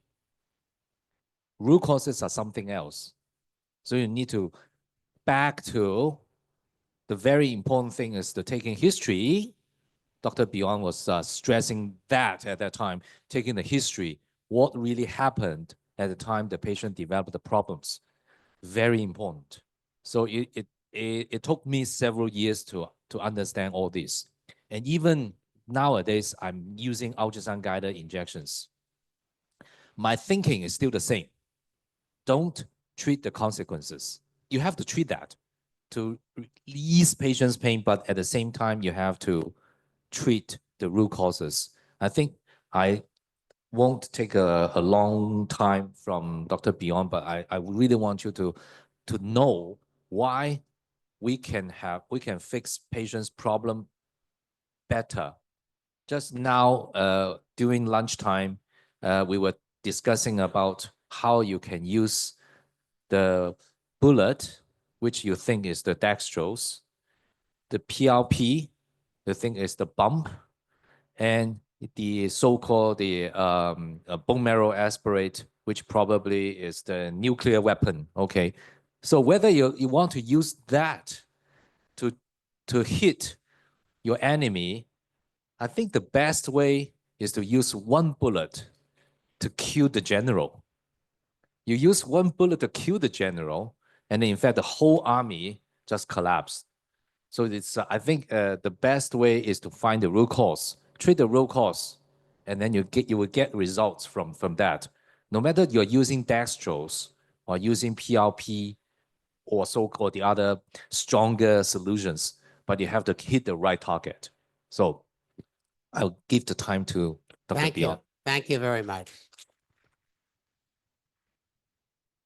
Thank you, John. Before we start, I'd like to talk to you for a few minutes. I was delighted to listen to Lenny today. He had so much knowledge to give, and I was just delighted to see how he presented it. It is very hard to absorb it all. Thank goodness you have his notes. But this is the issue here. When you see a patient, the first thing when the patient comes into you, you are observing. You're observing gait. You're observing how they sit. You're observing how they move. And then they will come to you with a specific complaint. It may be mild, it may be severe. But then always get a good history, as good as you can, and do a good physical examination. And don't just focus solely on the problem, but you focus on the entire person. And you'll find in the future, because you're all family physicians, you're not only going to look at the immediate problem and treat that, but you're going to treat the person.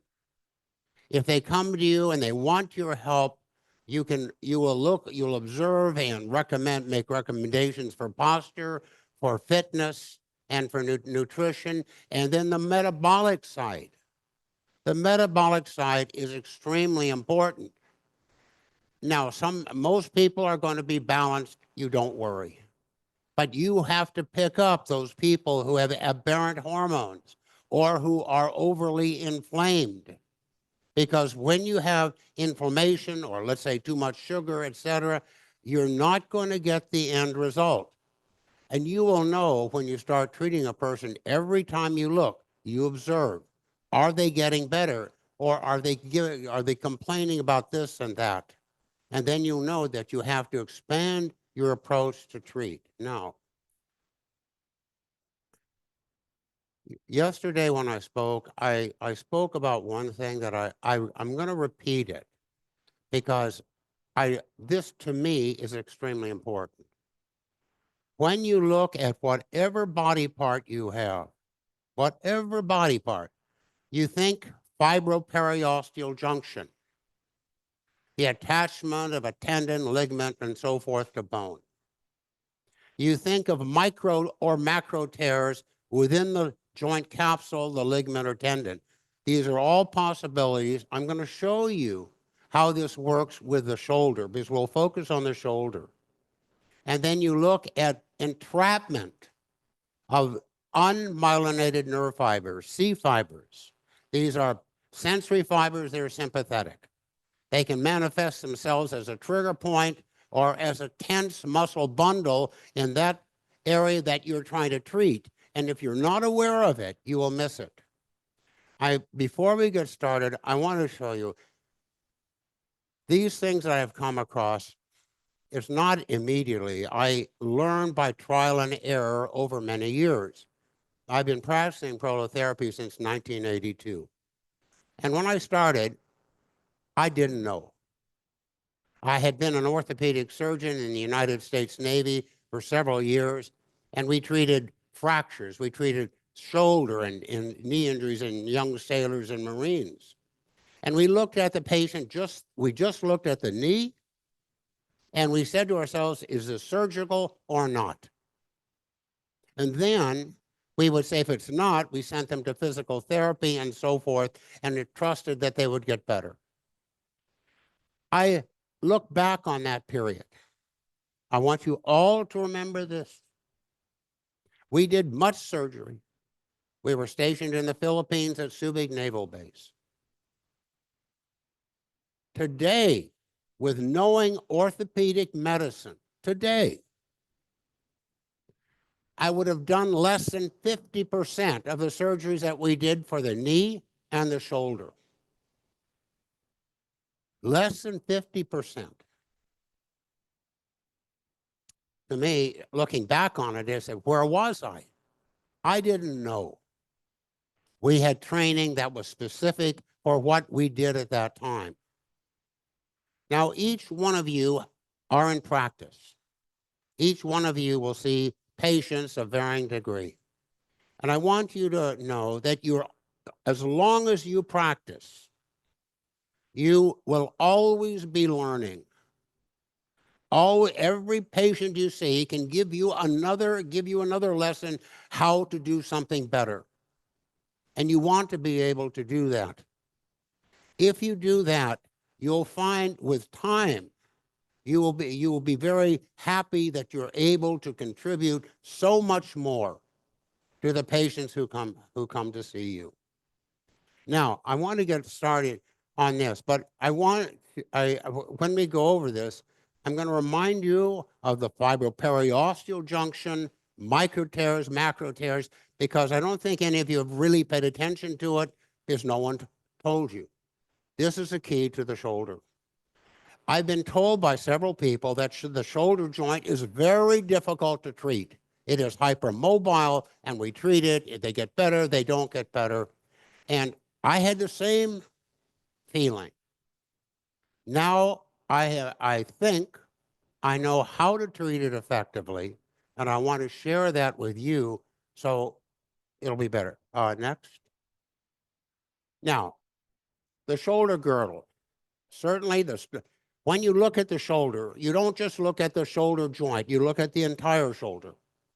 Sternoclavicular joint, acromioclavicular joint, the glenohumeral joint, also called the shoulder or scapulohumeral joint, and we call it the acromiohumeral joint. That's the space between the acromion and the head of humerus. Now, bones, clavicle, scapula, and humerus, and muscles supporting stability and movement. Next. This is just a picture to show you all the muscles that surround the shoulder and the bone. What do you see most significantly here? You see how large the head of the humerus is related to the glenoid fossa. This is critical, and this is what causes most of the problems in the next year. Now, muscles of the shoulder girdle. Each muscle has a distinct function and range of motion. The joint capsule and supporting muscles are responsible for shoulder stability. Resistance at passive end motion will often identify the site of pathology. I will demonstrate that to you, and you do this by feel. Now, rotator cuff, certainly subscapularis, supraspinatus, infraspinatus anterior, but that's not all. A major muscle is a long head of the biceps brachii, and a lesser, but also important, the long head of the triceps. But you have to be aware of it. You have to see it. Next. This is a picture of the shoulder. You see the deltoid anteriorly in the pectoralis major. On the other side, you see the pectoralis minor. It's a little hard to know how that relates, but there's a way of identifying it. But this will be, you have to do this clinically. Every time I've seen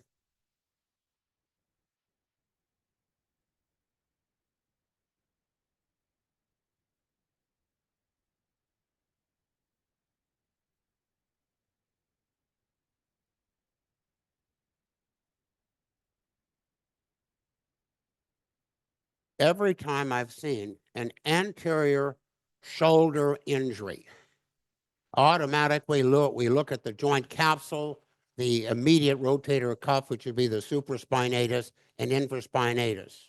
Yes. Very importantly, if it's an anterior shoulder problem, you must look at the anterior head of the deltoid muscle, or you have to look at the pectoralis major muscle. It can be the clavicular head, the sternal head, or the abdominal head. And you observe for swelling over the shoulder, and it's usually very subtle. But once your eyes begin to look at it, you will notice it. Next. Posterior shoulder muscles. The same thing with the posterior deltoid, the infraspinatus. These are major muscles that go into protective spasm when the shoulder joint has been injured. But if it becomes prolonged, those muscles become a problem unto themselves, and they limit range of motion. Next here. Can you hear me all right? Let's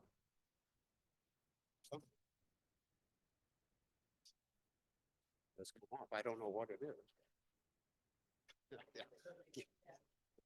Thank you. I need your help.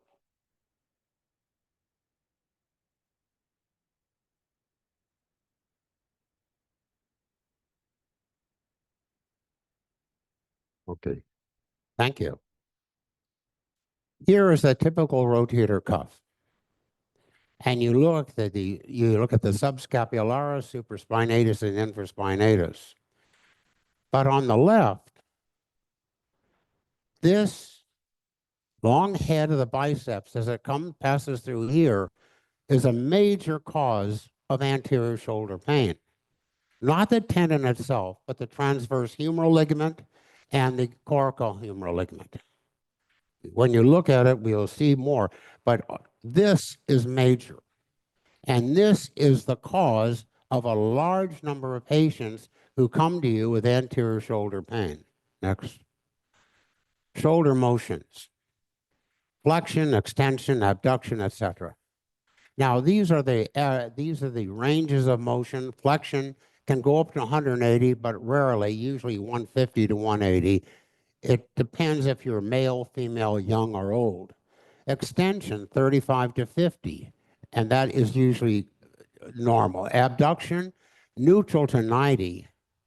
However, abduction in men is much less than women.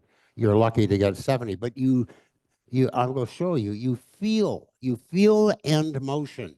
And that tells you if there's a problem with that muscle or group of muscles. Now here is down below is elevation.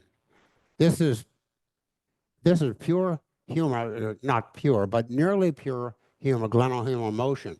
From here to here, scapulothoracic rotation. Then the last several degrees will be adduction. And you have to be aware of that when you look, because it'll tell you oftentimes what the problem is. Adduction, lateral rotation, medial rotation. We'll go through all of these next. When you're examining a person, you always do horizontal flexion, horizontal extension, horizontal adduction, abduction. You say, why? A lot of people don't do it.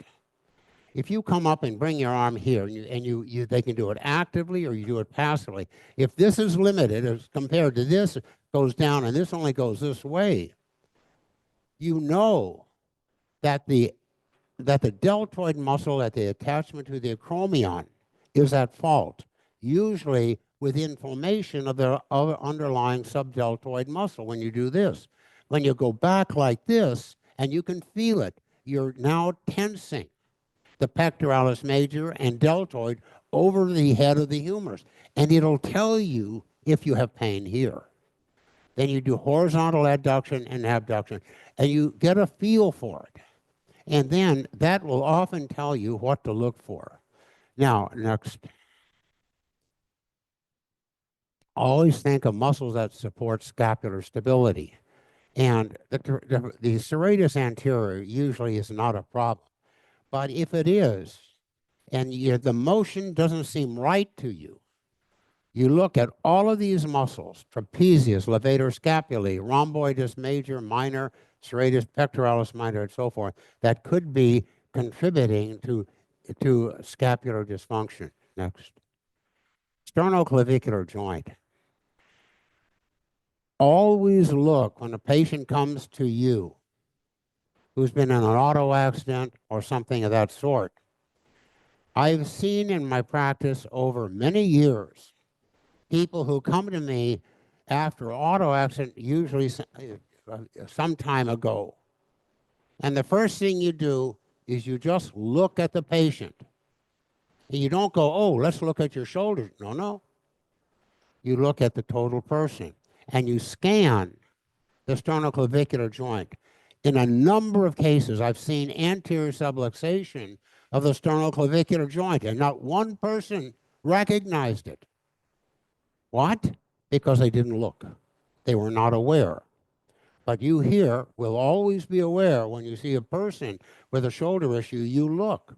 You always check the sternoclavicular joint, the clavicle, and then the acromioclavicular joints. And that's easy to do. Now, common disorders are acute or chronic sprain. You'll identify that by tenderness or anterior subluxation. Wonderful treatment, prolotherapy. You may have to do it 2 or 3 times, but that will work. And what you want to do is improve posture, because this takes this, when you bring the chest out, the clavicles are pulled a little bit laterally, and it causes those joints to become less stressed or more functional. Next. Clavicle, yes. The costoclavicular ligament can be a problem, especially if there's a major subluxation. Usually not. Then you look at the subclavius. That can be a factor, but you have to look for it. If it's tender, it's usually at the origin. Now, this just shows you the clavicles. Now, on this side, you have dislocations of the clavicle, grade 1, 2, and 3. Now, sometimes if you see the patient, you may say this person needs a surgical intervention to tie down the clavicle. But in grade 1 and 2, let me tell you, you can treat them with prolotherapy in a large number of cases. Fractures of the lateral third of the clavicle. If it's, you would tape the clavicle downward and use prolotherapy in the fracture site. You can do this, and this is simple. You can do this in office as you follow them.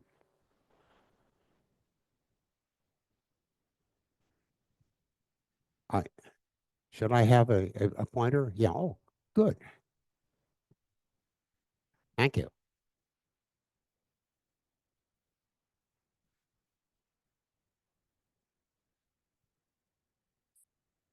When there is a major fracture here, and it's in a female, and the fracture is like this, if possible, women, more than men, would like to have the clavicle in alignment, even if there's a scar, because it looks better. When we were in the military and we saw major fractures in the middle third of the clavicle, we just put them in a sling. Hey, you'll get better. If you have a big bump there, it's okay as long as it's stable. That was the attitude. But always keep that in mind. Next year. Acromioclavicular joint. The common disorders are acute or chronic sprain, subluxation with instability, or arthrosis with or without bone spur. Now, I've seen many of these patients, and unless there's a bone spur that needs to be removed, prolotherapy is a treatment of choice, both not only for the joint capsule and the ligaments about it, but also for the coracoclavicular ligaments, trapezoid and conoid. But that's all. Sometimes you need to have the coracohumeral ligament. I don't see that as being a problem in most of the patients that I've seen. But this is what you want to look at. And if you can stabilize that joint, so in all the movements the joint is stable, it will probably be pain less. Now, sometimes you have to just inject the joint a few times, again, dextrose, and that'll help make the joint painless. Next. This is just another picture showing you the extent of the AC joint here. Next. Now, the glenohumeral and acromioclavicular joints. Again, take a look here, how small the glenoid fossa is versus the humeral head here. Now, you can't see it, but right here, you'll see it more in another picture. This is a key to understanding what happens to the shoulder and how to treat the shoulder effectively. Now, certainly this you're going to find at the end of this talk is major here. Then also the joint capsule here and the overlying muscles. Next. They're remarkable for freedom of motion while retaining the basic structure of a ball and socket joint. The flat, small area of the glenoid fossa contracts and amounts to only 2/5 of that of the humeral head with which it articulates. The capsule of the glenohumeral joint is composed of two systems, the one anterior and the other posterior, united superiorly by the coracohumeral ligament, which can be a major ligament in certain injuries. The coracohumeral ligament surrounds the tendon with the long head of the biceps becoming continuous with the transverse humeral ligament. This is a key area of the shoulder. And this most people don't understand, but this accounts for a huge number of chronic shoulder problems. The coracohumeral and transverse humeral are responsible for maintaining the long head of the biceps, breaking muscle into the bicipital groove as it continues to the supraglenoid tuberosity and superior joint capsule. Now, the central element of the shoulder complex is the scapula, adapted to articulate accurately with conveying the thoracic cage. Why is this important? You see people coming like this. If they're old and they've been this way their entire life, that's the way it's going to be. You see a young person like this, boy, posture becomes a major issue. Becomes a major issue. Well, here again, glenohumeral joint abduction to 90 degrees, thoracoscapular motion 50 to 140 degrees, and adduction about 140 to 180. The joint capsule is strong but mobile, particularly posteriorly and inferiorly. Next. Again, the glenohumeral joint. Now, where do you get injuries in this joint? The articular capsule, certainly. Glenoidal labrum, yes. Coracohumeral ligament, but I'll go over these with you and show you. All of these ligaments can be injured. You have to look for every one in your mind when you see. When you're looking at the shoulder, what can be causing your problem? Next. This is the problem. This is the humeral head, and this is the glenoid fossa. I'm going to want you to do something now. All of you stand. Stand up. I want you to look at me and I want you to do what I do. You put your left hand on your right anterior shoulder. Now you bring the forearm into the abdomen and put it right here. Now bring it out. And you're going to feel the anterior margin of the humeral head being restrained by the anterior joint capsule. Now, come back. Put your hand, if you can, behind.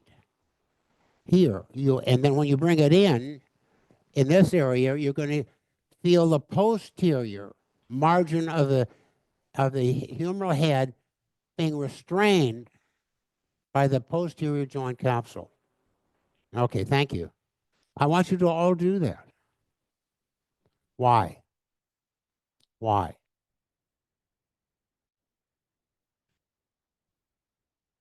In nearly every sporting injury in young people that I see,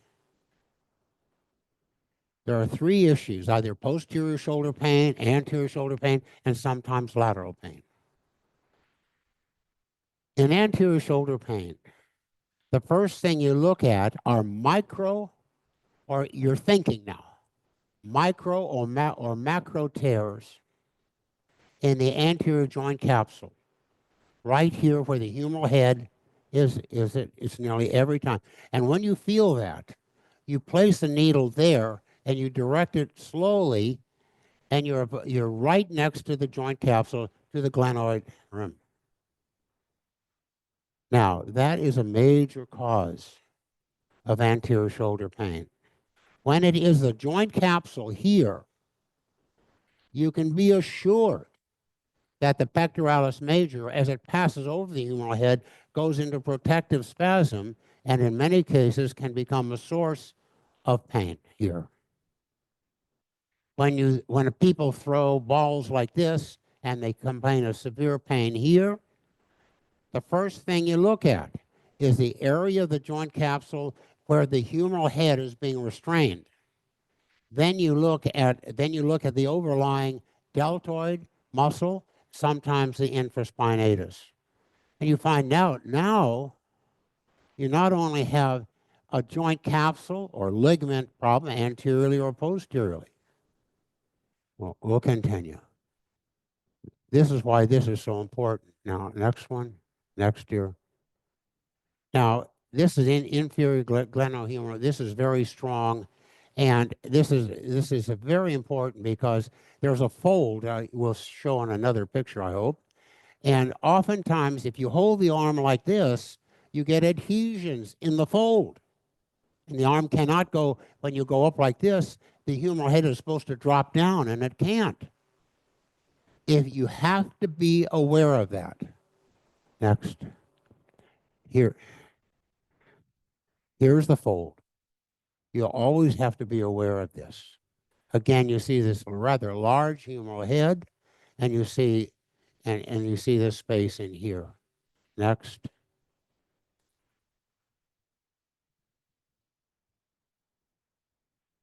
I'm going to go over this briefly. We've talked about this before, but I just want you to think again. We'll just go over fibroperiosteal junction injury, micro or microscopic failure of collagen begins to occur after there's having a greater, but let's see, I'm trying to look at it. Macroscopic failure begins. These are micro or macro tears here. Always have that in mind, because when you see patients, you're going to look at the fibroperiosteal junction, which Lenny talked about. Then you're going to be looking at tears within the joint capsule, anteriorly or posteriorly. And this is going to direct your treatment. And nerve injury, certainly. But this occurs oftentimes in the supporting muscles. Next. Now, we've gone over this before, the periosteum, the superficial and the deep layers. Next. Now, again, contributing factors, I'll briefly go over this because this is really important. One is hypermobility syndrome, Ehlers-Danlos, if very severe, aging, certainly, nutrition and digestion with protein deficiency. That can be major. So you want to talk to your patients to see if, and you get an idea if they have good nutrition, etc. Hormonal imbalance, uncontrolled diabetes, hypothyroidism, adrenal exhaustion. All of these can be factors in preventing the patient from getting well. Thanks. Now, this is what you see in young people, boys or girls in their late teens or 20s. Anterior shoulder dislocations, common. In the Navy, when we saw that, in the Navy, we would operate on them. At that time, we would take the tip of the coracoid process and we'd reimplant it into the anterior part of the glenoid, thinking that we had done a good job. Today, no way. Why? When you feel skilled and if you see this, the first thing you do is prolotherapy. And you start out, when you do prolotherapy, you start out at the mid portion of the joint capsule. And you hit you can hit the bone, you slide tangentially to it till you get to the glenoid rim. What are you doing? You know if the patient has suffered a joint dislocation, you know there are tears in the annulus, you know it. You can only identify it by pain patterns and by if you move out, oh, please don't do this. I'll give you an example of a patient that I saw a few years ago. 17-year-old boy, he wanted to be a wrestler. But his mother brought him here because both shoulders subluxed anteriorly every time he tried to be a wrestler. I looked, I said, oh my God, I don't know what to do about this. This was starting in March. He was going to college in October, in September or October. So every month we treated the anterior shoulder capsules and the posterior too. But the anterior was a major issue here. And then he went to college. I didn't hear from him. I saw the mother came to me later for another problem, said, oh, my son is on the wrestling team. What? Yes, he has no shoulder problems at all. Now, there are two issues with this. One, obviously he had a weakness there. Why, I do not know. But his general health was very good. He was a fit fellow, strong, and working out in the gymnasium. I said, isn't this interesting? Now, anterior shoulder subluxations, you see that in men and women anteriorly. Again, treatment of choice, prolotherapy. And you might have to do several treatments, but it varies with people. Posterior shoulder subluxations are usually voluntary to people who are very hypermobile. And if it doesn't bother them, you tell them not to do it. Posterior shoulder dislocation is extremely rare. I've never seen one in my career. Next. Now, there are 8 conditions that cause most shoulder pain. 8 conditions, be more or less, but this is what I see. Now, sprain of the transverse humeral ligament and often the coracohumeral ligament, controlling movement of the tendon of the long head of the biceps. Injury occurs at the fibroperiosteal junctions at the margins of the bicipital groove.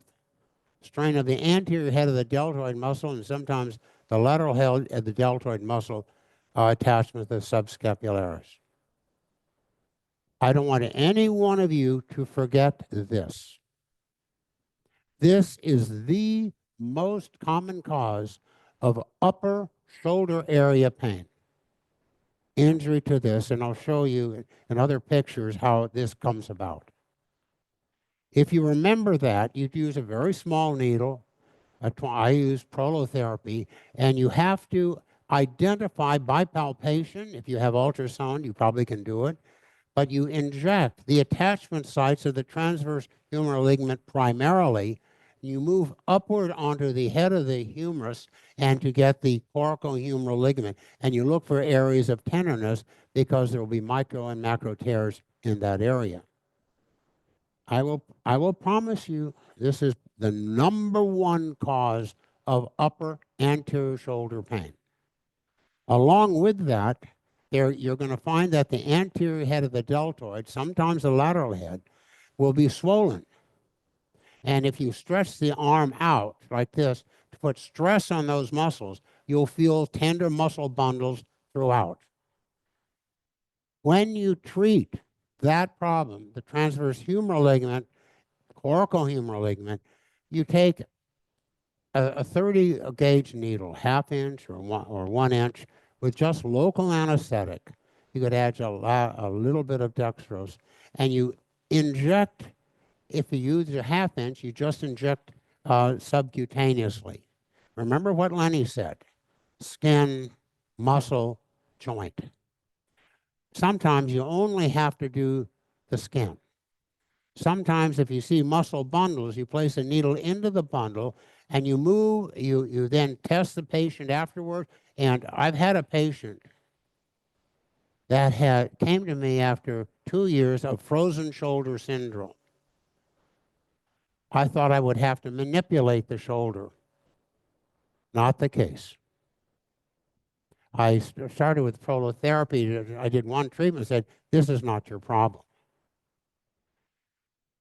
All I used was 5% dextrose, 0.5% lidocaine, with a half inch needle, then a 1 inch needle. And I went from the anterior lateral to posterior. It took several months and maybe 4 treatments. We saw him every 2 to 3 months. At the end of that, remember, he had 4 years of having a frozen shoulder. He had full range of motion. It's not simple.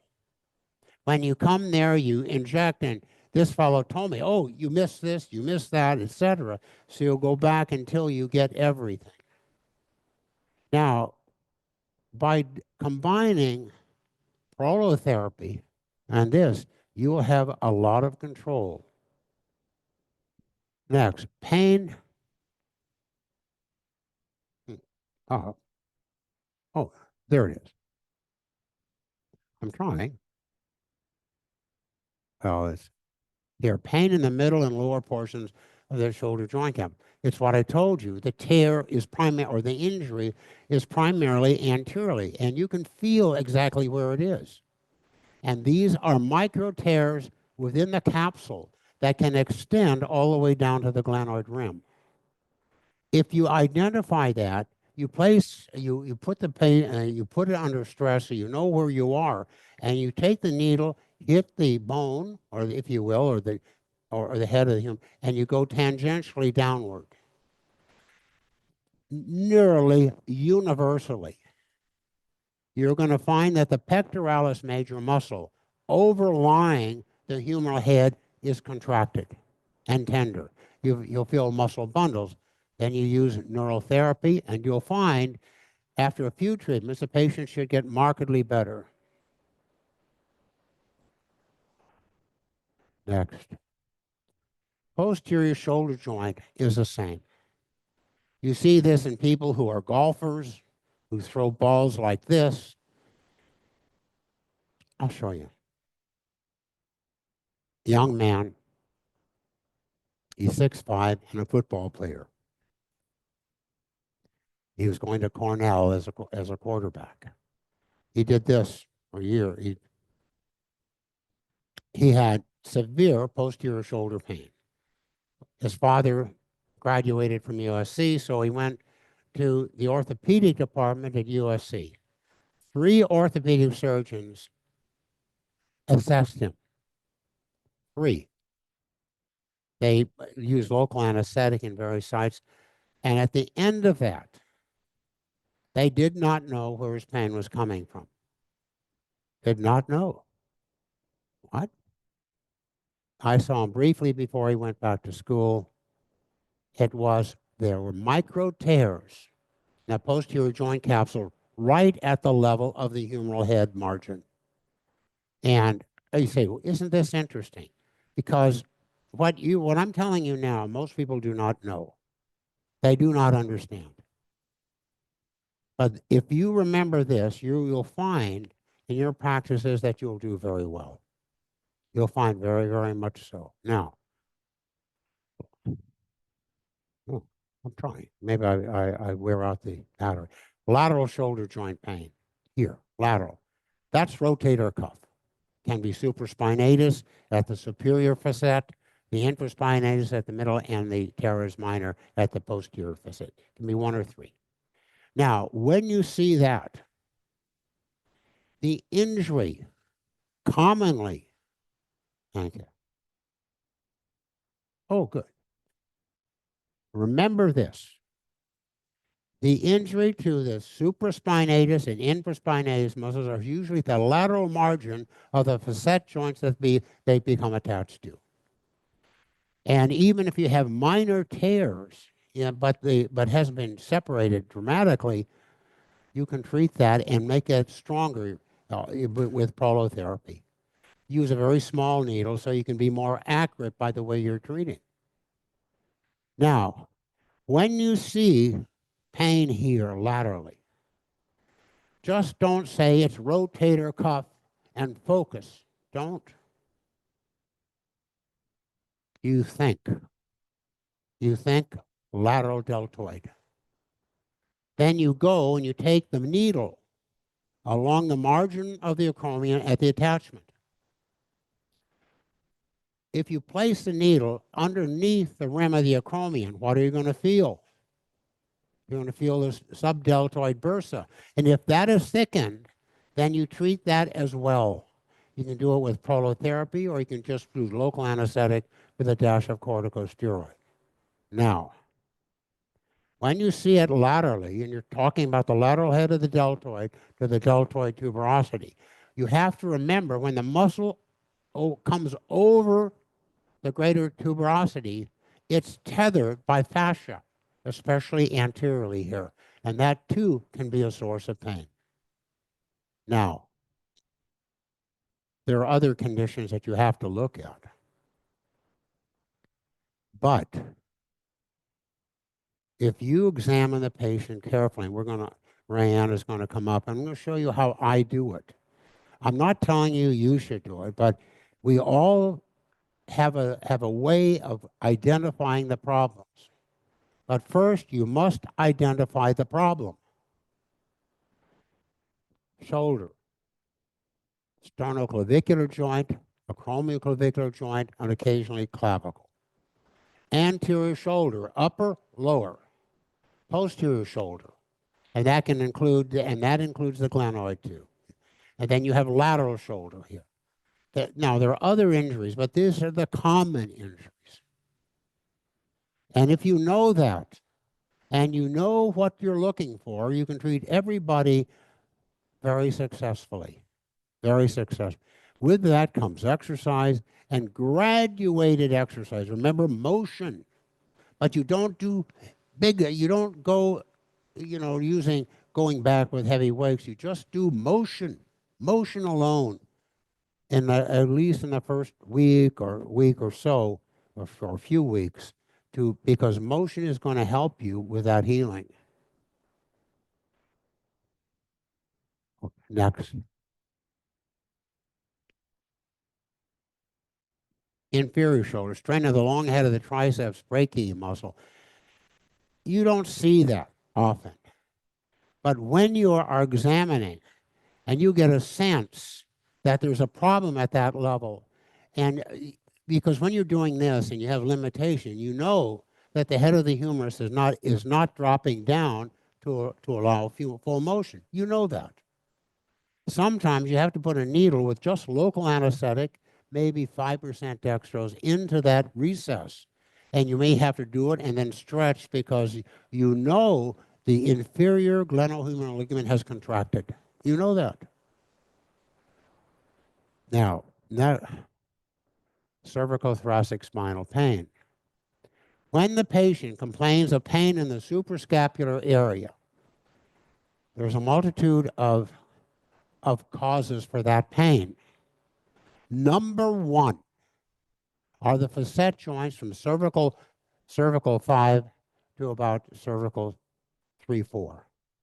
You palpate. If that be the case, then I would do just prolotherapy. If the muscle is in the suprascapular area, which is basically the trapezius, and to a lesser degree, more anteriorly, the levator scapulae, neural therapy, you observe. Sometimes, if it's more lateral, you have to pick up the scalene muscles where they attach to the transverse processes of the lower cervical vertebra. You see, when you do this and you see a patient, you want to test yourself. I test myself all the time. What structures are in the area that I am concerned about? Do that every time in your mind. It's just in your mind. And that'll keep you very, very alert. Now, we've talked about the cervical thoracic spinal pain here, the acromioclavicular joint, and the acromioclavicular, yes, and myofascial pain. This is the deltoid muscle, pectoralis major, infraspinatus, and supraspinatus. I've seen patients that have come in that have had long-term pain. And we had one recently, didn't we? A man who said, I can't lift my arm up like this. This is for 3 years. 3 years.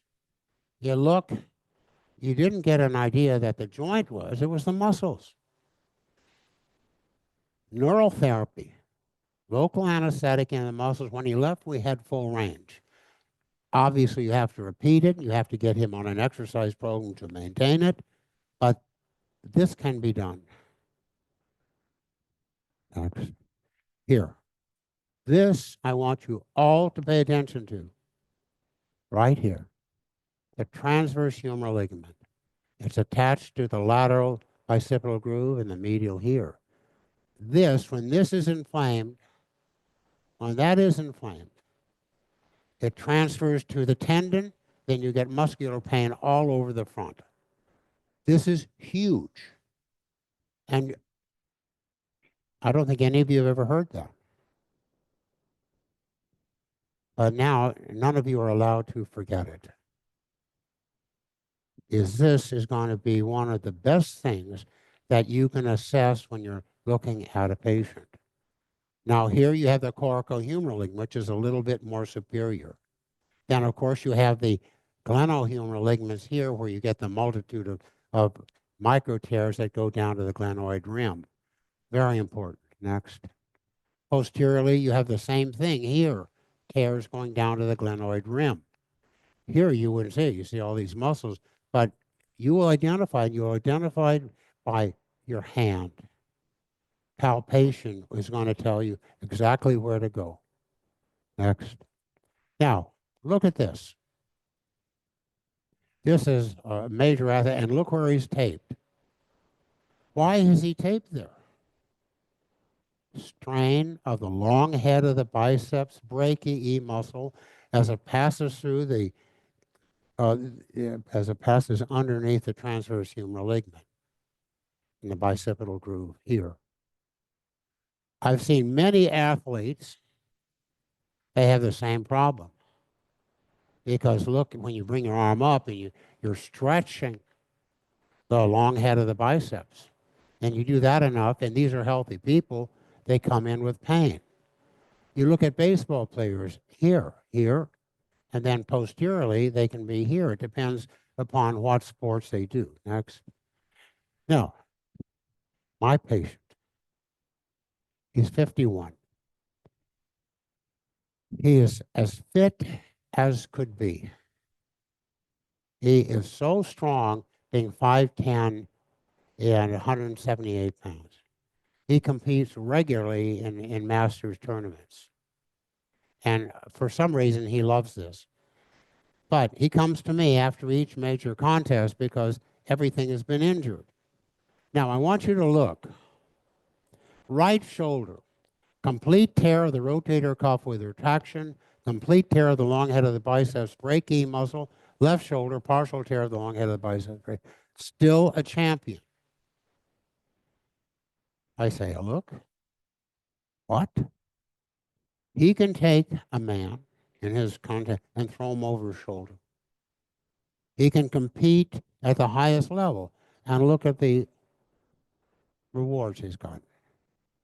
So, I'm showing this to you so you understand that if you have a rotator cuff tear and it's retracted, you can compensate if the patient is willing to put in the time to strengthen the deltoid, the pectoral muscles. It can be done.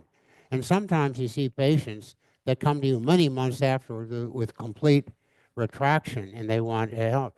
I said, well, you reduce any residual pain and get them on an exercise program. And I look at, he's 51. I don't know when he's going to quit, but he keeps on going. Next. Now, examination of the shoulder groove. I want to go over this just briefly, then I'm going to ask Ryan at one point here to show you what I do. You just observe. The patient is sitting in front of you. If they have shoulder pain, you'll ask them to take their shirt off, or so you can look at the shoulder.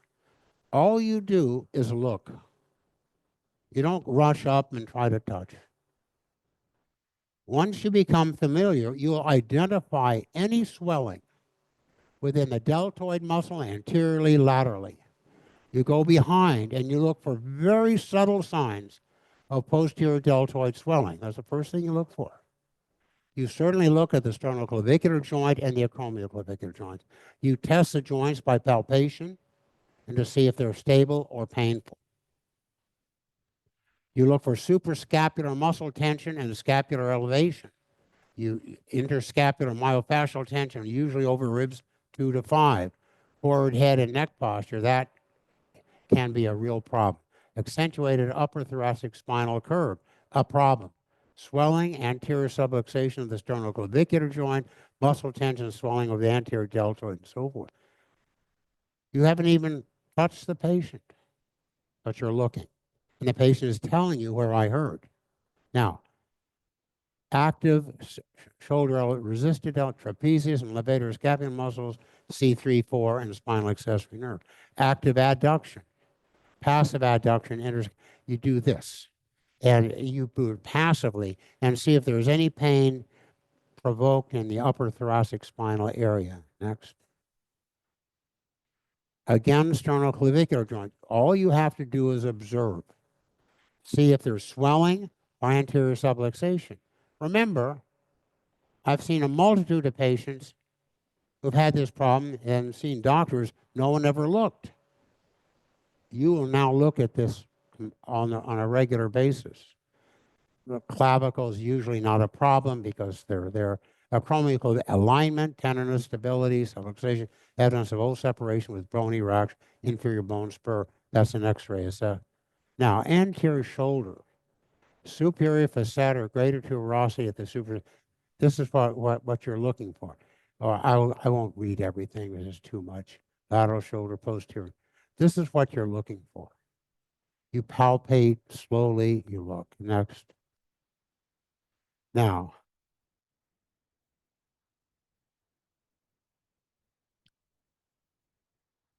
I like to look at active motions. I ask them, how far can you bring your arm up? They may say only to here. Okay. You do it in the scapular plane. You do it in the sagittal plane. You get an idea. You'll compare it, if necessary, you'll compare it with the opposite side and use one side as a guide. You go here to see about the anterior aspect of the shoulder. You see, you just do these things, an active extension, then passively you can do it later. But these give you an idea of what the problem is. Next. Now,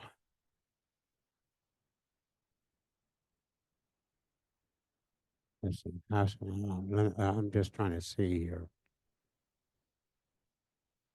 Rayanne, can you come up here?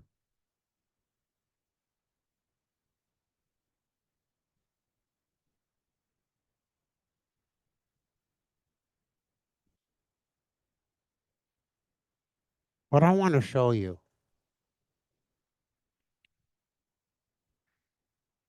when you might want to test for strength first. It depends on how you do. Now, I'll ask her to push out here. Strong, you test both sides. What are you testing? The supraspinatus primarily. C5, and then you bring it up here.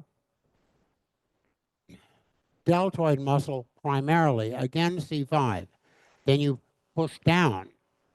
You're doing the pectoralis major, the latissimus dorsi, the teres major primarily, and also the pectoralis minor. Bring it down. Already in your mind, you're saying, this is C6, 7, 8. Already you've had a good view of what's wrong. Now, you come up here, palm down.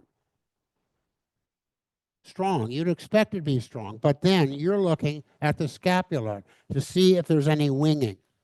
That's the long thoracic nerve from C5, 6, 7. You already know that the muscle, that the nerve's in round. Now, if they complain of pain here, you've looked, you see swelling here. First thing you do, you bring palm down like this. Tough. You don't push here, you push here. Strong. Supraspinatus tendon. Now palm up. Top, top, top. Strong. And if this is strong, you test it here. What are we testing? The long head of the biceps brachii muscle. If that gives way here, you know you have a problem up here. You know that. Now, turn, face that way. Then I come back. When you do this, you feel. You don't jump up, you feel.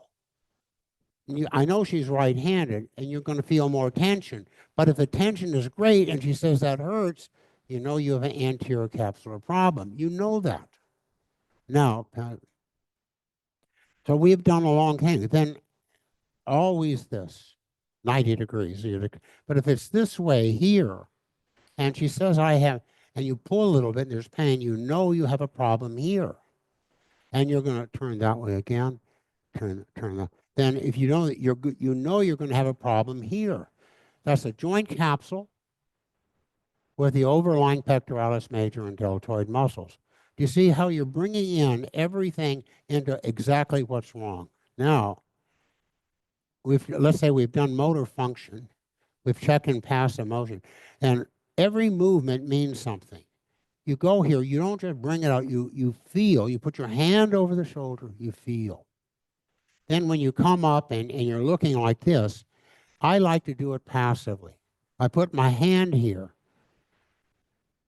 Once you learn, once you have a feel, you're going to know exactly where the problem is.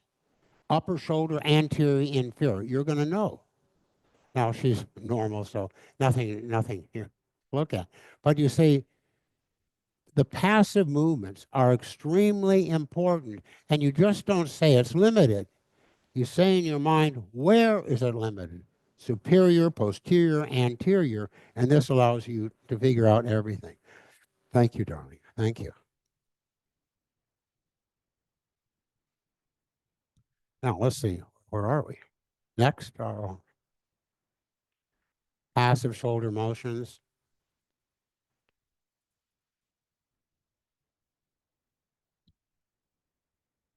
Next, resisted treatment considerations.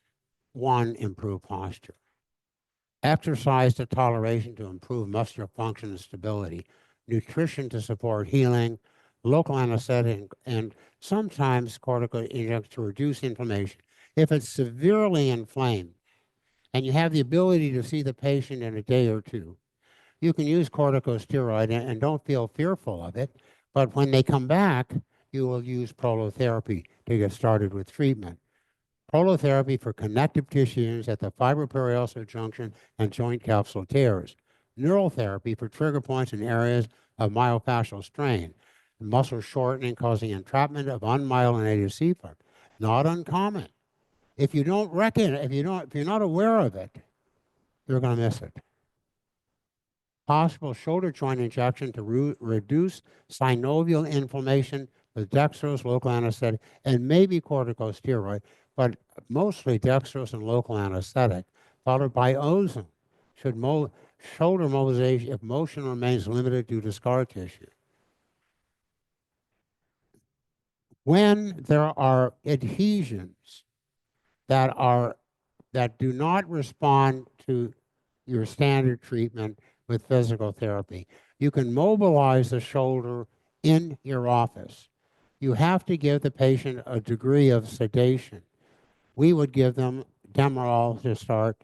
We would inject the joint itself and the capsule around it. Then we would bring the arm up and over. And any adhesions that are resistant are usually right here, and you can break them. If you can, you then have to get them on a rehab program immediately, because if they bring it in, the adhesions are going to recur. Next. Okay, here's one of my patients. She's an interesting lady. She's from Colombia, nurse practitioner, and she does prolotherapy for various physicians. Now, I'm just looking at her here. I said, just take a look and try to see if you can feel anything else that's here. Sternoclavicular joint, palpating it, acromioclavicular joints. Next. I always want to check cervical motion. You've got to do that. And your extension, flexion, rotations, and side flexions here. And see if that provokes any pain or in the neck or in the shoulder area. Next. Arm is up.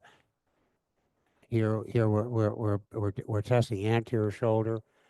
Here again, external rotation. Next. Next. Don't forget this test. Don't forget it. When you see it once being positive, you'll never forget it. And then commonly, what I see commonly is both injury to the anterior joint. It can be the transverse humeral ligament. It can be the body of the joint capsule. Oftentimes, you'll have another injury at the upper part of the joint capsule here. And you got to look at both of them. And this is what she had. Next. Again, this is going through the here. Don't forget this one. Don't forget this one. If that goes down, strong here but weak here, and that's pain reaction, you know that the transverse humeral ligament is at fault. You know it. You don't have to even ask. Next. Thank you. Now, I wish to stop. You have any questions about what I showed you? Yes, dear.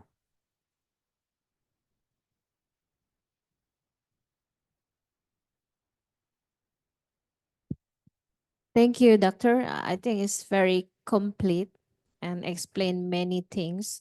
I just want to ask if the patient have anterior labrum tear, Actually, which part is the most important we have to give pearl therapy?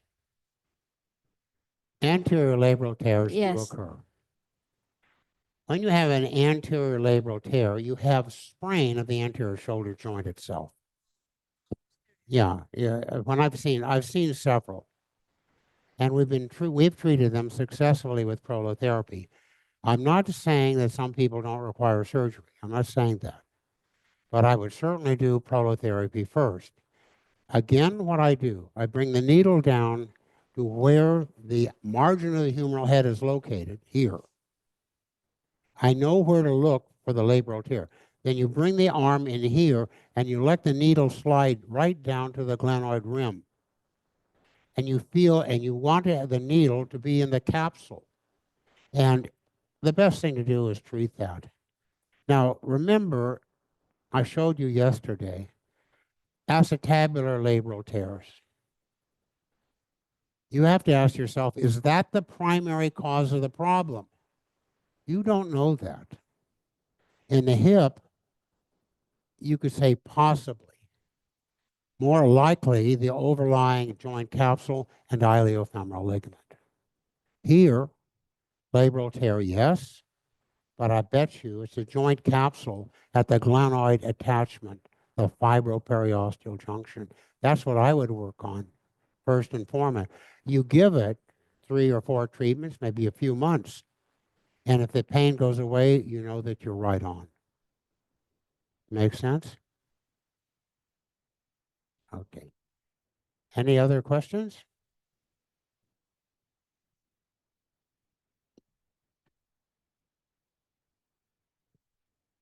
I think we're all right. Next, we'll do the knee. Oh,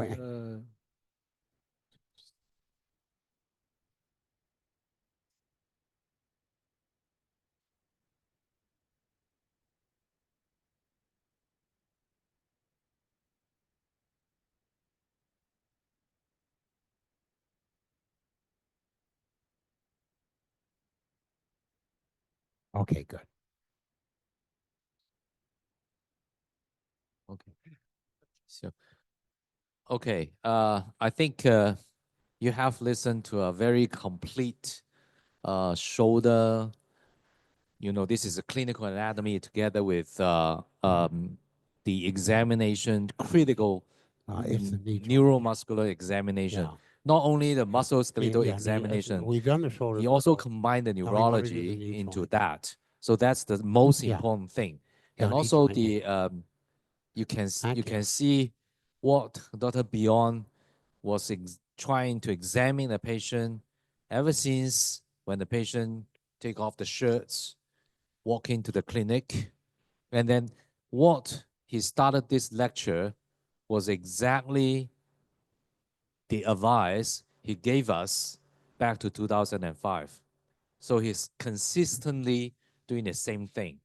And then that's what we learned and then also try to practice and use in our practice ever since then. So it's also very important when the patient came into an office, sit down, the posture, the behavior, and then what the patient stressed on, so important. And then in fact, the patient's history can tell you a lot of things.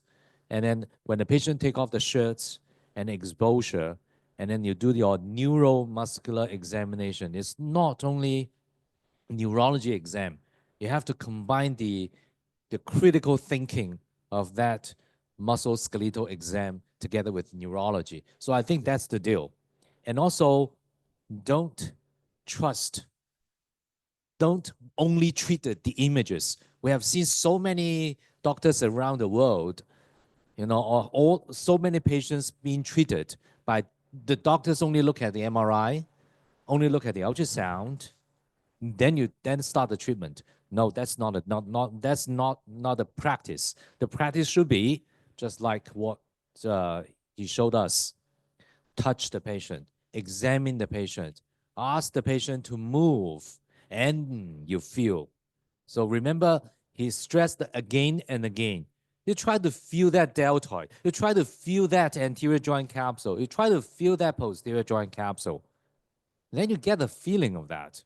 So it's, in fact, many skills, even the ultrasound, dynamic ultrasound skills we were teaching here and back to HKIMM or back to any other workshops or even the workshop next year, we are going to show that what we learned by doing the neuromuscular exam, you move that, then you ask the patient to move underneath the ultrasound, and then you're going to see it.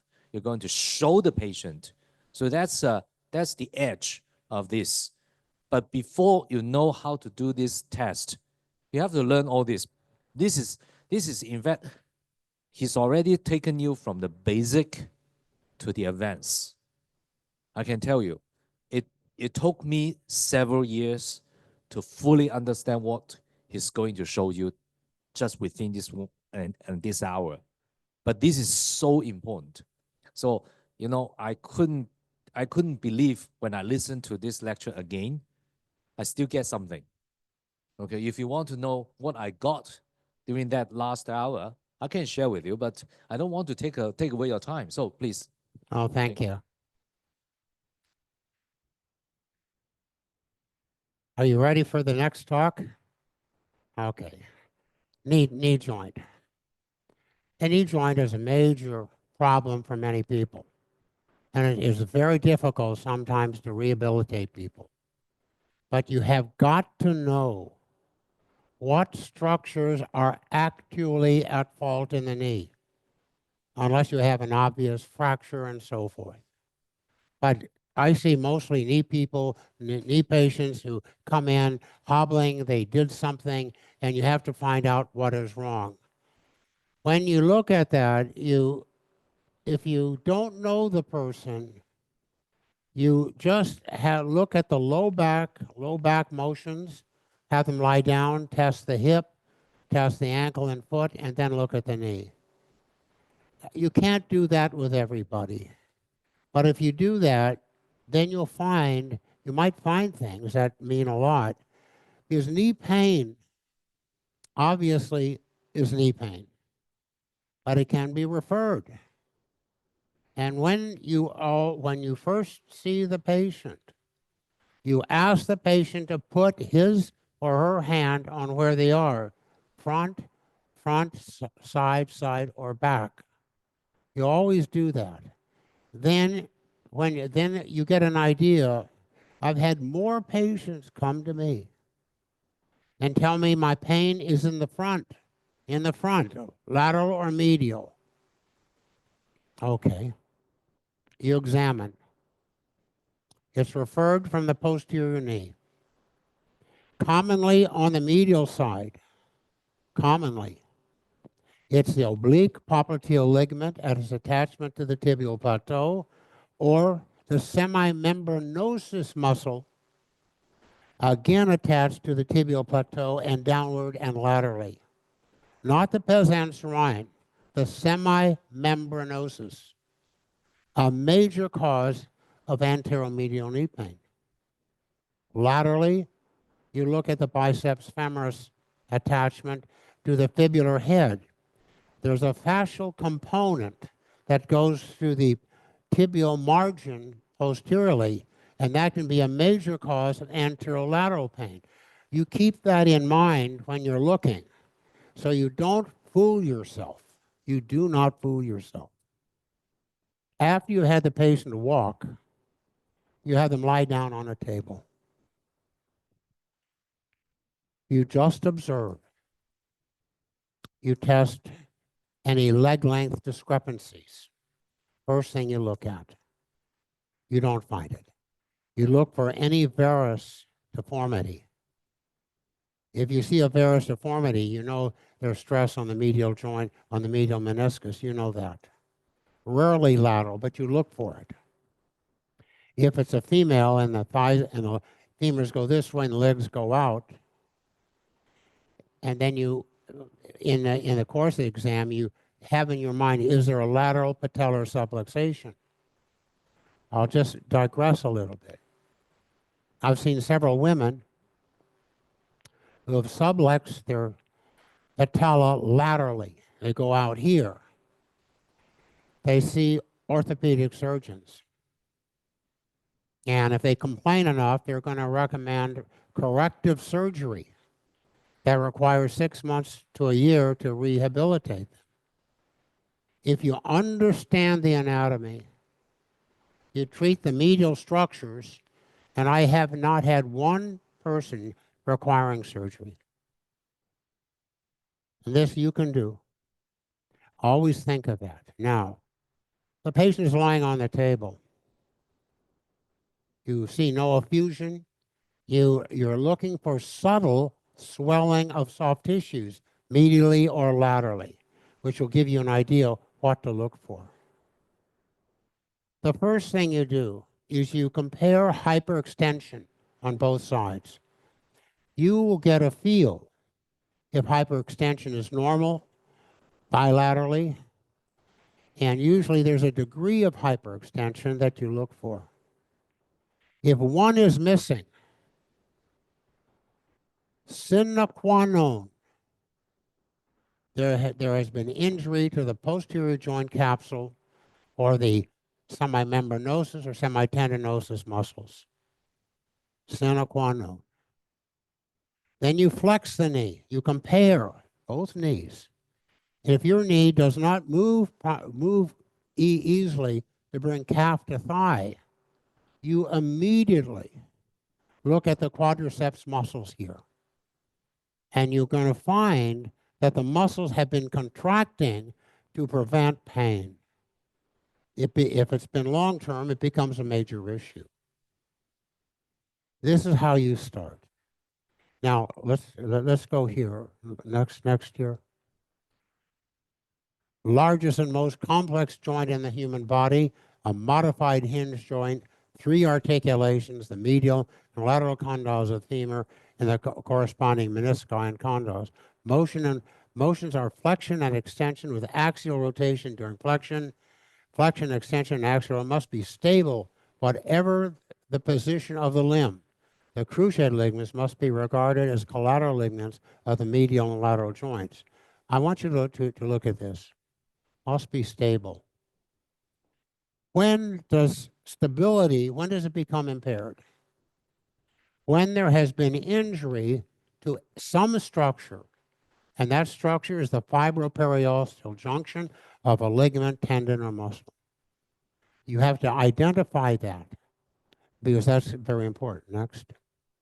The ligaments of the knee. Obviously, the articular capsule, the infrapatellar tendon, uncommonly a source of pain, but does occur.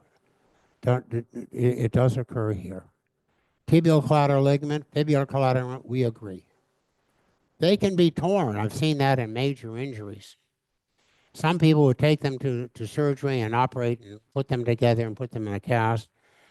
Sometimes that cannot be done. Then you look to see, you palpate the ligament, and you see if it's close together. You might put them in a brace or a small cast temporarily. You want to quell inflammation, and as soon as you feel that you can, you use prolotherapy along the extent of the lateral collateral ligament or the medial collateral ligament and any other structure that was injured at that time. It depends on where you are. It depends what is available to you. But I remember I was in Peru once and we were treating patients. And if somebody came in with injury like that, there's no way you're going to take them and say, oh, you need to see a surgeon, because they're not going to be treated because they don't have money. But if you know how to treat, you know what to look for, and you can work with them for several months, you can help them dramatically, and the disability should be minimal. Anterior cruciate ligament, when that's torn, it is torn.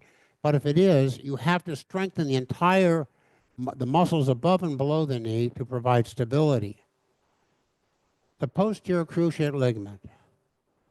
That's interesting. Rarely do you see a tear.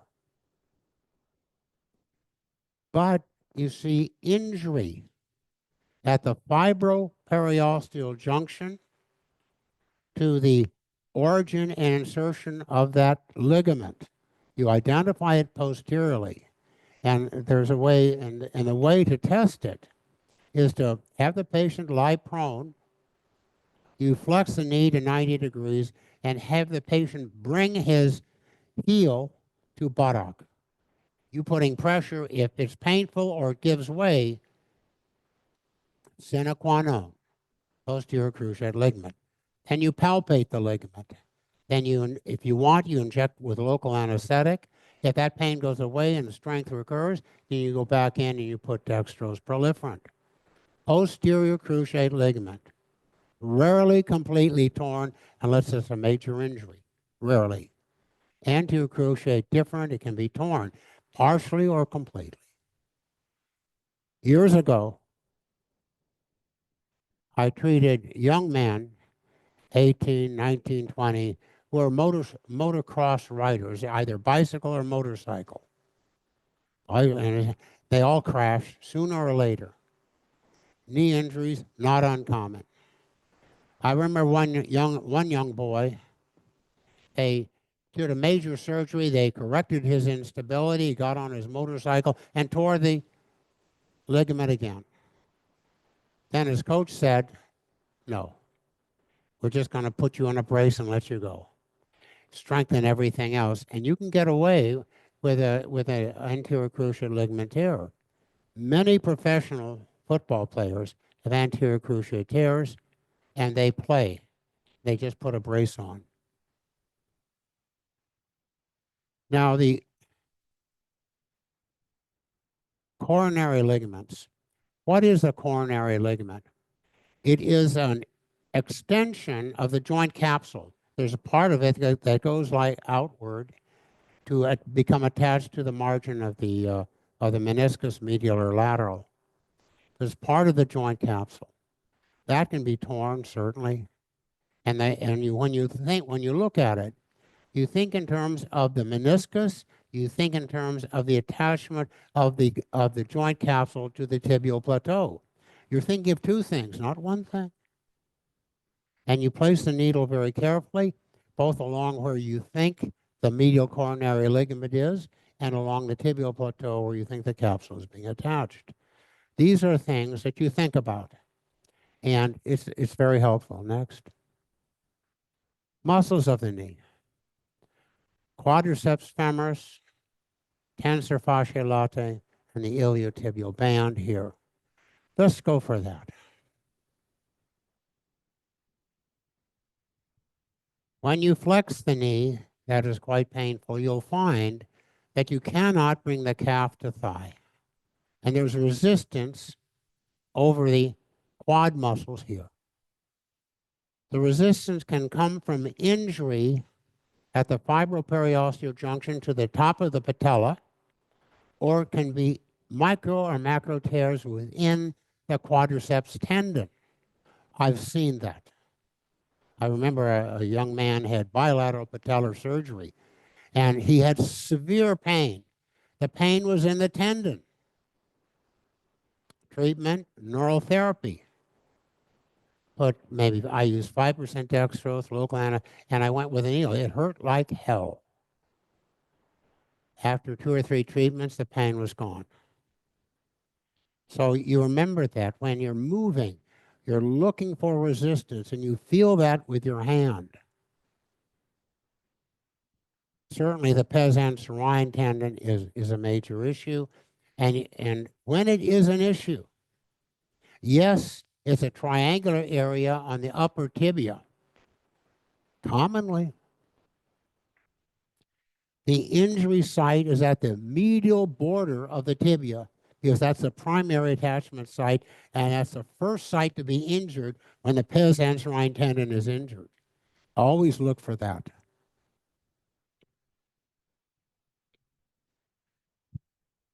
Now here I say tibialis anterior, extensor digitorum longus, peroneus longus. You say, what? What? It may not be a problem, but you don't automatically say it's not going to be a problem, because why? It attaches to the tibia, the Hughes muscle attaches to the tibial plateau laterally. What also attaches to the tibial plateau, that's the iliotibial band coming down at Gerdy's tubercle. So you have to look at all three muscles, because remember, as Lane was saying, you can have foot problems, etc. But you always look there. Always keep that in mind. Gastrocnemius and soleus. Here. Plantaris. The plantaris arises from the lateral supracondylar line of the femur. The popliteal right below. These can be painful, but you don't identify that much. The gastrocnemius certainly, but I don't see that often. I don't see that as a major. Now, anterior stability. Think stability of the knee joint. Anterior, rectus femoris, vastus intermedius, articularis genu. Medially, vastus medialis.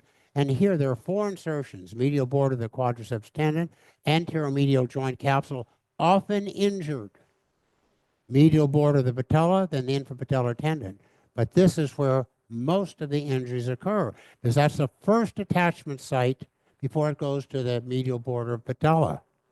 Laterally, the vastus lateralis, there are 2 insertions: lateral border of patella and infrapatellar tendon. Now, each one here, there's a medial patellar retinaculum and a lateral patellar ret that comes down from the vastus lateralis and vastus medialis. It initially attaches to the borders of the patella, medially and laterally, before it continues downward to attach to the tibial plateaus. Commonly injured. You don't always recognize it, but if you take a small needle, I use a 27.5-inch needle, 27 gauge with dextrose, and I walk very carefully along the margin of the patella, medially and or laterally, and sometimes superiorly with dextrose. That is one of the most common sites of injury about the patella. Most common sites. Anterior cruciate. If they tell you that they have pain in the center of the knee, you never fully know. But you can place a needle, if you know how, you can place it right on the origin of the femur and of the tibia. But that's not the biggest. Transverse ligament you don't really deal with. Infrapatellar tendon, like, yes, that can be a source of pain at the tibial tubercle. And you will identify that clearly. Again, we go tibialis anterior. Next. Now, this shows you right here the attachment sites of tibialis anterior. Here, this here's a extensor digitorum longus, and here's a peroneus. Look where they attach, and here, this is a continuum. Next. Here. Why do people say that if you have anterior knee pain, it can often come from the hip? They just say that blindly. Oh, you say that's referred. It is referred. But you want to know why it is referred. And that's right here. The intertrochanteric line, where all of these muscles become attached and they refer the pain downward. So always keep that in mind. Next. This again shows the infrapatellar tendon. Yes, it can be injured here. Patellar retinaculum coming down, yes. And pes anserine, yes. Here, yes. Here, yes. Now, these are mostly the anterior structures. Oftentimes, when you go to a class and you study, you're taught automatically to treat 1, 2, 3, 4, 1, 2, 3, you see? But when you go back and you're alone and you're looking at the anatomy books, know what you are injecting. The tip of the needle is going to tell you exactly where you should be and if you need to repeat it. So when you are injecting, your mind is on the tip of the needle at all times. And that gives you the best idea of what structures were injured and how to treat them more effectively. Next. Anterior cruciate, you certainly can inject this area a little bit harder, but there's a way. You do not treat the posterior cruciate anteriorly. I wouldn't do it myself. You certainly can treat this area and this area here, the lateral collateral ligament and the medial. And the medial collateral ligament has it has fibers, oblique fibers, superficial and deep. If you know that, when you are treating the medial collateral ligament, you think of superficial, that goes down, you think of deep, and you think of the oblique that goes back to the oblique popliteal ligament. So when you do that, you think about the nature of the ligament and where it is attached. Posterior knee joint. Oblique popliteal ligament is really a posterior capsule. It's major. It goes from the femur to the tibia, more medially. And when that is injured, you get an idea that the posterior margin of the medial meniscus is actually injured. It may be. Before you think that, you think oblique popliteal ligament and its anterior attachment to the posterior margin of the meniscus. That's what you think. The arcuate popliteal ligament is more lateral. That goes down to the fibula, and you palpate. Palpate. You oftentimes can feel it. Now, the biceps femoris muscle. That can be a major muscle that causes pain, both over the posterior lateral knee, the lateral calf, because it attaches via fascia to the lateral side of the lower leg. But when it does attach here, it covers the peroneus longus and brevis muscles. And that can carry pain right down to the foot. So when you're looking, you're always thinking. Now, this muscle, the semimembranosus, when I've gone to courses and listened, I rarely hear that mentioned. It's just a muscle in the back of the knee. It's not just a muscle in the back of the knee. It's a major muscle that supports the tibial plateau.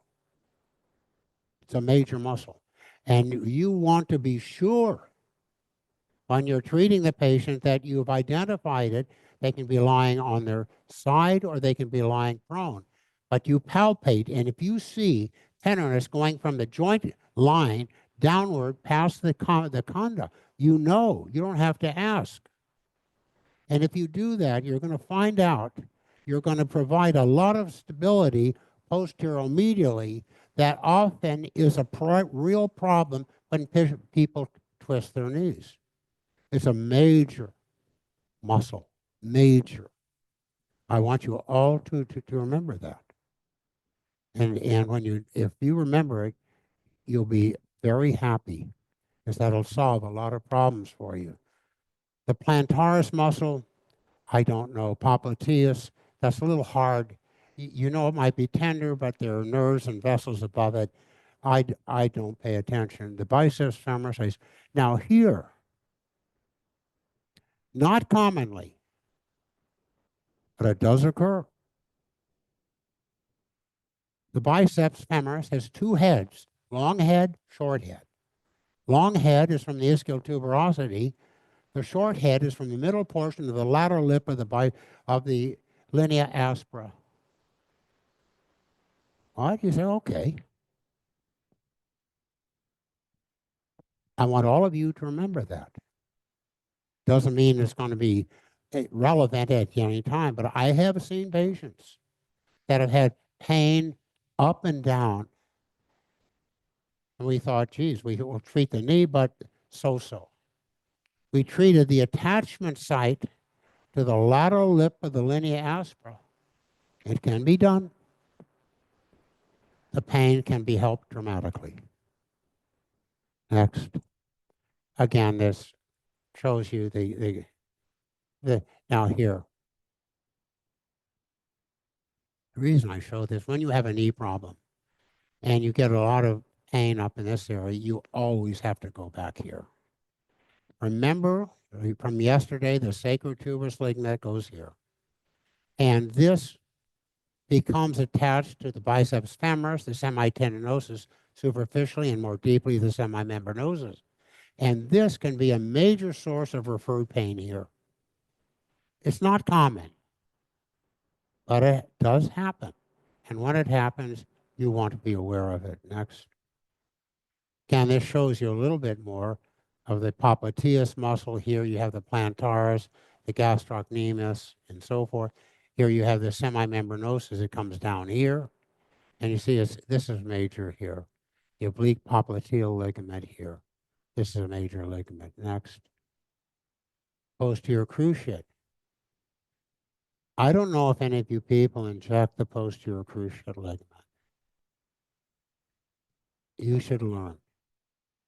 You have to be very careful because you're looking at the blood vessels and nerves next to it.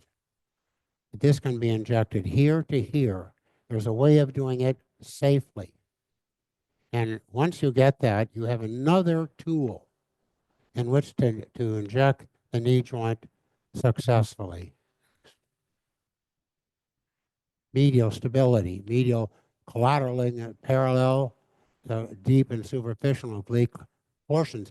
And I want you also to think about this, maybe even look it up, because when you're looking at medial problems, you have to look at both deep, superficial, and oblique. The medial coronary ligament, the vastus medialis. First insertion is the medial border of the quadriceps. You don't pay attention to that as much as you do the anterior medial knee joint capsule. Then insertion on the medial border of the patella, which can be a problem, and insertion on the infrapatellar tendon to the tibial tubercle. And then the medial retinaculum. Always think medial and lateral retinacula and their attachments to the patella. You'll find out when the patient comes in, I have pain here, that it's usually the medial or lateral retinaculum.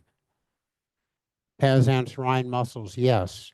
But remember, it's the medial border of the tibia that's the primary source. Next. Here, your pes anserine. You see the three muscles here, how they go down like that. And here's the medial patella. Look, this goes all the way down to here. Next. Medial pain. When you look at the adductor magnus here, adductor magnus, it attaches at the tibial tubercle on the of the femur. Pain can be here, certainly. It can be anywhere along this area, all the way up to its origin, to the lateral border of the ischial tuberosity. You don't see that often, but you can treat that. And I would, except for here, I would treat this with neurotherapy. I don't want to get involved with deep muscles and trying to figure things out. Next. Lateral collateral ligament, yes. Lateral coronary ligament, yes. Vastus lateralis muscle. If there's a problem, it's an insertion onto the infrapatellar tendon. Lateral patellar, I've seen this frequently. The arcuate popliteal ligament, yes, but you don't really identify that clearly. The tensor fasciae latae muscle in the iliotibial band. You can get pain here. The pain is coming from the hip here. The tensor fasciae latae, which goes down about 1/3 of the lateral thigh before it becomes tendinous and then becomes the iliotibial band. So you look at this, what I'm trying to tell you is that most things are simpler than this. But what I want you to know is I want you to have in mind all the possibilities that can contribute to the pain of the knee. If you have that at hand, you are going to be much more successful. Next year. let's see it. Let's see where I am here. Biceps femoris tendon attaches to the fibular head. It also attaches to the posterior border of the tibial plateau, but it continues down and attaches over the peroneal and lateral muscles. Next. Iliotibial band. If it's a problem with the band itself, it's between here and here. And there's inflammation between the band and the vastus lateralis muscle. Not uncommon. And then you have to look here at Gerdy's tubercle, which could be a problem, but that's usually related to the lateral patellar retinaculum. Next. Now, this is interesting. Let me see where I am so I can speak intelligently. The coronary ligaments, here. Posterior cruciate ligament, that you can treat effectively. The anterior, not so much. Now look here. These are the attachment sites, and you can try this for the attachments of the menisci, but I don't bother too much with that. I try to get the margin of the meniscus because when you put a needle in too deeply, you have to be very careful how you do it. And I've learned I don't want to do anything that makes me nervous. Next. Again, just reminding you.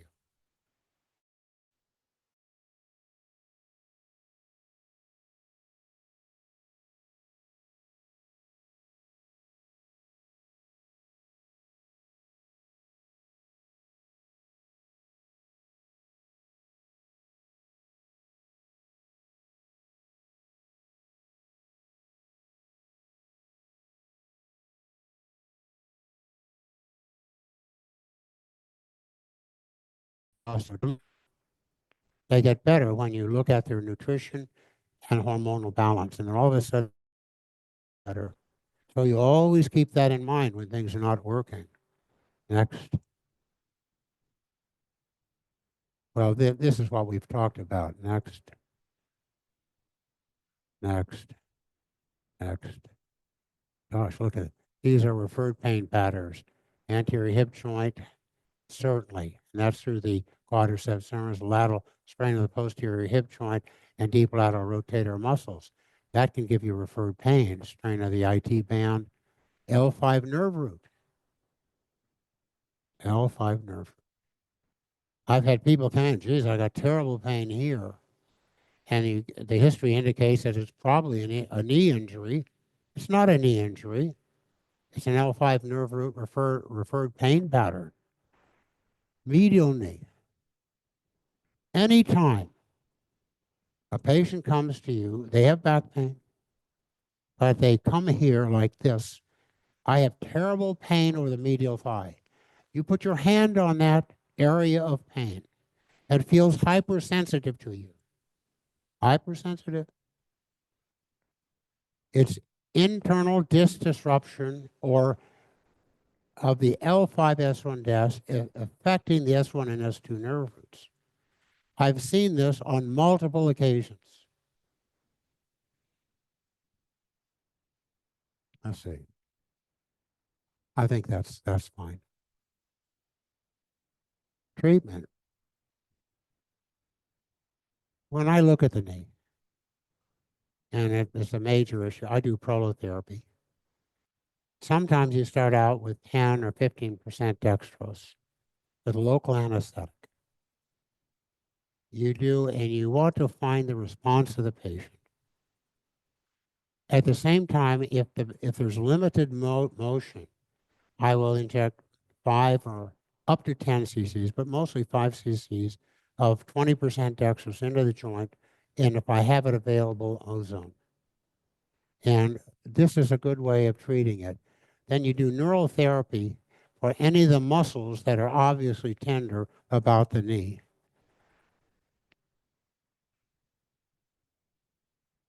Yeah. Now, you're going to see patients with knee effusions. It can be small, it can be large. Usually, if it's a simple, there's been injury to the medial meniscus posteriorly at the level of the oblique popliteal ligament, the attachment site. There's probably some minor tears there that are causing recurrent. So you take out the fluid. If it's bright, clear yellow, you know that's the problem. You just inject dextrose into the joint. If you have ozone, you add ozone. Then if you find tenderness along the posterior medial joint line, you inject that area too. That's a very easy way of treating it. Now, you're going to have I've had several patients that have come to me with terrible swelling of the knee. And when I say terrible, you can aspirate 20, maybe 30 cc's of clear yellow fluid.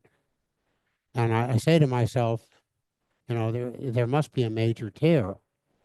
The patients I'm talking about said, I've already seen the orthopedic surgeon, and he's already done surgery, or he's looked at me with an MRI, but I still have the problem. I've gotten every one better or well. Not overnight. It might take 3 or 4 aspirations at 1 to 3 month intervals. You do that, you look for usually tenderness along the medial coronary ligament or the medial joint line. And you take it posteriorly to where the oblique popliteal ligament is situated. You do that. And I recall very recently a 64-year-old woman who's a horsewoman.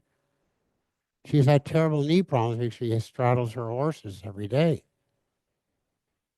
And I thought I'd never get her well. She no longer has knee pain or swelling.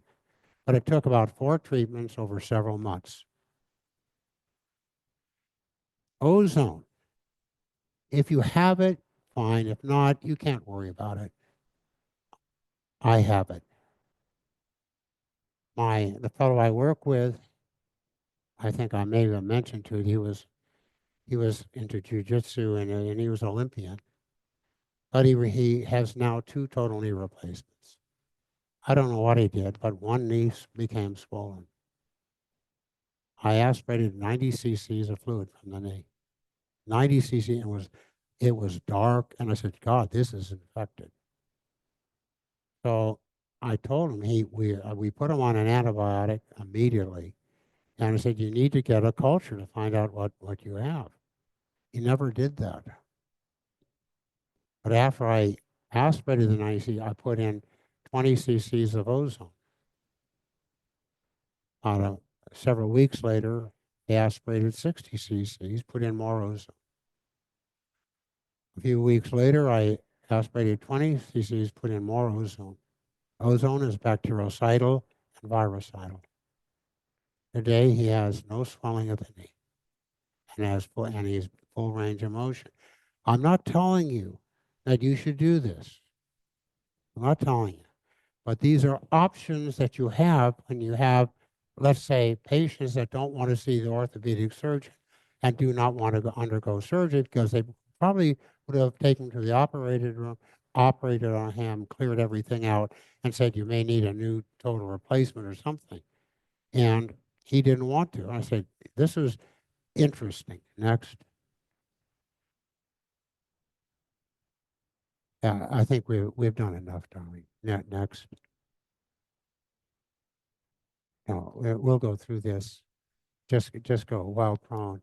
Well, these are all the things that I do next, as we've talked about so much of this. I hope I've given you an overview of the knee. Most knee problems can be solved. It requires accurate diagnosis first, and prolotherapy where necessary, removal of synovial fluid if you have an effusion, and then a graduated exercise program. This will take care of most. Now, if you have major tears in the menisci, that's a different story. And you'll know that by the examination. But if not, and an MRI is taken, and you might see a tear in the posterior portion of the medial meniscus, but you can usually treat that non-surgically. Thank you for this part. Do you have any questions? No questions. Okay, we'll do the neck next. Are you ready? Cervical spine here. I could use a little water, darling. What? Yeah. I'm going to have a water break just for a moment.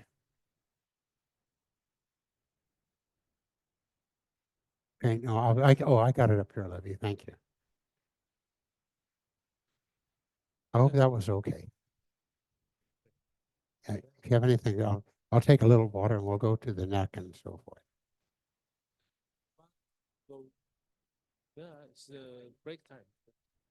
Yeah. No, I can go. Do you want to stay or go? It's break time. Oh, it's break time. It's break time. So have a break and come back for part 3. Okay. Thank you. I did? Yeah. It's 3:30 now. My God, it's break time.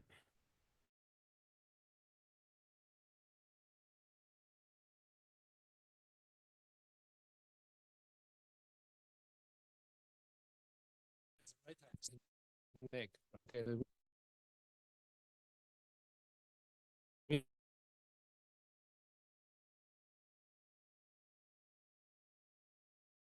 Middle. Stanley want to share some fascia. Stanley want to share some fascia experience. So we'll allow the audience come back a little earlier. I think you'll speak a short part. Okay. Okay. So let's come back about 45, 3:45. Okay. Yeah. And then we'll talk first more topic about why we should learn fascia, why we should learn Polos therapy, and I think that will give us more inspiration for learning. Okay. Thank you, Dr. 好，外面有茶点哦，我们一样可以休息一下，然后45分再回到这边，然后等下我们会再继续上课。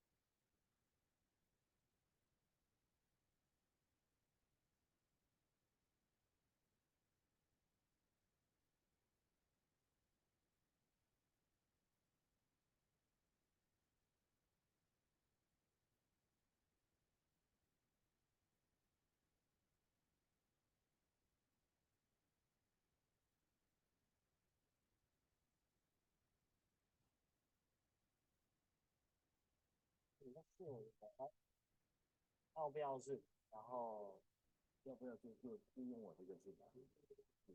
就是说你用我这个当做什么？不过应该不行，因为我们要，因为我这个后续，就是主要的，提供给大家。就是你也加进来，对啊对啊，然后我把你的 co-host 加进来了，对，你就要 share 一个，然后再把那个然后这个我会把它们。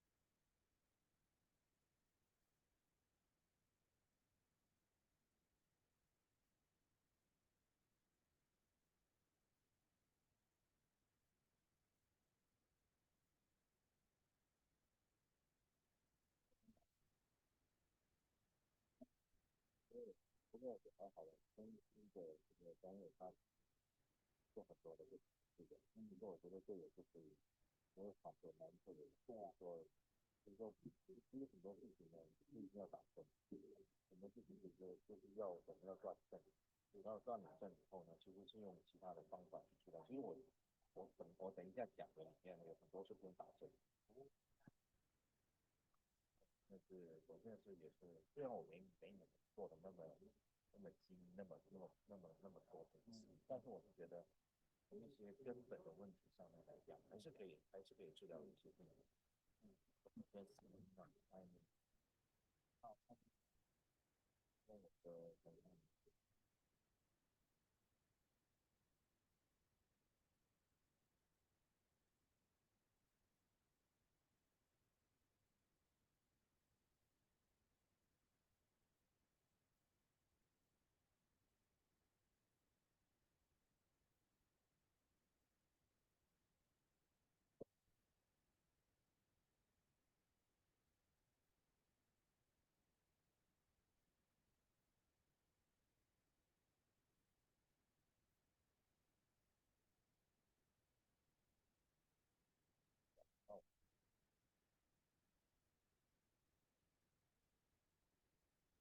喂，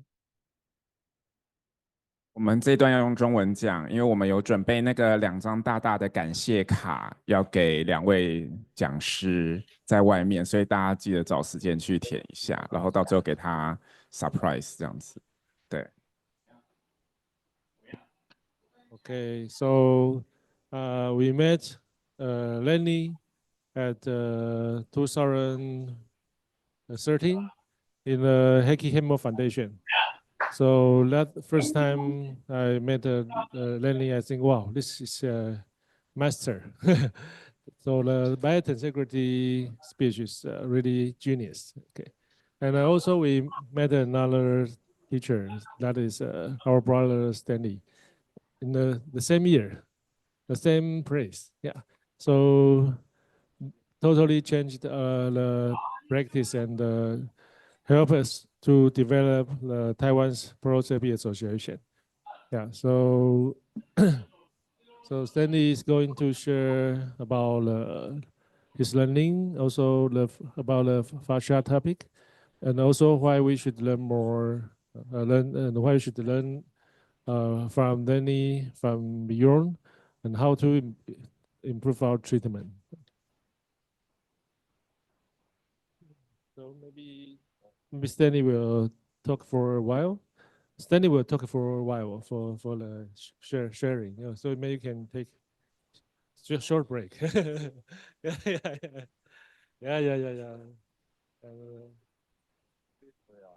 有来几嘞？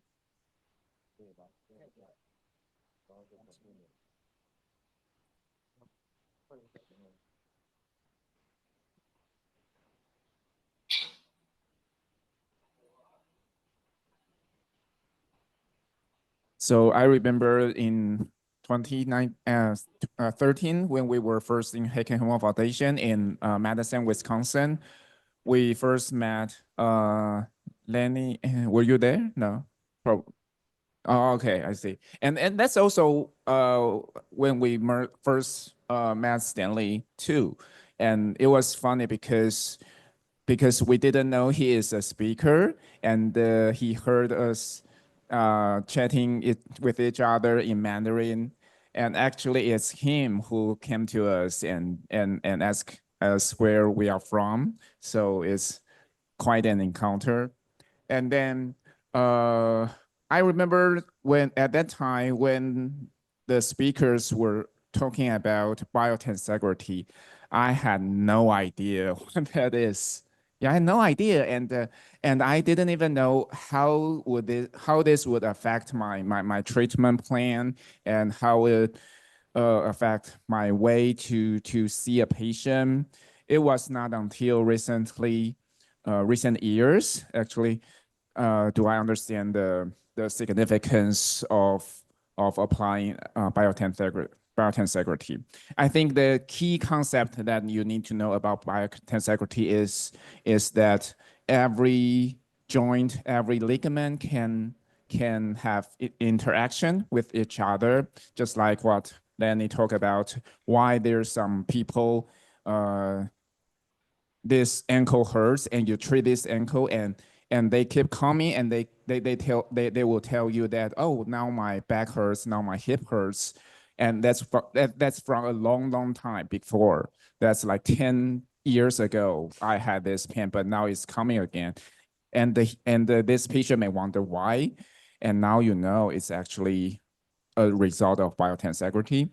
And also, and that's also why protherapy emphasizes the importance of multiple shots, meaning you have to look at the biomechanics and look at person more comprehensively. So you know there are so many tendons and ligaments around the joint, and they are major stabilizers. You have to look into all these stabilizers.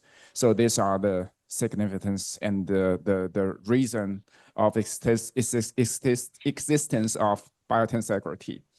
And I think I deeply respect, honor Dr. Stanley Lam, because he is not only our mentor, but also very dedicated in teaching everyone in the world to appreciate the importance of prolotherapy and the fascia concept. Yeah, because even though he is really a master in ultrasound, he doesn't just tell people to look for the lesion and inject it, but also how to evaluate really comprehensively and treat everything comprehensively. Yeah, so that's, I think, what's so different about Dr. Stanley Lam.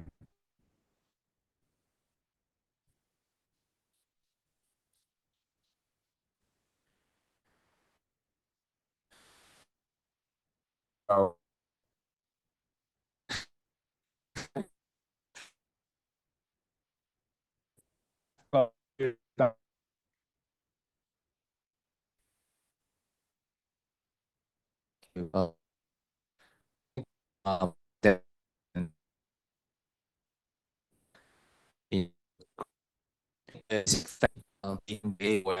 One big family, and also the new IAMM, we are all one big family. Within this family, in fact, we support, we love each other, and we also want to pass on the spirit of this family is to treat, to see our patient, to examine our patient, to treat our patient with love. So this is so important. And also the reason why I like to bring this lecture out is I want to echo what Dr. Bjorn and also Dr. Lenny is going to teach you. And also I want you to listen carefully. In fact, today, I still learned something from, in fact, this is in Chinese, 温故知新, and then it's learn the new things from listening to the old things. It's very important. And then it's this, and also Dr. Daniel has stressed very importantly why I still urge doctors want to learn prolotherapy, go back to learn the traditional landmark guided prolotherapy first. Because number one, you need the comprehensiveness and also you need to treat the biotensegrity. If you're not treating the biotensegrity or the so-called the fascia integrity I'm going to introduce to you, maybe you already know all this, but I still want to stress, if you want to treat your patient well, you need to treat the root cause. And many patients come to see us because of different pain, different discomfort, disabilities. But those are the consequences only. So for example, when Dr. Beyond was talking about the knee joint capsule torn or the long-headed bicep is getting damaged, do you think the long-headed bicep is working on its own? And do you think the medial meniscus, which is the commonest medial knee pain source, do you think the medial meniscus only work by itself without the supporting structures from others? For example, the obliquus popliteal ligament. And for example, the semimembranosus and also the popliteus. And remember, the semimembranosus attached with the fibers attached to the obliquus popliteal ligament. And the obliquus popliteal ligament dissection has shown that it's attached to the root, to the posterior root horn, posterior root of the posterior horn of the medial meniscus. And also, through that, the attachment, the semimembranosus attached to the posterior tibial plateau, medial tibial plateau. And what next is the extension of the obliquus popliteal ligament. And in fact, right underneath it, I have a video. Okay, it's okay now, right?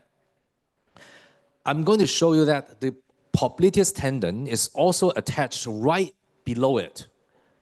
So it's the same kinetic chain. So if you can treat that well, and also what's attached beneath the obliquus popliteal ligament and the popliteus, the soleus.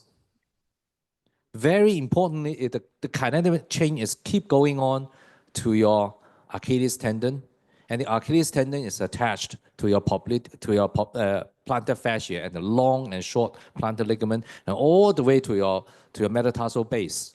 So that's so-called the biotensegrity or the fascia integrity. So remember, diagnosis start from the good history taking, and then start from the first thing you interact with your patient.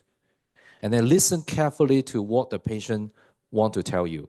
And also, more importantly, ask the patient why you developed this problem at that time. What happened at that time?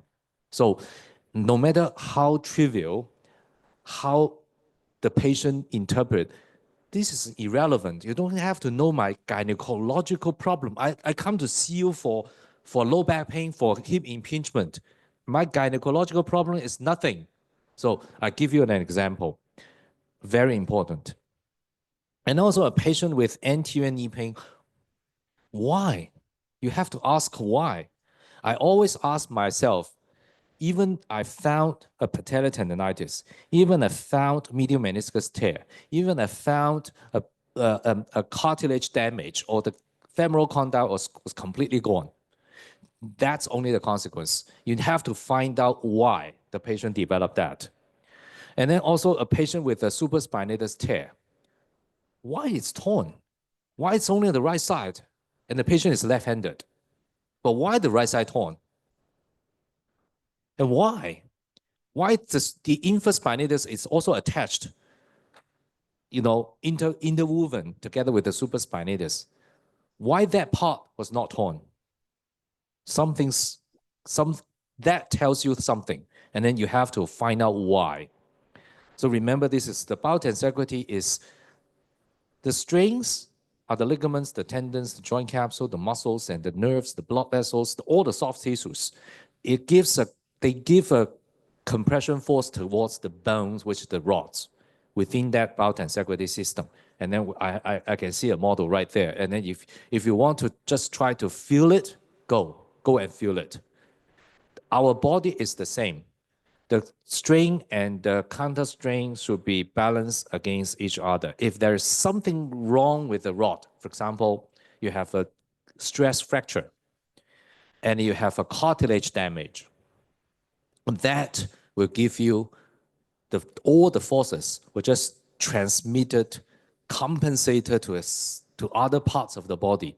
It depends on how you compensate itself. Each of us will compensate differently. That's why each of us is unique. Each of us will develop different soft tissue injuries from the injury to the bone. Also, if you have any strain to the tendons or the muscles or any sprained ligaments or the joint capsules, the forces will just distribute among the whole body. Other parts of the body will just share the forces and then present with pain. And then the pain bring the patient to see you. It's not because of the root cause bring the patient to see you. It's the pain bring the patient to see us. That's the problem. So each time when we think about when we're facing a patient or any one of you with whatever problem, during the break time, I talked to one of our doctors here. She has neck pain. So I'm going to, initially I take she's the translator. So initially I took away some of the slides, but I add them back because I want to share with you the importance of something. So this is a knee. Many doctors only think about the joint capsule, the ligaments, and the tendons. And then most of the radiologists will only report this part. And left behind the muscles, the tendons, usually not reporting that much. Even you can, physically, you can feel that, your quadriceps, the right side is much smaller and the atrophy comparing to the right. The radiologist will not say that because the radiologist only look at one side. But you as a clinician, you're facing the patient, you have to look at the patient as a whole. And then none of the reports I have seen in the world will report about the fascia. And remember the knee joint, very importantly, it's a junction between the fascia lata, the crural fascia, and the popliteal fascia. And the fascia lata, in fact, continuous with the gluteal fascia. The gluteal fascia continuous with the tensor fascia, with the thoracolumbar fascia, and all the way to your trapezius fascia, infraspinatus fascia, deltoid fascia, and all the way up to even to the prevertebral fascia of your neck. So everything is connected. So this is just a patient post ACL reconstruction. It's very stably repaired right knee, but the patient still felt the right knee is unstable. And then the patient felt each time when he's doing this sudden turning, and she felt, the knee is unstable, and she couldn't run, she couldn't jump, she couldn't sudden turn, she couldn't return to his sports. And then when I examined the knee joint, I felt the right knee, the reconstructed knee, in fact, is more stable than the left. Pivot shift negative, Lachman negative, anterior jaw negative. So in fact, it's very stable. The other knee positive for many tests, but she felt the other knee is completely normal. Okay, why is that so? Then I look at the images. So I found this. This is the medial knee scar. the neovascularity is less. Remember, 9 months, within 9 months post-surgical, the scar is still repairing. See, if you see neovascularization, vascularity, normal. After 9 months or after 1 year, you still see that. This is usually abnormal. I see the other view, normal. To me, it's quite normal. Then I look at this lateral scar. The lateral scar still has a lot of neovascularity. Still with the vascularization is still prominent to me, even to the skin, which is to me is quite abnormal. Then I tried to see this scar, and then the lateral view is also the same. The transverse view is also the same. Then how to diagnose a scar which is abnormal? You have to see the, it's not working. Okay. I translate this scar, the skin underneath the subcute. I can translate the skin to lateral side much easier than translating to the medial side. So translation to the lateral is easy. Translating to the medial is significantly dragging. That's the reason why the patient developed this instability, because when she's trying to do this, and then the patient felt, oh, skin dragging. The dragginess, this gave the patient that instability feeling. Then I moved the patient to the translate the skin proximally and distally. I found translating proximally is easier, distally is difficult. This is slightly difficult to understand, I know. Then I asked the patient, I tried to use the normal leg in comparison with the abnormal leg. So I used try to feel that normal leg and then scan on the lateral skin and ask the patient to flex and extend. This is the finding of that patellar tendon with a lateral retinaculum. I can see, oh, the movement is, in fact, is quite smooth without any gapping. That's normal. Then I go to the abnormal side. I ask the patient to do this flexion and extension again. Then I felt the lateral retinaculum and the lateral side of the patellar tendon, in fact, has a slight gapping when he's doing this flexion and extension. And the patient felt discomfort with my probe on that lateral scar.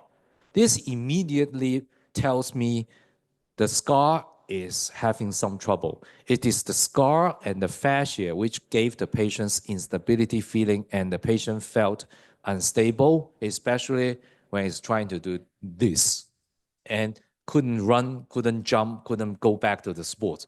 And then just the glucose polotherapy to this, 15% glucose polotherapy to the scar, because this is a loose scar, and the patient back to his sport. One treatment only, once. Okay, this is another young athlete being contused over the posteromedial corner of the knee, exactly what Dr. Beyond was talking about, semi-membranosus. Contusion over here, causing what problems? It's not a big deal, right? But this kicked by his teammates to that posteromedial corner, and then developed this instability, cracking, crepitation in the front of the knee, patellofemoral pain syndrome, so-called, okay? And when I look at the ultrasound MRI, I can see a bone erosion over the lateral femoral condyle together with the bone marrow edema. So are you going to do a intraosseous injection to that lesion to treat the bone marrow lesion? I didn't. Are you going to do an intra-articular, intralesional injection to that femoral condyle defect? I didn't. Those are not my treatment goal at that time. I take a look at the site he was being kicked. Just look at that. Then I look at, this is the medial gastrocnemius. Can you see the epimysium and then in conjunction with the semimembranosus? This is the site he was kicked. I can see the thickened epimysium together with the fascia. Then I just try to use my finger to rub on that transversely. The patient felt, wow, that's exactly my feeling now when I run.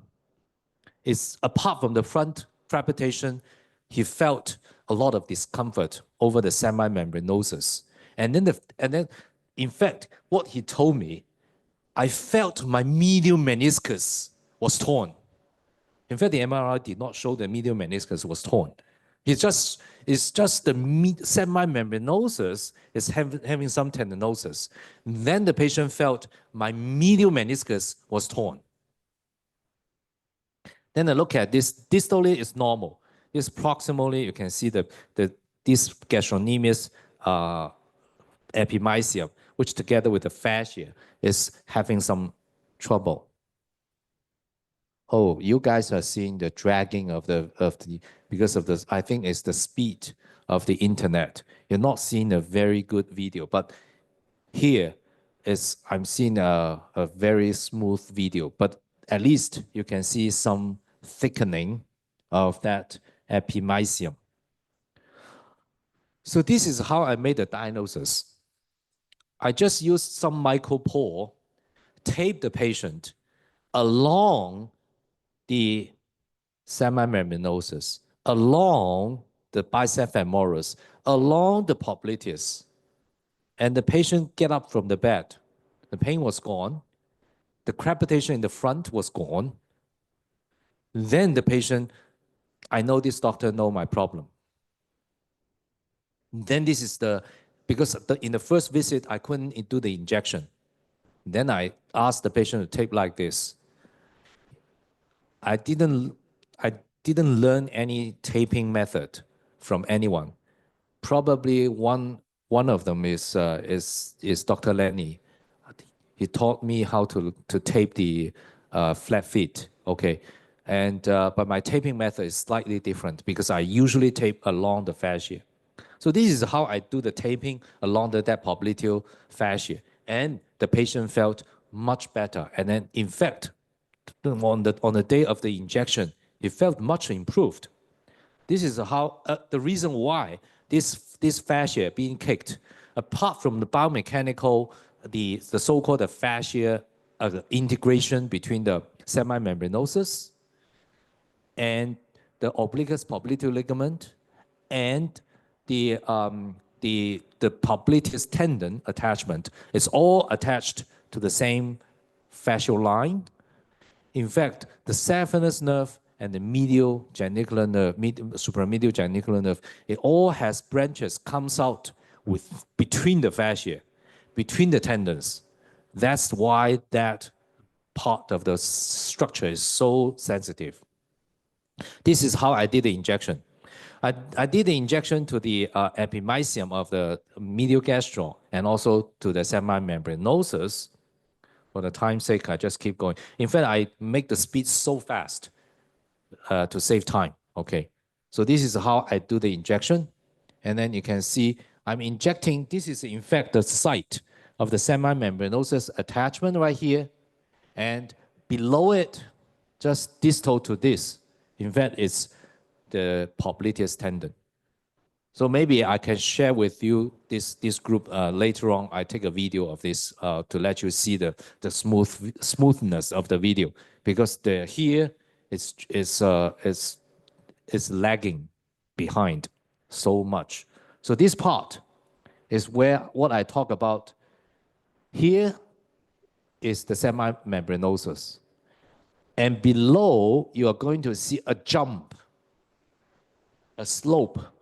And then below that is the popliteus tendon attachment. So they are attached to the same fascial plane. So this, probably all of you know this infus spinatus fascia, which was published last year. But the reason I still brought this out was to show you the importance of treating the popliteus, the infraspinatus fascia. This is, in fact, here, this video, in fact, shows you the importance Dr. Beyond showed you just in his lecture. Why we need to fully expose the patient and ask the patient to move. Very important, because you want to see the asymmetry of the muscle. In fact, I usually ask my nurse to take a video of the patient with the patient doing the movement. Then with the patient doing the movement, I want to slowly play the video together with the patient and then show the patient the skin creases of all those asymmetry of the muscles. I just keep going because I still have, and then you can use your dynamic ultrasound to prove the loss of the resilience of the fascia. In fact, it's right at this corner here. It's lost the resilience of this infraspinatus fascia. But I don't have time to go through all this. I just want to point out, you can use dry needle into the fascia and then to see whether you can change patient's feeling. And you can also prove that with the dry needle between this deltoid fascia and the infraspinatus fascia. In fact, you can get the trigger point of the posterior deltoid and the infraspinatus. You can get rid of those trigger points by just dry needling the fascia between the junction between the two.